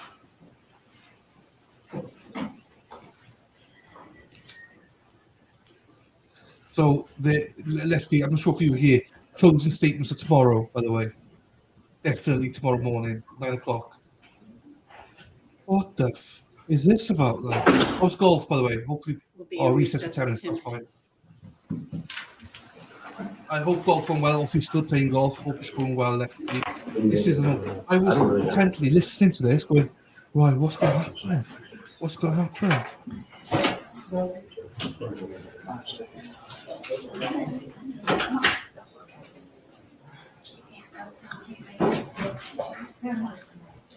Oh, Jesus.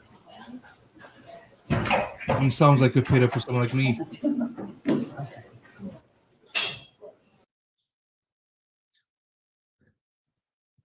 The one thing I'm not slow on it, but I remember playing golf once with my boss, the CEO, but we were friends as well, so it wasn't like it was.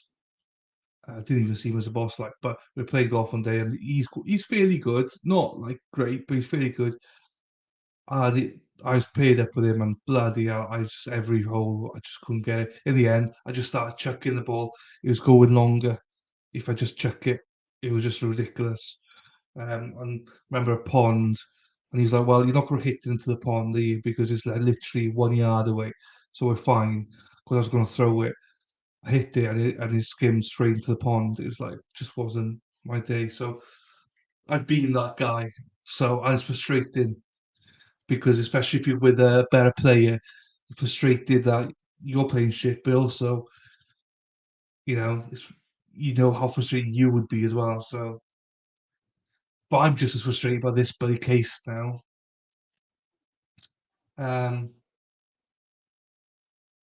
I was intently listening, but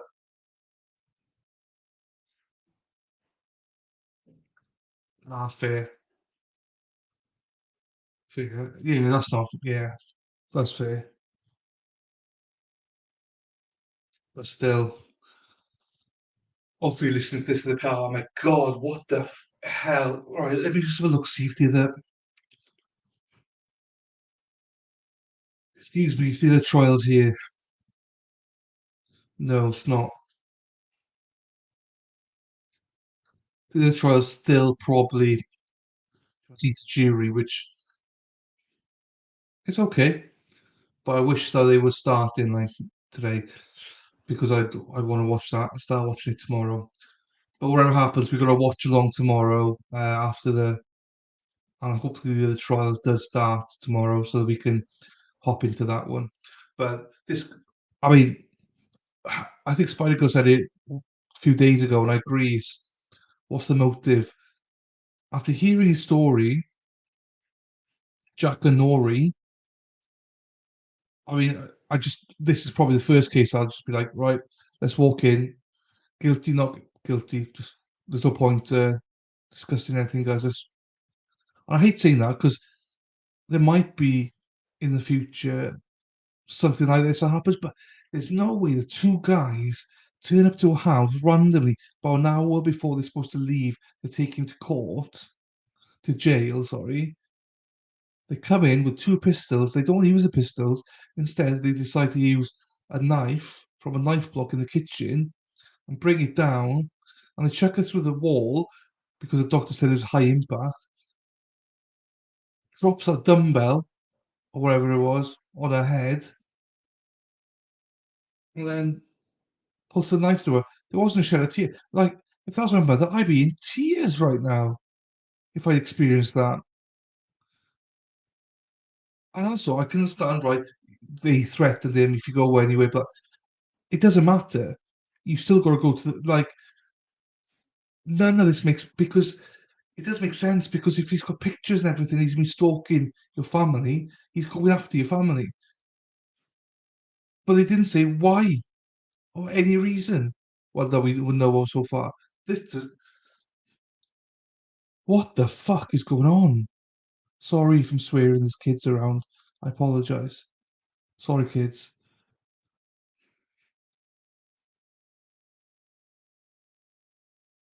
I mean,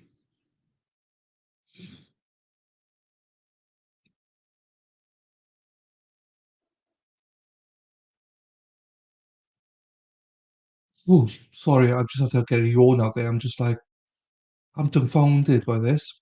That's his defense. Like, maybe he thought, oh, I'll keep it simple. But, like, mate, why did you, if you're going to do this, well, I mean, at the time, I suppose he didn't know this story, but why didn't you trust the house? Why didn't you just take a shit ton of valuables and drop them off somewhere in Nashville, smash them up or something?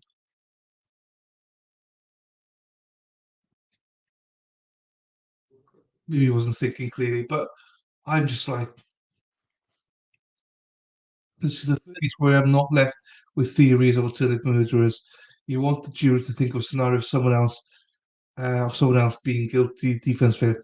Do you know what? I totally agree. And in some ways, if you're the state right now, ballsy move is going, no, we don't want to do a cross judge. I think we'll be all right. What the fuck is going on? How can his attorneys even say, yeah, that's a good story? Let's good story, Jack and Nori. Let's stick with that story.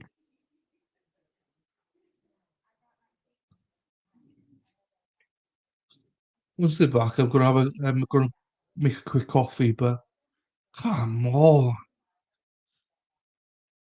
And I'm a stickler, and that's why people hate me because I'm like innocent to prove guilty, justice prevails and everything, and everyone deserves a fair trial. But you don't come out with that. I mean, also, yeah, I mean, yeah, let's just get. Also, is a point to close it. You just stand up and go, look, guys, you've got all this evidence. Okay, think of a theory. Who else could have done it? Is this story believable? No. I mean, and I'm a stickler, and I'm also someone that will give the benefit of the doubt to the defendant, more often than not. But not here. Like I feel like I'm turning into one of those on Twitter. That's like guilty before seeing any evidence, but we've seen the evidence. There's not much evidence, but that story, come on. I don't like feeling like this. I don't like it. I always try and back the defendant, or if I feel he's but that's all I was waiting for was right. Okay, I think he's guilty, but let's see what his story is. Let's see what he brings up. So I was excited, not excited, but anticipating it. Then when he said the story, I was like, out of everything you could have chosen, even if it's true, do you know how unbelievable that is? They bring two, right, like two guns. They don't use it. They decide to use a knife instead. They steal everything, and you never hear from them ever again. Your family never hears from them. So you don't tell your family anything about it. They're in danger. You don't tell them. Nah. If it was, look, I know it's easy enough to say, but if they let him go like that, you'd phone your wife and say ex-wife and say, "Get the fuck out of the house, but get out of Dodge now. Go to your parents or go somewhere. Um, my mother's just been killed." Then you bloody go to the police station, put yourself in, and just go like, "This just happened. This is the description of two guys. They threatened my family. Can you get someone to look after my family?" I mean, just no. I don't believe him. I just don't. I mean, Jesus. I just don't think. Sorry, I'm on a rant. I know. But I know some people left now because of it, but I can't help but ranting. This is ridiculous. 100%. It's okay. Once he said what he said, you can pick a bloody side. It's just ridiculous. I've never heard this such a bloody bullshit story. Can you imagine if it's true? But I mean, none of it makes sense. If you genuinely want to protect your family, you go to the fucking police, or you do something. Two people.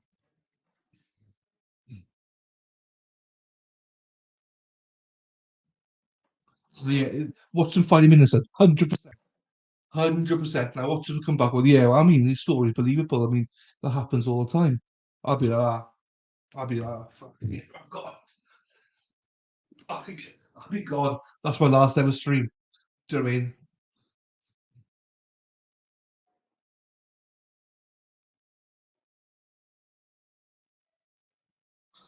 I'm normally quite calm at these things. I always, even still, try to give the benefit of the doubt, but I need a coffee. I definitely need a coffee. Any comments on Rumble? No, nothing.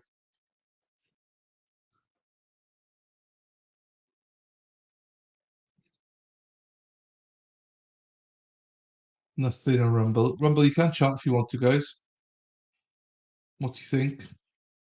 Also, if you can like the video and follow the channel, I'd be very grateful. Same for YouTube, if you can subscribe if you have done so. Hit that notification bell if you can, and also like the video, please. It's supposed to be beyond a reasonable doubt. I mean, yeah, I've got to show you second comment, Madwell, because I was going to say, I don't think there's any doubt here anymore. Gather family meeting go to the. I don't know how far the family were. Like, do you know what I mean? Yeah, but also you phone them or you do something. You can't get to them. You literally will tell the wife, "Go to your neighbours now, now, now." Then you go to the nearest police station and just say what's happening. Wherever, there's not any doubt at all. I mean, we could just end this trial. No, I know. We just end it now. I could probably post on Twitter now going, "Oh, Richard Merritt found guilty. We'll come back to sentencing." I hate that. I hate saying that. But Jesus.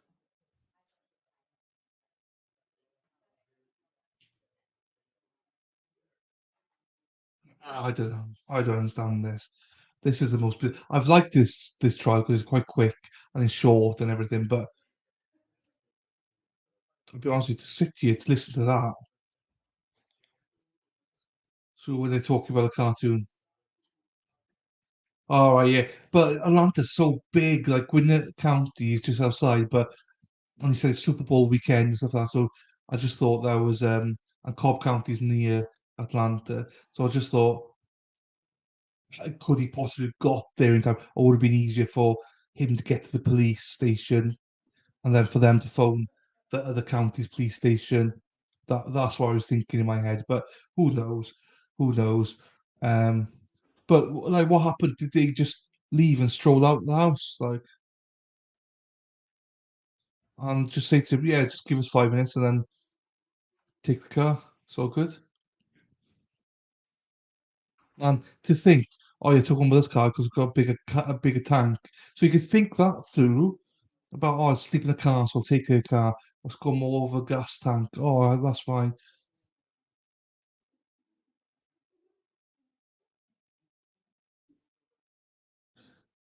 Also, in America, I thought you had to have like all these licenses to work anywhere. How do you get a job in a bar? That bar must be in shit now. If if they employed him with no paperwork and stuff, probably paying him cash in hand. But how do you even get that job?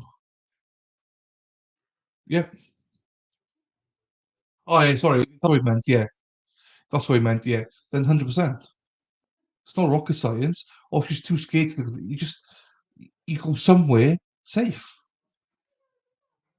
and get the police there. Do you know what I mean? Oh my, yes.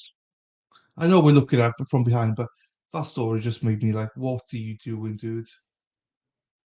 I know sometimes some unbelievable stories happen, but that's just like, even if it was true, you're gonna have to embellish on that. You just know this is ridiculous. Oh, really? I didn't know that. I never knew that. I thought America were very tight on your visas and on your like, licensings and on all that. Oh, that's interesting. But that's me. But he couldn't get a place to stay, could he? Because he probably had to show paperwork, didn't he? So that's why he probably had to stay in a car, which would have been a nightmare for him. If you think about it, when you're on the run, it's not that easy unless you got documents. Um, but they're not easy to find unless you're a criminal. Do you know what I mean? So he's not a criminal in the sense of getting documents and stuff like that. Yes, you couldn't sign for a house or rent it. You couldn't get a bank account, so it has to be cash in hand. Jeez, in some ways, you're better off just like. And also, he knows he's going to be surely going to be caught at some point, especially with his mother's car. If he sold it or something in Atlanta, but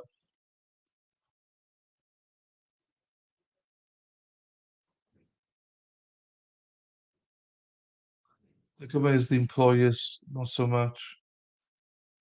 Oh, okay, so the government is, but the employers are not so much. Offer job on the table, pay them less. I know they won't complain, but it does restrict them surely about getting housing and bank accounts. That's what I meant really, but yeah, I get it. It's weird, I don't know. I suppose he wants cash in hand a little bit, but why do you get host? Well, I don't know. I don't know. Why am I speculating? I no idea. I'm just dumbfounded now.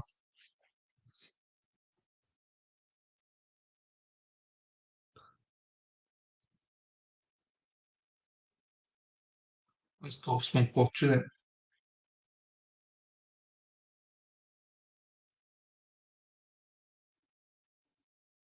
What is this bloody trial now?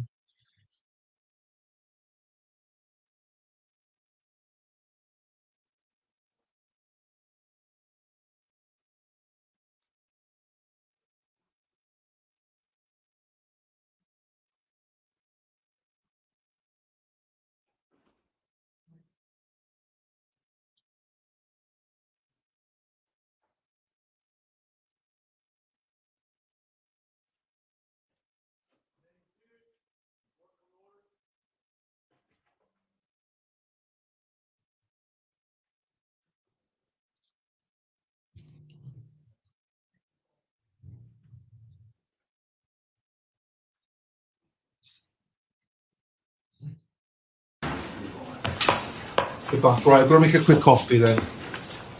Or a miss.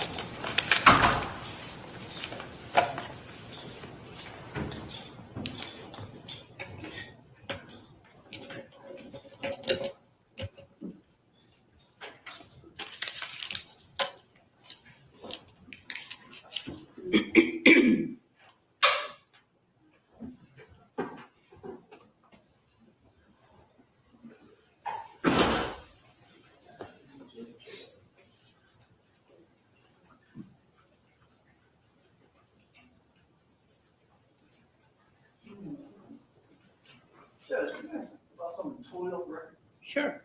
I'm not sure if you were in the email train between myself, Mr. Pines, and Mr. Cross.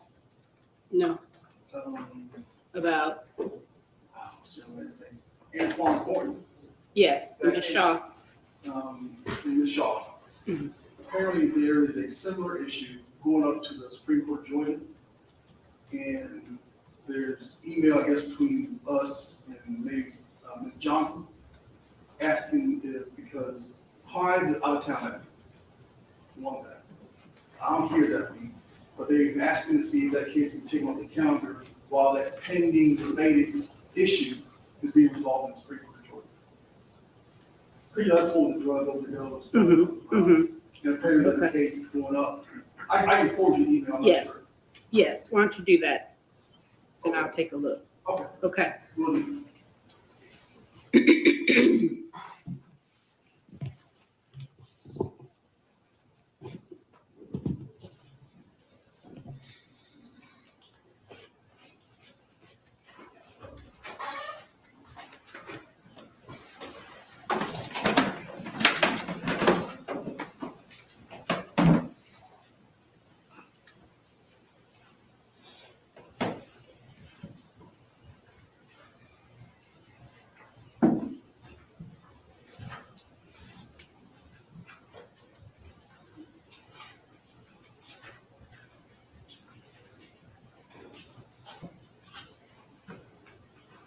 Y'all may be seated. Ms. Potter.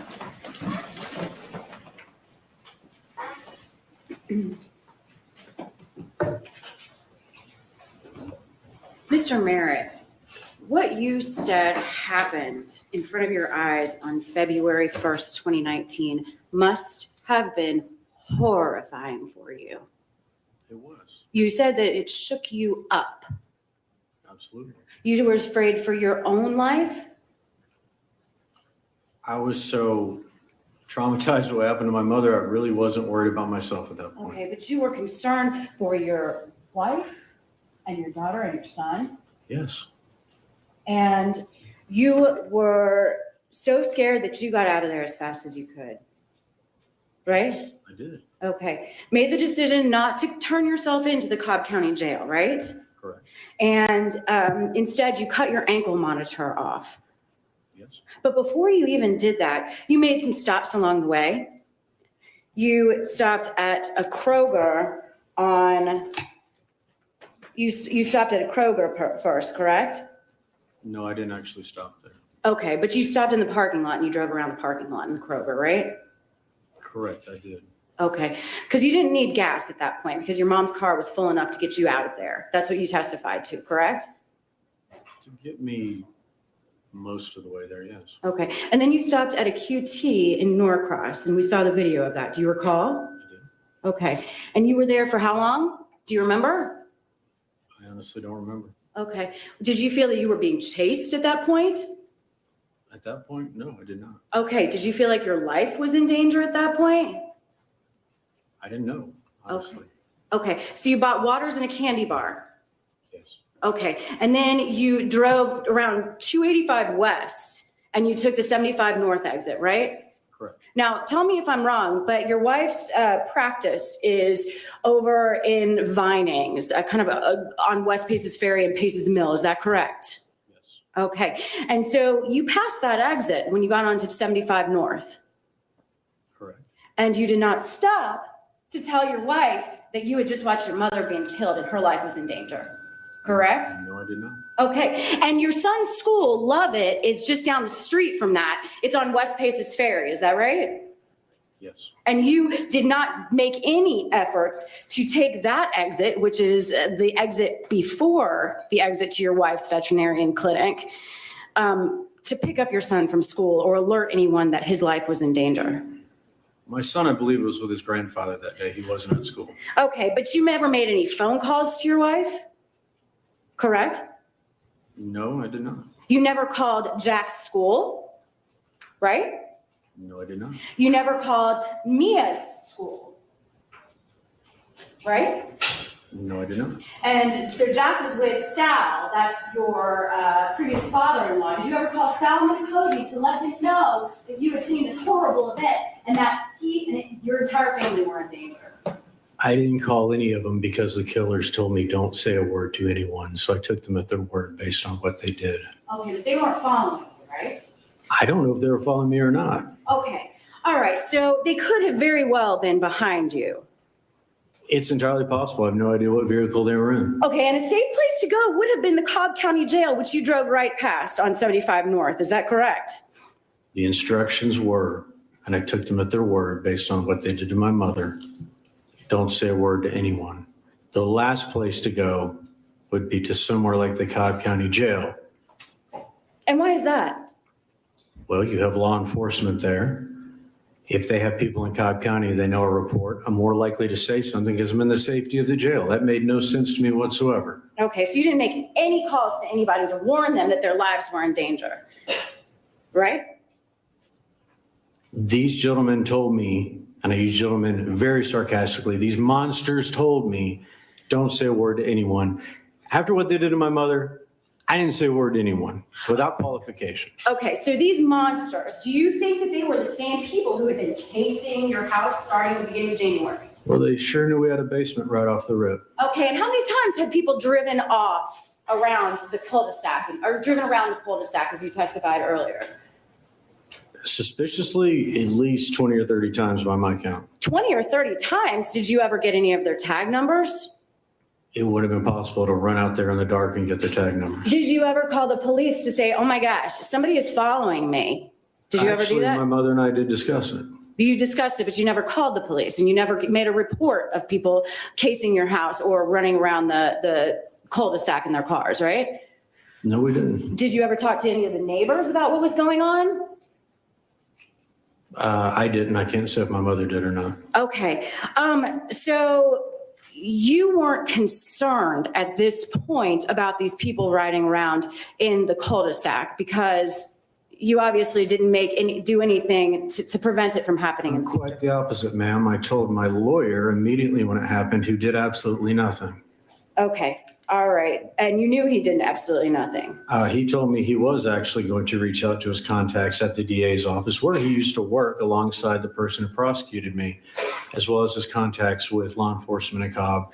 They all did absolutely nothing. Okay. But did you ever call DeKalb County Police? Because that's where your mother's house was located. No, I didn't call, and neither did my mother, to my knowledge. Okay. And you understand that DeKalb County Police would have jurisdiction over your mother's house? Of course they would, ma'am, but the root of the activity was all indications sourced out of Cobb County. All right. So these two, you called them monsters, right? Yes. You've never seen these guys in your life? Never. And they were both kind of big. You said one was pudgy. What about the other one? He was athletic and thin. Okay. And could you describe what they were wearing? Yes, I can. What was that? The athletic thin one was wearing sort of a black thermal long sleeve top and what looked like Dickie khaki pants. Okay. And what kind of gun was he holding? Could you see? I'm not a gun guy, but it was a semi-automatic, sort of like the police have. It was not a revolver. What color was it? It was black. All right. And what about the other guy? What did he look like? You said he was pudgy, but how else did he look? I was pudgy, had shoulder-length brown hair, brown eyes, 5'8", 5'9", and he was wearing a camouflage hoodie. Okay. Well, did he have the hoodie up? No. Okay, so you got a knock on the door after being followed or having people suspiciously drive around your neighborhood for several weeks, right? Yes. And this was the day that you were supposed to turn yourself into the jail. Yes, it was. And you looked out the window, right? I did. And you saw that there was a guy all in black, right? I didn't say it was all in black. A black shirt and Dickie pants. He was wearing a black top, that was it. And a guy wearing a camouflage hoodie, right? And blue jeans. Yes. And you had never seen these guys before defense, is that correct? Yes. You wrote many, many letters to your friends and family members, correct? Mainly family members, yes. Okay, specifically you wrote letters to Jean. Yes. And you wrote letters to your brother Rob. Yes. Okay, and you told them that it wouldn't be unlikely that your fingerprints would be on that knife, correct? From the standpoint that we all used the knives in the kitchen, I lived in the house, it Very well could be on there. I All don't right, know. all right. Did you tell him any fingerprints that may exist are easily explained as the dumbbells or mine? Did you tell him that? Yes, I did. And I regularly use the knife in question to prepare food, correct? Yes, I did. And you said you worked out 3 to 4 times per month and you were living there for 10 months, so it would not be hard to explain that evidence away if it were to appear. Correct, because I knew what the murder weapons were because I saw the gentleman who used them. Absolutely. Okay, but you never told him anything about the 2 guys who came into the house with guns and bludgeoned your mother to death. You really don't have that kind of capacity to write from being incarcerated. I told him the key facts. Oh, okay. You told him the key facts that 2 guys broke into your mother's house? I don't recall if I told him that or not. Okay, and in fact, what you actually told him is the timing and substance of this disclosure will all make sense. Yes, because I knew that I didn't do it and I would have to sit here in my defense one day. Absolutely. But you never said anything to Janine about these 2 guys who were supposedly out and knew her whereabouts in any of these letters, right? Janine wasn't reading anything I sent her.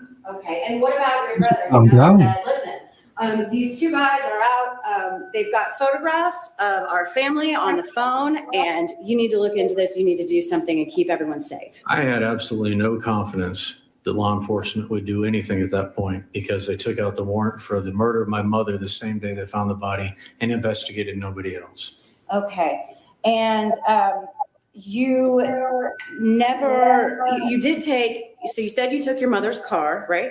Yes. And you took your mother's phone as well, right? Yes, I did. And that doesn't make really a lot of sense. Can you explain why you took your mother's phone? I took my phone, of course, and I took her phone because of all the calls we had been getting on both my phone and her phone. I assumed that these were the same folks who had been calling us that had killed her. They might have some sort of demands. Janine might call my phone or my mother's phone if these guys made a move on her or the kids. And I wanted to know exactly what was going on. That's why I took both phones. You've seen the phone records that the state admitted into evidence, didn't you? Of course. Okay, both you, and you've had the opportunity to review those phone records, right? Yes. And there were phone calls made to both your phone and your mother's phone while you were on the run, right? If I don't recall anybody calling me while I was on my phone anyway. She may have received some texts. A lot of those were SMS, not necessarily phone calls. You never picked up any phone calls to your mother's phone on February 1st, 2019, did you? No, but if I recall correctly, the calls that came in were people in her contacts, so I had no worries that they were the ones who killed her. And you got rid of those photos? Yes. You got rid of them before you even cut the ankle monitor off, or around the time that you cut the ankle monitor. Yes, I don't dispute the data or your expert.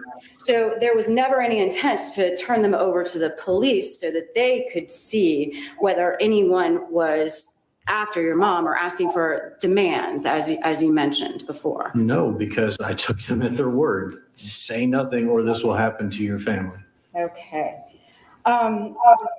So whose idea was it to turn Mike Jeffcoat down that morning? It was actually my mother's suggestion. She says, I don't really need Mike to come today. And I said, okay, as long as you're able to drive and get yourself back. All right. That was the extent of the conversation. All right. And, but both you and she texted Mike. Are you aware of that? Of course. Okay. You went to Nashville. Is that the first place you went, or did you stop anywhere else along the way? I believe I stopped in Chattanooga to use the bathroom at a Walmart. Okay. And you spent those entire 8 months in Nashville, right? Yes. All right. Let's be clear, the name you used was Mick Malvo. Where did that name come from? The alias that I used was from New Orleans. It was a Cajun sounding name. That's why I picked it. All right. And you made this driver's license, State's Exhibit 82, yourself, right? Yeah, I got the template online, yes. Okay. And you actually had the sleeves that you put driver's licenses in or at least the kind that you put this in your car when it was collected, right? I printed it off and believe the business card, plastic laminates, that's what I got. All right, and even the birth date on this is incorrect. Yes, All right, because it says here that you were born on February 25th of 1980, right? correct. When actually your birthday is February 23rd, 1974. That's right. Okay, so you subtracted 6 years on your age because you didn't want to get caught. I did not want to get found and have my family hurt as a result. I was trying to disappear to protect them. All right, but you did go on to a dating app and meet women on that, right? Yes, Okay, so you didn't have any concern about putting your information out on a dating app, did you? what information specifically? Any of it? Well, I wasn't putting information out there as Richard Merritt. Okay, all right. And did you speak with a New Orleans accent to Kelly? No, All right, and you were never a marketing executive, right? no, I was not. That was just something you made up to create this new persona of Mick Malvo. Yes, that's correct. All right, and you did not go to LSU. No, You were a Georgia fan, I went to Georgia, yes. and you weren't an LSU fan, No, and you were not a Saints fan. actually, I have been a Saints fan my whole life. Okay, but you put those stickers on your mother's car as part of this persona of Mick Malvo. Yes, I did. Okay, so that was part of the deception, is that right? I would call it protection. All right, and you also put a stolen license plate on your mom's car. This is true, I did. All right, so that was part of the lie as well, because you didn't want to be found by these monsters Absolutely right. or the cops. That would lead to the monsters, absolutely right. Okay, and you said that you were staying with cousins in Nashville, correct? I believe that is something I said, yes. But that's not true either. Is it? No, it wasn't true. You didn't have any cousins or family in Nashville? Not to my knowledge, no. Okay, and so you didn't really have a place to stay in Nashville? Not at first, no. Okay, until you met Kelly. Correct. So you were using her for a place to live. Is that right? I wouldn't go that far, no. Okay. You told Kelly that you did not have any kids, correct? That's true. And you said you had a niece, though, with cerebral palsy. I did. And you never said anything about any kind of nephew, right? No, I did not. You said that your mom had died of leukemia. Is that a lie that you told? That's what I told her. Okay. And you grew your hair and beard out while you were there? Yes. And again, that was part of the persona of Mick Malvo because you didn't want to get caught by these alleged monsters, right? Yes, that's And true. you didn't want to get arrested either. Well, that would definitely lead to compromising my family, yes. All right. Mr. Merritt, when you originally stole money from your clients, you stole what, about $500,000, more or less, right? Yes, correct. And most of these clients were elderly, Not most of them, about a third. about a third. Okay. Are you aware that the average age of the clients who are listed as your victims in the indictment is 61.2 years old? I wasn't specifically targeting the elderly. I believe the law states that 65 and older is elder exploitation. Okay, most of your victims were in their 60s and 70s. Is that right? I really don't know the numbers, ma'am. Okay, and they had been injured in car accidents and other kind of insurance claims. That's kind of the meat of the folks that you were representing and that you stole from. Is that right? That's correct. And you would tell them, you would settle their claims with the insurance company and not tell the clients that you had settled, right? That's what I did. And so you would take their money from the insurance company and keep it as your own, right? Well, it would be put back into the firm for the most part, but yes. Okay. And you also promised to put some money in your escrow account for certain clients, right? Yes. And again, you didn't put any of that money in an escrow account. Pled to all this in January of 2018. Okay, and you did this because the firm was in trouble. It was, yes. Okay, Actually in trouble. so is it fair to say, Mr. Merritt, that when you're in trouble, you lie to try to get out of it? I don't believe that's fair to say at all. Okay. Is it fair to say that when your firm was in trouble, you deceived many of your clients, at least the 17 listed in the indictment? That is correct. I pled to that, yes. Okay. And is it fair to say that you deceived the people who you worked with and worked for at Betty's Grill as to your name and where you were from and who you were? Is that correct? That's correct, yes. Okay, and is it fair to say that you made up an entire story and told a lie to Kelly Richardson because that would be a convenient way for you to get what you needed at that time? I genuinely cared for Kelly. I didn't need her for a place to stay. Okay, and yet your entire relationship with her was a lie. Parts of it, yes. Okay. So is it fair to say that you have lied and deceived to get out of trouble in the past? I don't think that's fair to say.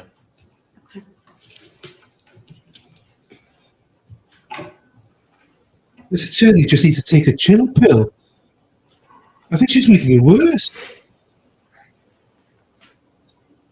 He's so calm and answering every question.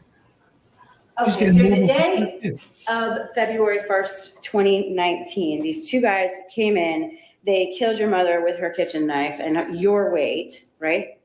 Yes, they're my weights. And they didn't steal anything from the house.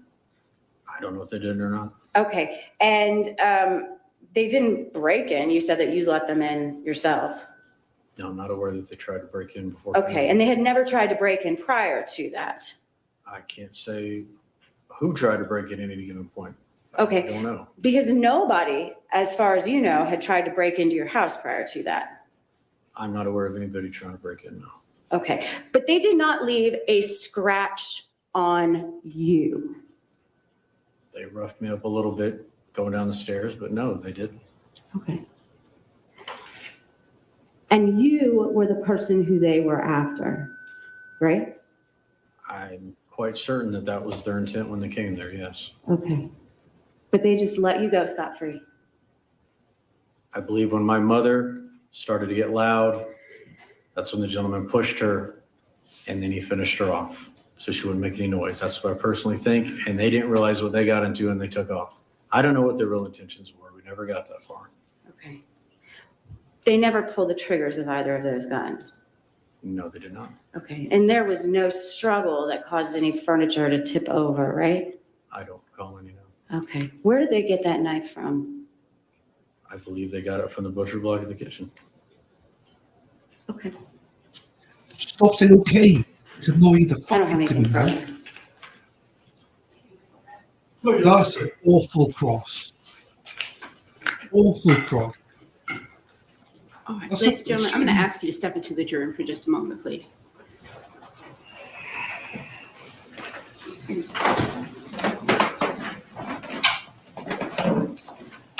I did not like that cross one bit. Oh my God.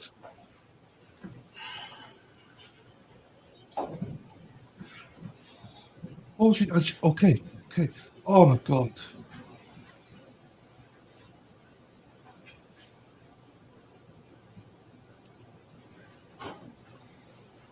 Bob Zim, thank you for the follow on So you can Rumble. I go back really to the appreciate it, my defense man. table. Thank you. Queen, do you have any other witnesses? I'm going to bring the jury back out, let you rest, and then I'll ask if the state has any rebuttal evidence. Do you intend to call in your rebuttal witnesses? All right, so I'll let you all rest on the record. And then I'm going to go ahead and excuse the jury. We'll do the charge conference, and then we'll do closing in the morning. Okay, thanks, Judge. You bring the jury. Yeah, that's a good point. He said that he made the fake ID himself. Plates, you just don't know if that, if you got cash in hand, which he probably did have, maybe he got the plates a little bit quicker. I don't know. But he was cool as a cucumber. And that. I thought he was awful.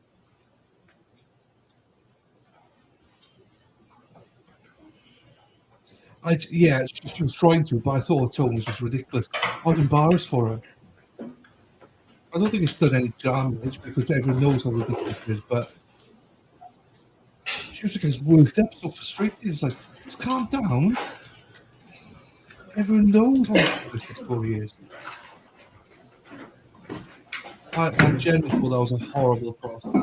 Genuinely. That's probably one of the worst crosses I've ever seen, in my opinion. He's guilty as they come. He's going to be, I would put him in prison, but Jesus. And she's been good throughout. So it's not a criticism of her, but she needs to learn to calm down. You may be seated. Mr. Queen, if you'll call your next witness. Sure, this time the transcript. Ms. Pott, any rebuttal evidence from the state? All right, ladies and gentlemen, the evidence in this case is now closed. The next thing that you will hear would be the instruction of the court or the law that you are to apply to the facts that you've heard in the course of the trial. And then we'll have also the closing arguments by the attorneys. Each side has the option to close for up to 2 hours. So rather than start with the closings this afternoon, I'm going to go ahead and excuse you for the afternoon. There are a few matters that I need to address with the attorneys before we start with the closings and then the charge. So I don't want you all to have to wait for us this afternoon. So when you come in the morning at 9 a.m., we'll have the closing arguments and then the charge from the court, and then you can begin your deliberations in the case. All right. So please remember the instruction that I keep giving you, not to talk about the case or allow anyone to talk to you about the case. Please be back at 9 a.m. in the morning. And again, you meet the deputy out in front of 7A at the other end of the hallway. All right. Thank you very much. Have a nice evening.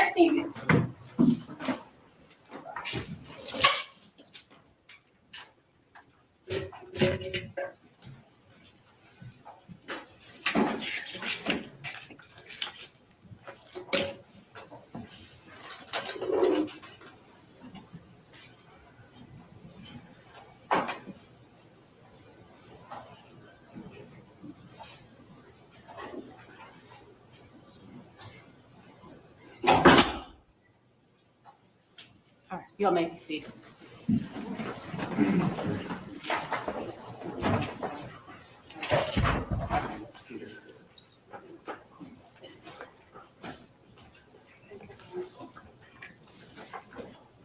All right, we're going to go ahead and do the charge conference.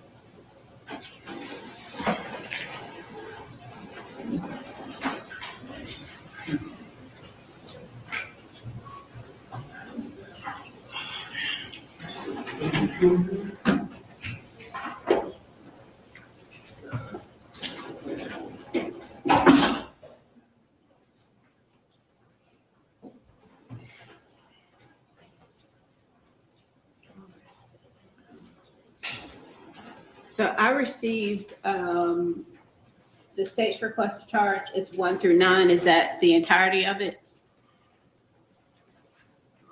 Yes. Okay. And then, Mr. Queen, I got an initial request to charge and then an amended request, but that's 1 through 9. Is that the entirety of?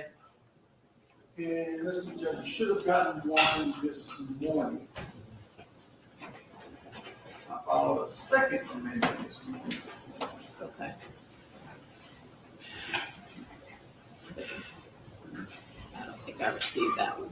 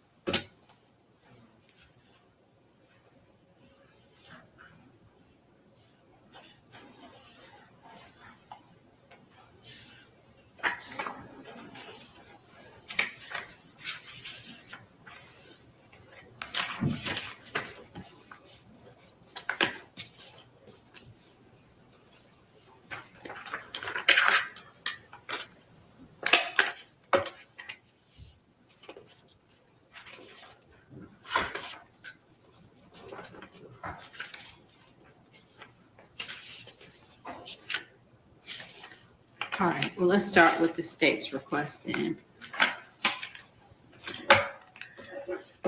State's request number 1, Mr. Green, I see that you requested the long version of direct and circumstantial evidence. State have any objection to the long version?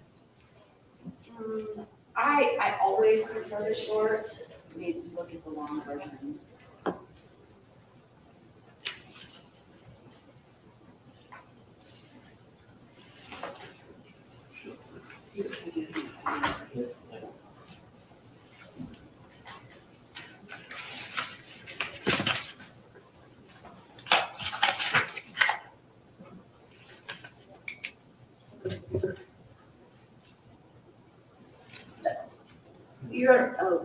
Is this his charges? Your Honor, Mr. Queens includes both the short and the long version.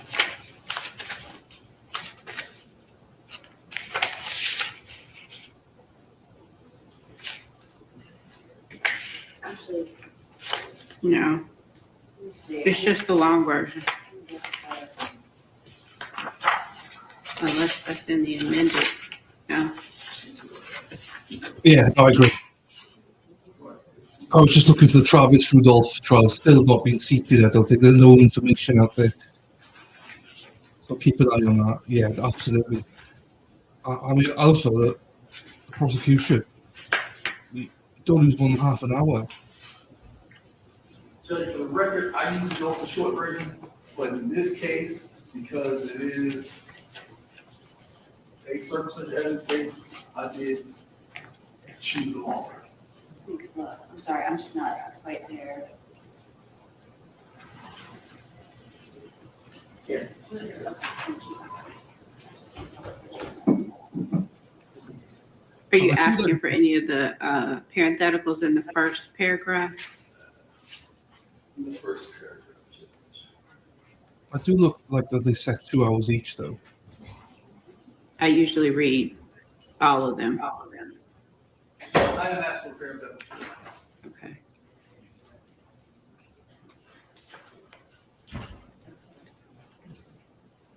Some trials don't. And what about the I think, yeah. parentheticals in the other paragraphs? 2 and 1, 2, 3. Right, one says Four. indirect, and then there's one which says circumstantial evidence. I am asking for a parenthetical, Judge. Okay. And just so that you all know, it is this court's practice to give a copy of the charge to each of the members of the jury. You give each one, okay. Yes. I just think you go straight to the point.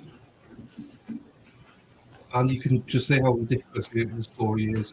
Let the defense try to explain it again, but I don't think you need to go in depth with it. The more you go into it, the more they'll be like, oh, right, okay, shut up. Just my opinion. a weird one. I know circumstantial and everything, but he had one chance to do it.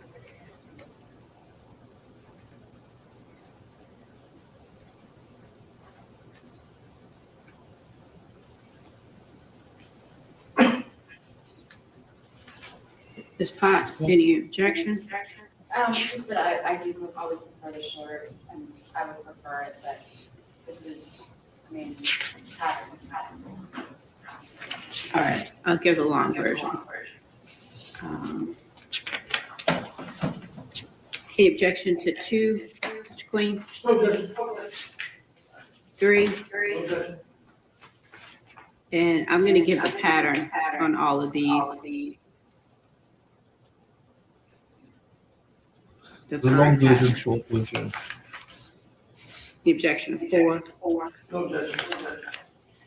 5, and I will instruct them on the definition of aggravated assault.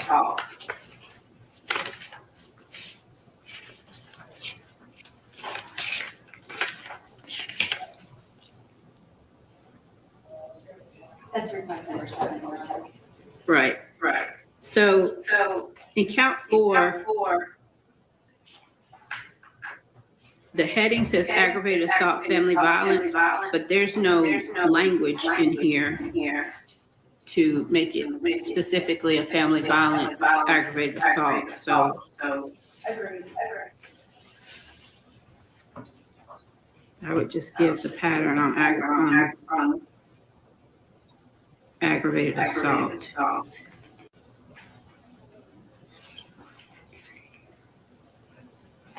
And then in count 5, seems to be an additional element of age, for the age of the victim. I believe that goes for sentencing. I don't know if Point. it's something that. I don't remember either.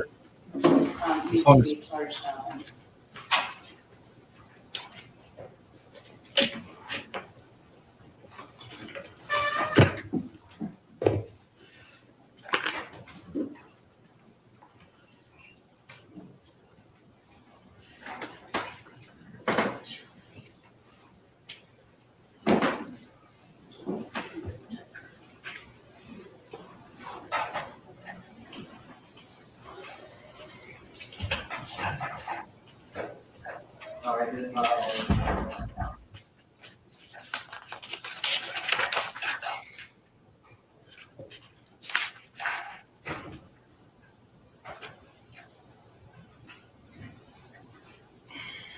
If you look at pattern 1, like 62.00.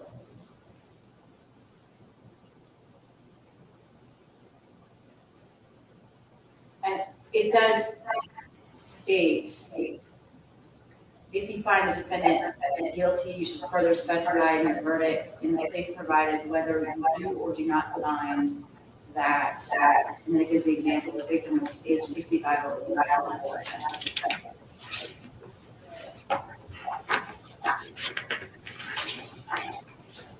I know this is a boring bit, but it's all still interesting. You know what I mean?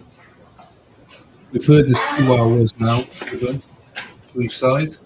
We know they're going to a long version, whatever that means. And that's not in your request to charge. It's not, and it's my mistake. Good.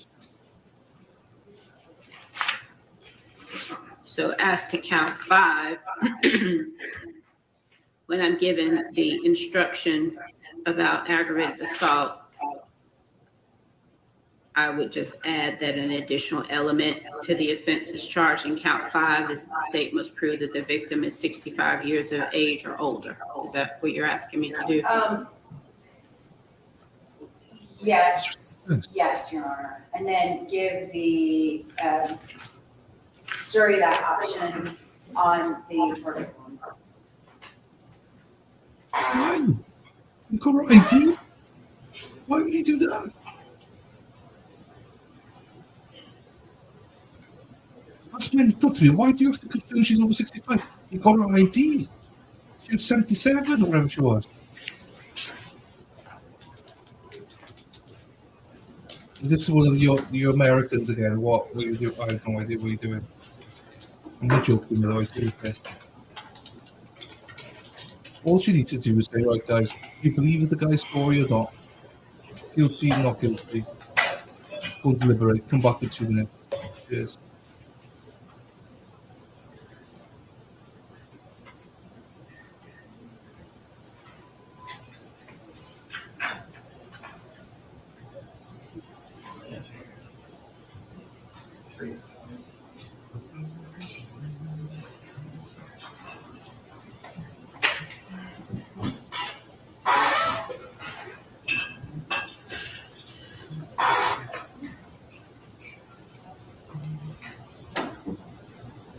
I sometimes think they just go too far. I know we've got to get it right, but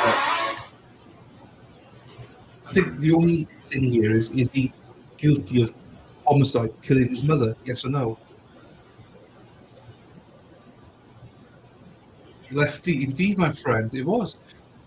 It was just their only witness. I mean, there's no one else. The only thing they could have brought is character witnesses, I suppose, but we all know what I think about character witnesses. What a waste of time they are. Yeah, night, it's done. So I think in the next over an hour, half an hour, we'll be done here for the day. I'm back at 9 o'clock tomorrow morning.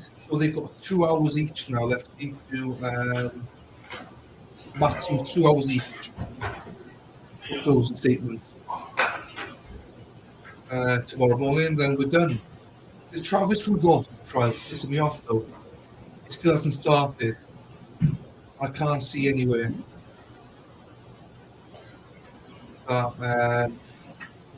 Was reported on it. Basically, they couldn't get a jury to sit. But I don't think they still can. So hopefully tomorrow, or even Thursday, start that one. All right. We'll talk about the verdict form because I don't think either of you submitted proposed verdict forms, but I do think that count 5 may require some additional instruction.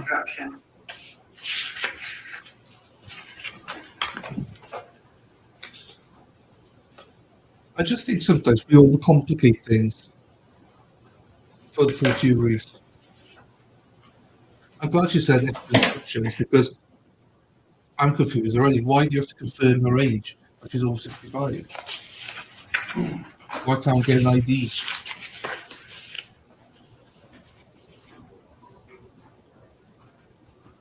I know the penalty can be higher, but And no count, age. I'm sorry, state's request 3.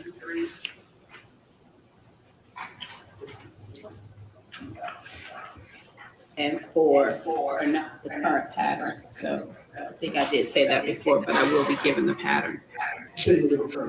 Yes. The same with state's request 5. You hear the cross. Pattern. I think I might be on my own, but I thought that was the worst cross I've ever heard in my life. I'll say I could be on my own on that one, but it doesn't make any damage to it because in my opinion he's still guilty. But Jesus, she needs to improve her cross in the future, and she's been good throughout. I was not impressed there. Hopefully, close isn't not that bad either. Okay, and I think state's request number 6 is consistent with the. Yeah, cheers. current I'll still keep an eye on it. Any objection to 6? Yeah. Okay. The last update was 4 hours ago, saying they couldn't sit the jury.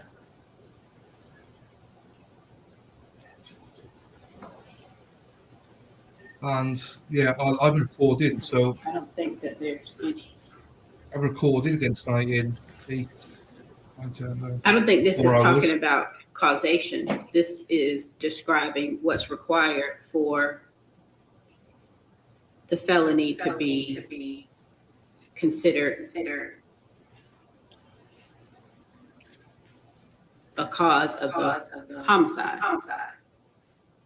So this is in the pattern, Oh, giving further instruction about felony murder. I'm not disagreeing with you, but the evidence in this case, where causation, a knife in the face, a dumbbell to the head, it's really a causation case, but. I'm sorry, I didn't understand what you said. I'm just saying, causation in this case is not an issue. Right, on the language, it may be illuminated some here, but I think it's unnecessary. It's a causation case, given the level of violence with both instrumentalities. So that's the place the judge will record. I understand. I'm gonna give 6. I'm hoping that it's early night tomorrow, early day tomorrow, because I can edit my video.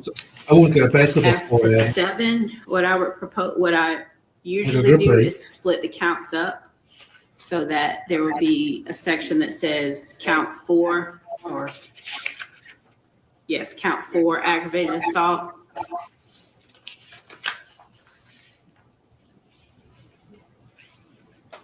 And this is with an offensive weapon. Oh, good.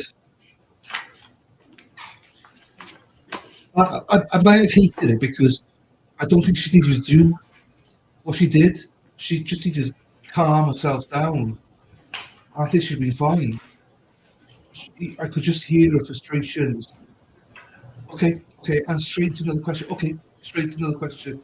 It's like, calm down, breathe. So yeah, probably will hate that. Yeah, it's long. Okay. So for count 4, I would read for aggravated assault. The state must prove that the defendant assaulted another person with an offensive weapon. To prove assault, the state does not have to prove that the other person was actually injured. However, the state must prove that the defendant attempted to cause injury to the person. An offensive weapon is an object that is likely to cause or actually does cause death or serious bodily injury if used against someone. Any objection to that? That's count 4. No objection. And I would read essentially the same thing as to count 5, but indicate that there is the additional element that the state must prove the victim in the case was 65 years of age or older. Why? Any objection to that? No objection. Don't get that one, don't worry about it. Point of view, the deposition for her thingy, well, what is that? Is that part of the trial? Because I need to put a description in YouTube to say what it is. I don't know if it's part of the Johnny Depp trial or if it's separate or what it is. State's request 8 is still part of the pattern, or is still the pattern. Any objection to 8? 9.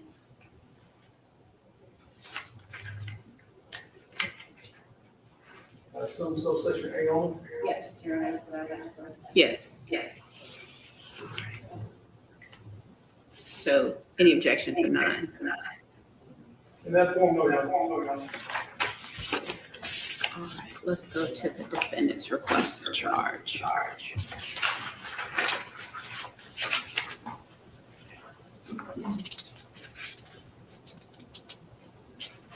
So I'm looking at the amended request, and then we'll look at the second amended. Because I think the amended one includes everything that was requested in the original. I think I only added like 1 or 2 to the original. Okay. Your Honor, may I ask what date that one was? May 16th. Okay. And then the amended, second amended is May 23rd. Right. Okay, all right. What's the deposition for? Okay. Any objection to 1 from the state? No, Your Honor. I need to put a description to what the deposition is on YouTube. I don't think we have any of the parentheticals. No deposition, no stipulation, correct? No judicial notice. That's correct. Oh, I get. But we know We know her talked age. about direct and circumstantial evidence already. She's 77 Any or whatever she objection is. for? Is that the expert witness? Yes. No objection. Are you withdrawing 5? I'll draw 5. Any objection to 6? No objection. All right, I'll take out any reference to party to a Yes. crime. Is Johnny Depp in it as well then? Or just Amber Heard? The objection is 7. Let's see.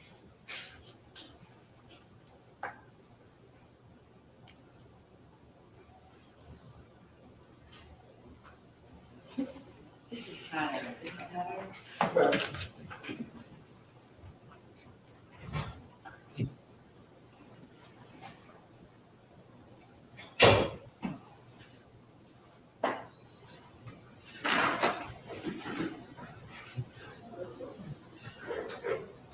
No objection.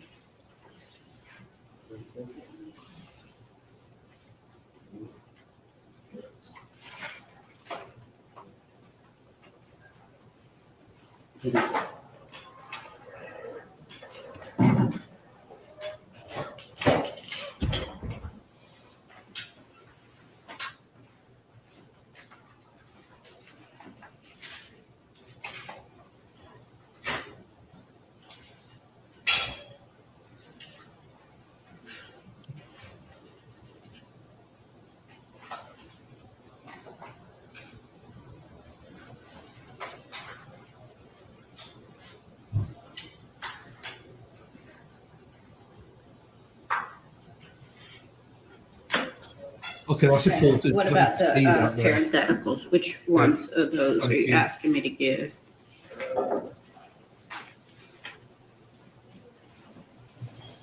I think, On the article alleged.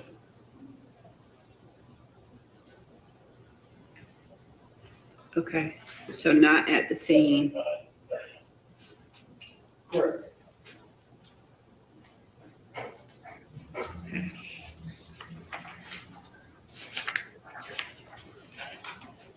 And on the weapon. Correct. All right. Any objection to 8? No. You were drawing 9? No. What good character testimony do we have? I think we have the character of the defendant for his particular trait, more specifically nonviolence. And who testified about that? His wife did, and then she tried to qualify it by telling her story. And then the defendant did.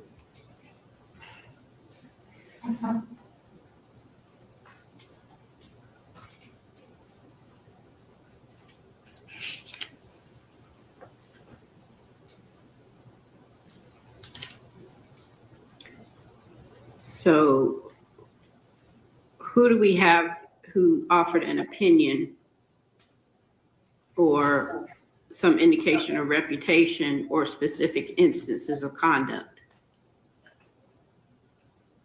We heard from Ms. Manacozy evidence of the character of the defendant for particular trait, for a particular trait, specifically nonviolence. That's not my recollection of her testimony. And then she qualified it by saying there was some instance. When did she testify that he had a particular character trait of nonviolence? That was in the midst of the cross before she backtracked from him and told the story about him pushing. And so what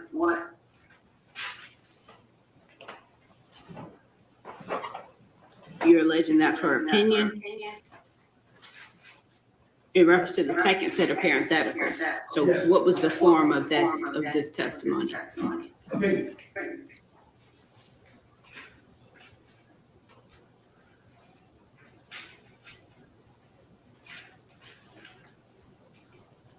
Any objection from the state?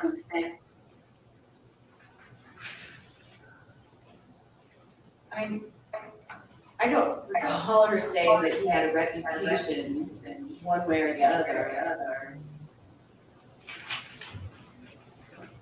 And she specifically gave an instance of conduct. You know what, I'm not gonna object. Okay.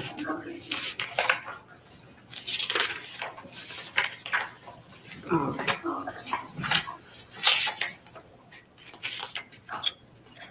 Any objection to defendant's request 10?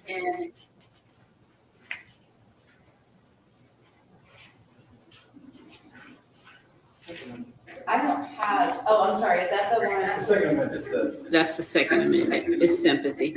Oh, no. Judge, I wasn't sure if that was your standard package or not part of that. It is, but I don't usually give the parentheticals in the second paragraph unless there's some specific evidence of them, and I don't think we have that in this case. That's fine, Judge. Okay. And I noticed that neither one of you asked for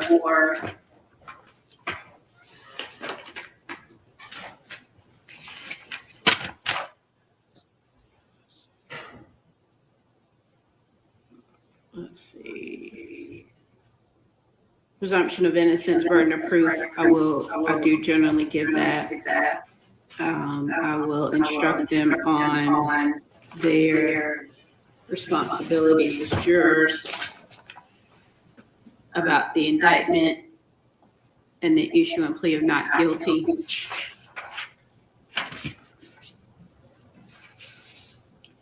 And I will instruct them on credibility of witnesses.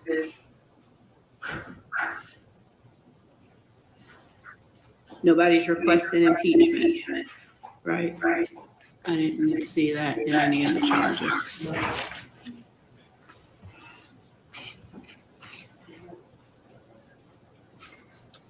Definition of crime, anybody requesting that? I usually give that.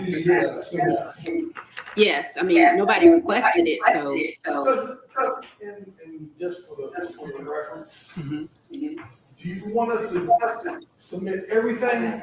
Yes. Sorted out? Yes. Or- Even if all you do is a checklist. Okay. It can be 1 through 20 and you just put the names. You don't necessarily have to give me the pages.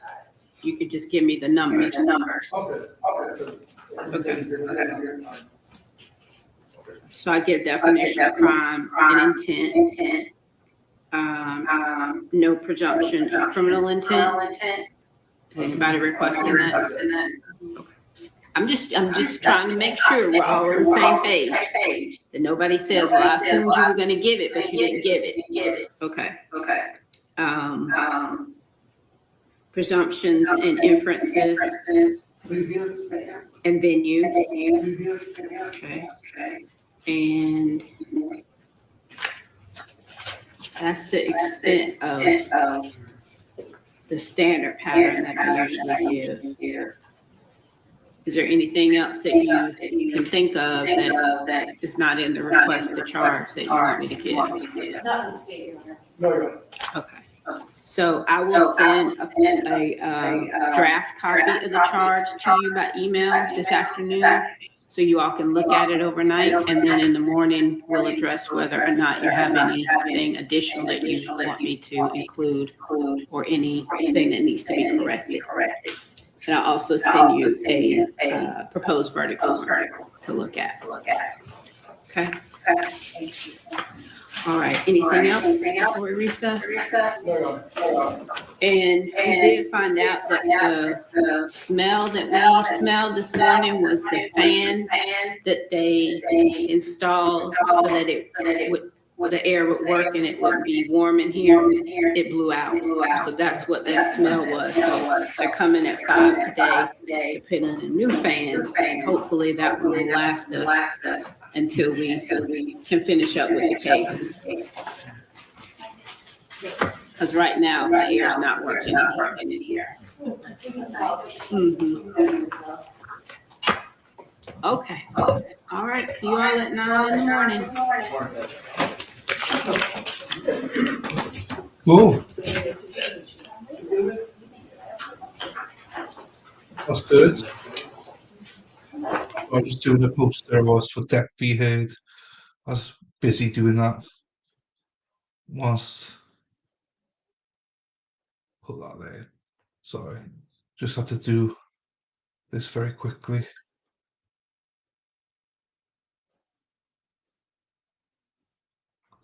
There he goes.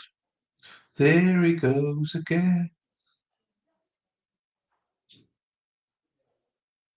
Oh, I was gonna say, well, where's he going? But I think he's chained there by his ankles. So it's all good. Well, that's good.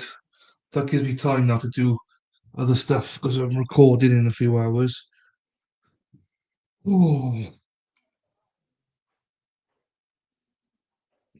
So still right. Let me have a Google about this other trial, Alan.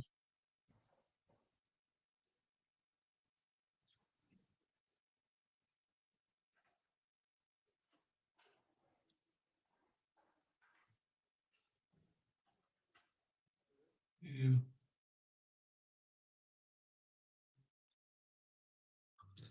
All right. Then people.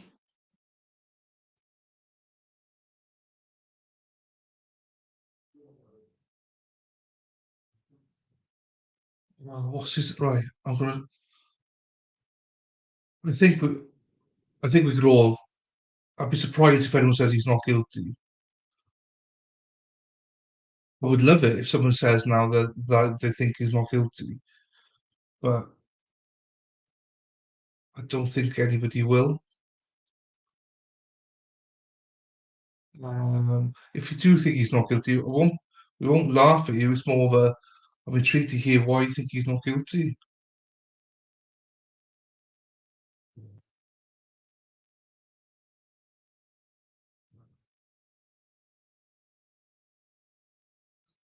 Um,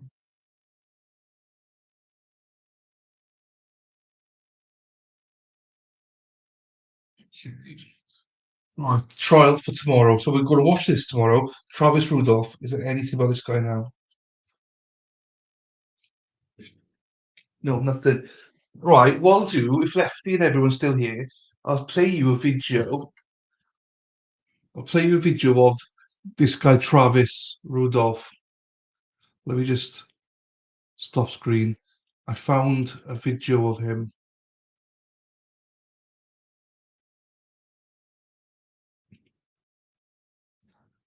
Just so you know who, because you might not remember this. Oh, where's it gone? Let me go back one then.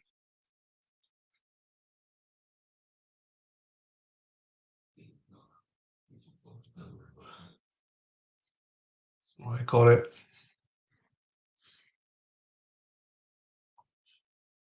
Right, so this is the guy we're going to be watching next. If it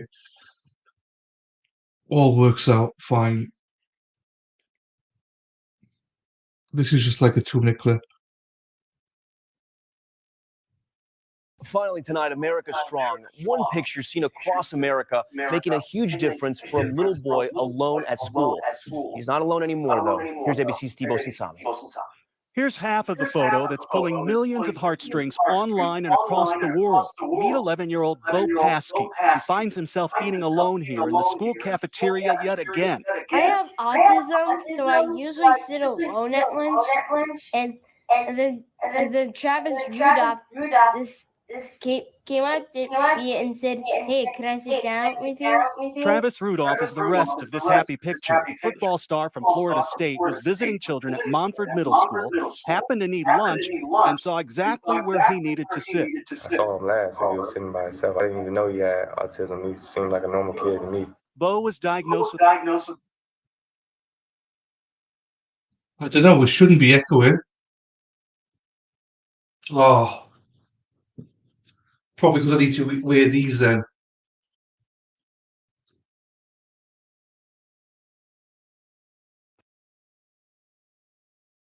that's pulling millions of heartstrings online and across the world. Meet 11-year-old Bo Paskey, who finds himself eating alone here in the school cafeteria yet again. I have autism, so I usually sit alone at lunch, and then Travis Rudolph just came up to me and said, "Hey, can I sit down with you?" Travis Rudolph is the rest of this happy picture. The football star from Florida State was visiting children at Montford Middle School, happened to need lunch, and saw exactly where he needed to sit. I saw him last and he was sitting by himself. I didn't even know he had autism. He seemed like a normal kid to me. Bo was diagnosed with autism when he was 3 and has a hard time dealing with kids his age. It's his mother who posted the picture online. She knows he usually sits alone. I have gotten messages from people literally all over the world sending messages saying that they thank you for sharing my story because now their child that has autism, they have hope that maybe their child will be treated kinder. And that's what's happened here. This is what Bo's lunch table looks like today. And it's all thanks to the big man with the even bigger heart. This picture, this message, this is what kindness is about. Thank you so much for watching. I'm Tom Galmas for David Dahl. Now he's up for murder.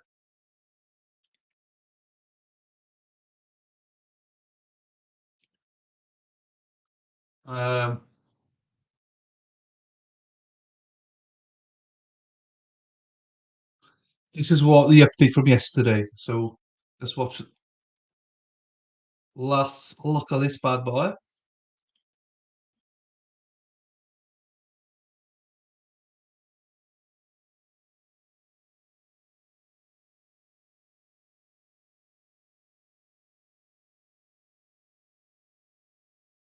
Trial of former NFL player Travis Rudolph is back underway. He's charged with shooting 2 people, killing one of them outside his family's home in Lake Park 2 years ago. Caleb Califano is live outside the courthouse this afternoon. And Caleb, Rudolph says the shooting was in self-defense. That's right, and it is another long day of jury selection as we enter day 3. An important reminder here, both the prosecution and the defense have 4 hours of questioning each. Now, a new week, and Travis Rudolph, of course, is back in court again as the prosecution and defense narrow hundreds of potential jurors down to a panel of 12. Trial, which was expected to start today, has been pushed back due to an extended period of jury selection. Travis Rudolph, a former Florida State Seminole and NFL player, is charged with shooting 2 people, killing one outside his family's Lake Park home in April of 2021. According to the sheriff's office report, 4 people showed up to Rudolph's house after one of them got a call from Rudolph's girlfriend that they got into an argument. After a fight outside, the report states Rudolph grabbed a gun and shot at them as they drove away. Rudolph tells WPBF 25 News that he fired those shots in self-defense. With the potential juror pool now narrowed down to less than 100 people, both the prosecution and defense hope to have those opening statements ready by as early as tomorrow. As soon as they're ready to go, we'll make sure to keep you updated on air and online. For now, we're live in West Palm Beach. Caleb Califano, WPBF 25 News. Tomorrow was today. So there's still the jury stuff today.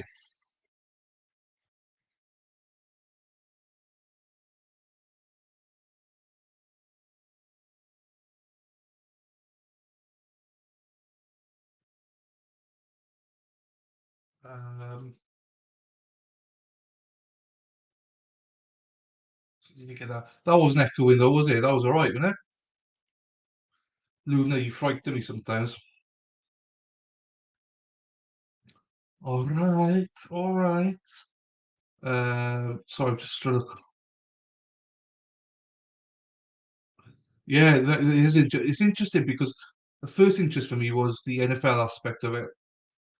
Then I looked into it and I was like, ooh, he shot, I think it's 40 rounds he shot. He's stood for stand your ground. He applied for that last year but didn't get it. And that's all I really know. I don't know anything else. So it is going to be interesting, I think. They predict a couple of weeks. I mean, look at it. it's we're supposed to start yesterday, and then they said no, no, definitely Tuesday morning. As of today, we were starting. The link to the feed was there today, and it got taken down. So I that's why I don't know what's happening. I'm hoping the jury selected today, and then we're ready to go tomorrow. Because literally, I don't think this is going to take long. So hopefully we can. What I might do is just play this out because I don't think it's going to last long at all, and do 2 streams tomorrow, as in conclude it and hear everything on this trial, then stop and do another trial. It depends on how many people are here. I mean, if there's only this, like, a handful of people, I could do it because I can give you the link to go to the other one then. Well, the reason I do that is because I want to put on playlists, and it's awkward when you've got 2 trials going at the same time. Put them on playlists. And turn that. Yeah, I mean, yeah. Well, I say Aaron Hernandez, isn't they? CTE. Ray Lewis. Ravens supposedly killed some people, but it's nuts, isn't it? So I'm just checking something here. Oh no, I've done it wrong. Spider Girl, you confused me. So Depp and Heard. Oh, divorce. It's the divorce depositions, isn't it? So this is going to confuse people now. I'll post this now so that we got it, and then download. Download.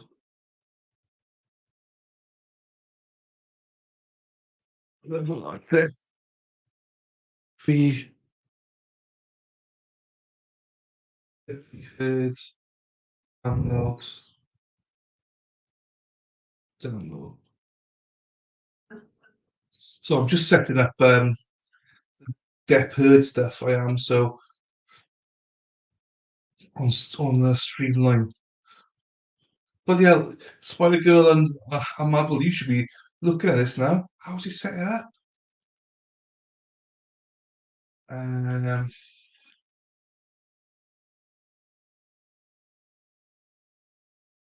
Fine. Okay, that's good enough for now.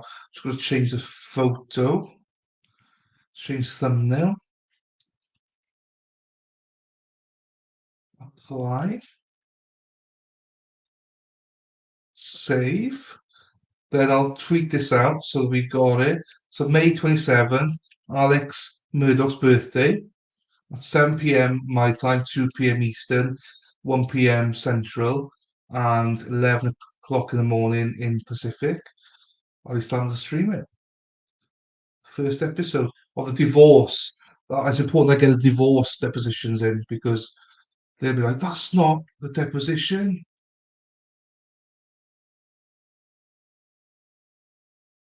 We thought we were going to do defamation trial. I think everyone in here now knows we're doing the Travis Randolph trial after this, and then doing Depp and Heard. Yeah, so I think everyone here thinks they're guilty. I'd be surprised if anyone doesn't. But always intrigued to hear if people do think that.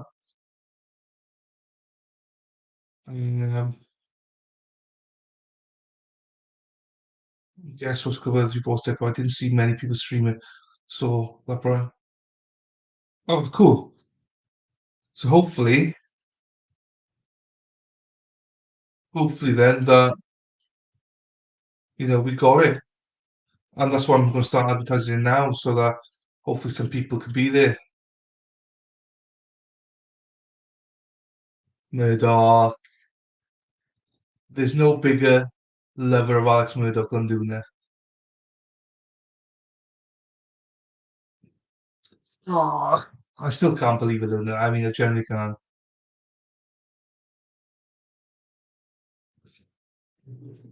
like I say to everyone, if Luna loves Alex Murdoch, then there's hope for us all in the world. That's all I can say. Right, let me get that banner down because I need to sort this out. I need to get something behind me, but I don't like to put stuff on the wall. Do you know what I mean? Because it just brings the bloody paint off, or I don't want to drill or anything like that into the wall. But I need to sort it out, or do I just bring the camera down a little bit? I put the green screen off because bandwidth was taking too much.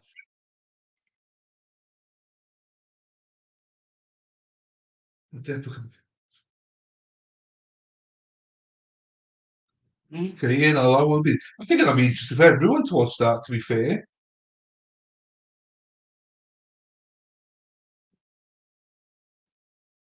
So yeah, I'm looking forward to that.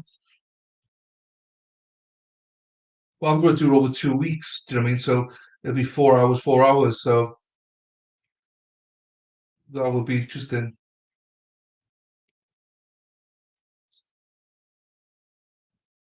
My Indianapolis top. Right. I think we're about done. I think Spider Girl, you're still here. Luna's probably gone. Then I think Madwell's here. Lefty might be here, listening in the car, driving home. Appreciate all of you, even if you're not, if that's not you and you're something different. I appreciate all of you in chat. Always do. Also, you don't have to always chat, but also I like to know who's here, just to say hello to people and thank them for being here. But I don't expect you to always chat stuff. Lefty, I appreciate you, my man. As I say, we're not the most chatty sometimes, but appreciate, genuinely do appreciate all of you. I was looking at some of the other streamers that people pit me against, and they're like, got 500, 600 people, which all start at the same time. I'm looking at, I got four, but you know what? I won't fucking change it for the world. I got the best stream ever. Oh, cool. So are you actually going to watch it every Saturday with me? Yeah, Spider. Fuck off, Spider. Go to bed. You're working tonight. Go to bed. Thanks, Spider, for being here. Yeah, exactly. You tell her, Lefty. Um, I'm filming a Idaho episode tonight. The worst thing of filming with people from America is like we're filming like basically 12:30, 1 o'clock in the morning. So I'm not going to be in bed till 4. I've got to get up at 7:30, 8 o'clock to get my niece to kindergarten, you guys call it, nursery. I'll then be back on stream. I'll be falling asleep tomorrow on stream, I think. So I'm going to use the next couple of hours to post about the Depp Heard one, which Luna's now told me she's going to be there with me every Saturday. I need to figure out how I'm going to watch college football whilst that's streaming as well. That might be a big mistake I just did there. I did want to stream on Sundays because of NFL. Then I did Saturday, but I forgot college football. Ah. But anyway, it doesn't matter. We'll sort something out. I'll have it on my TV behind me. So appreciate you, Gan. See you all tomorrow. And well, I'll see you on Twitter streets in a little bit. If you can like and well, you all have done that. Rumble, if you can like and subscribe, follow. Rumble, fifthly, 2 followers extra today. And even on YouTube, 2 extra followers as well today. And in the last day, we've had 11, 12 followers. Let's go, guys. Thank you very much. Appreciate it all. And with that, any of my tweets, feel free to retweet them. Let's get the army going. All right. See you all later. Thank you very much. Uh, good luck tonight in work, Spider. Good luck in work tonight, Lefty, if you got work. And yeah, Luna, catch you later. Ta-ra, guys. Take care.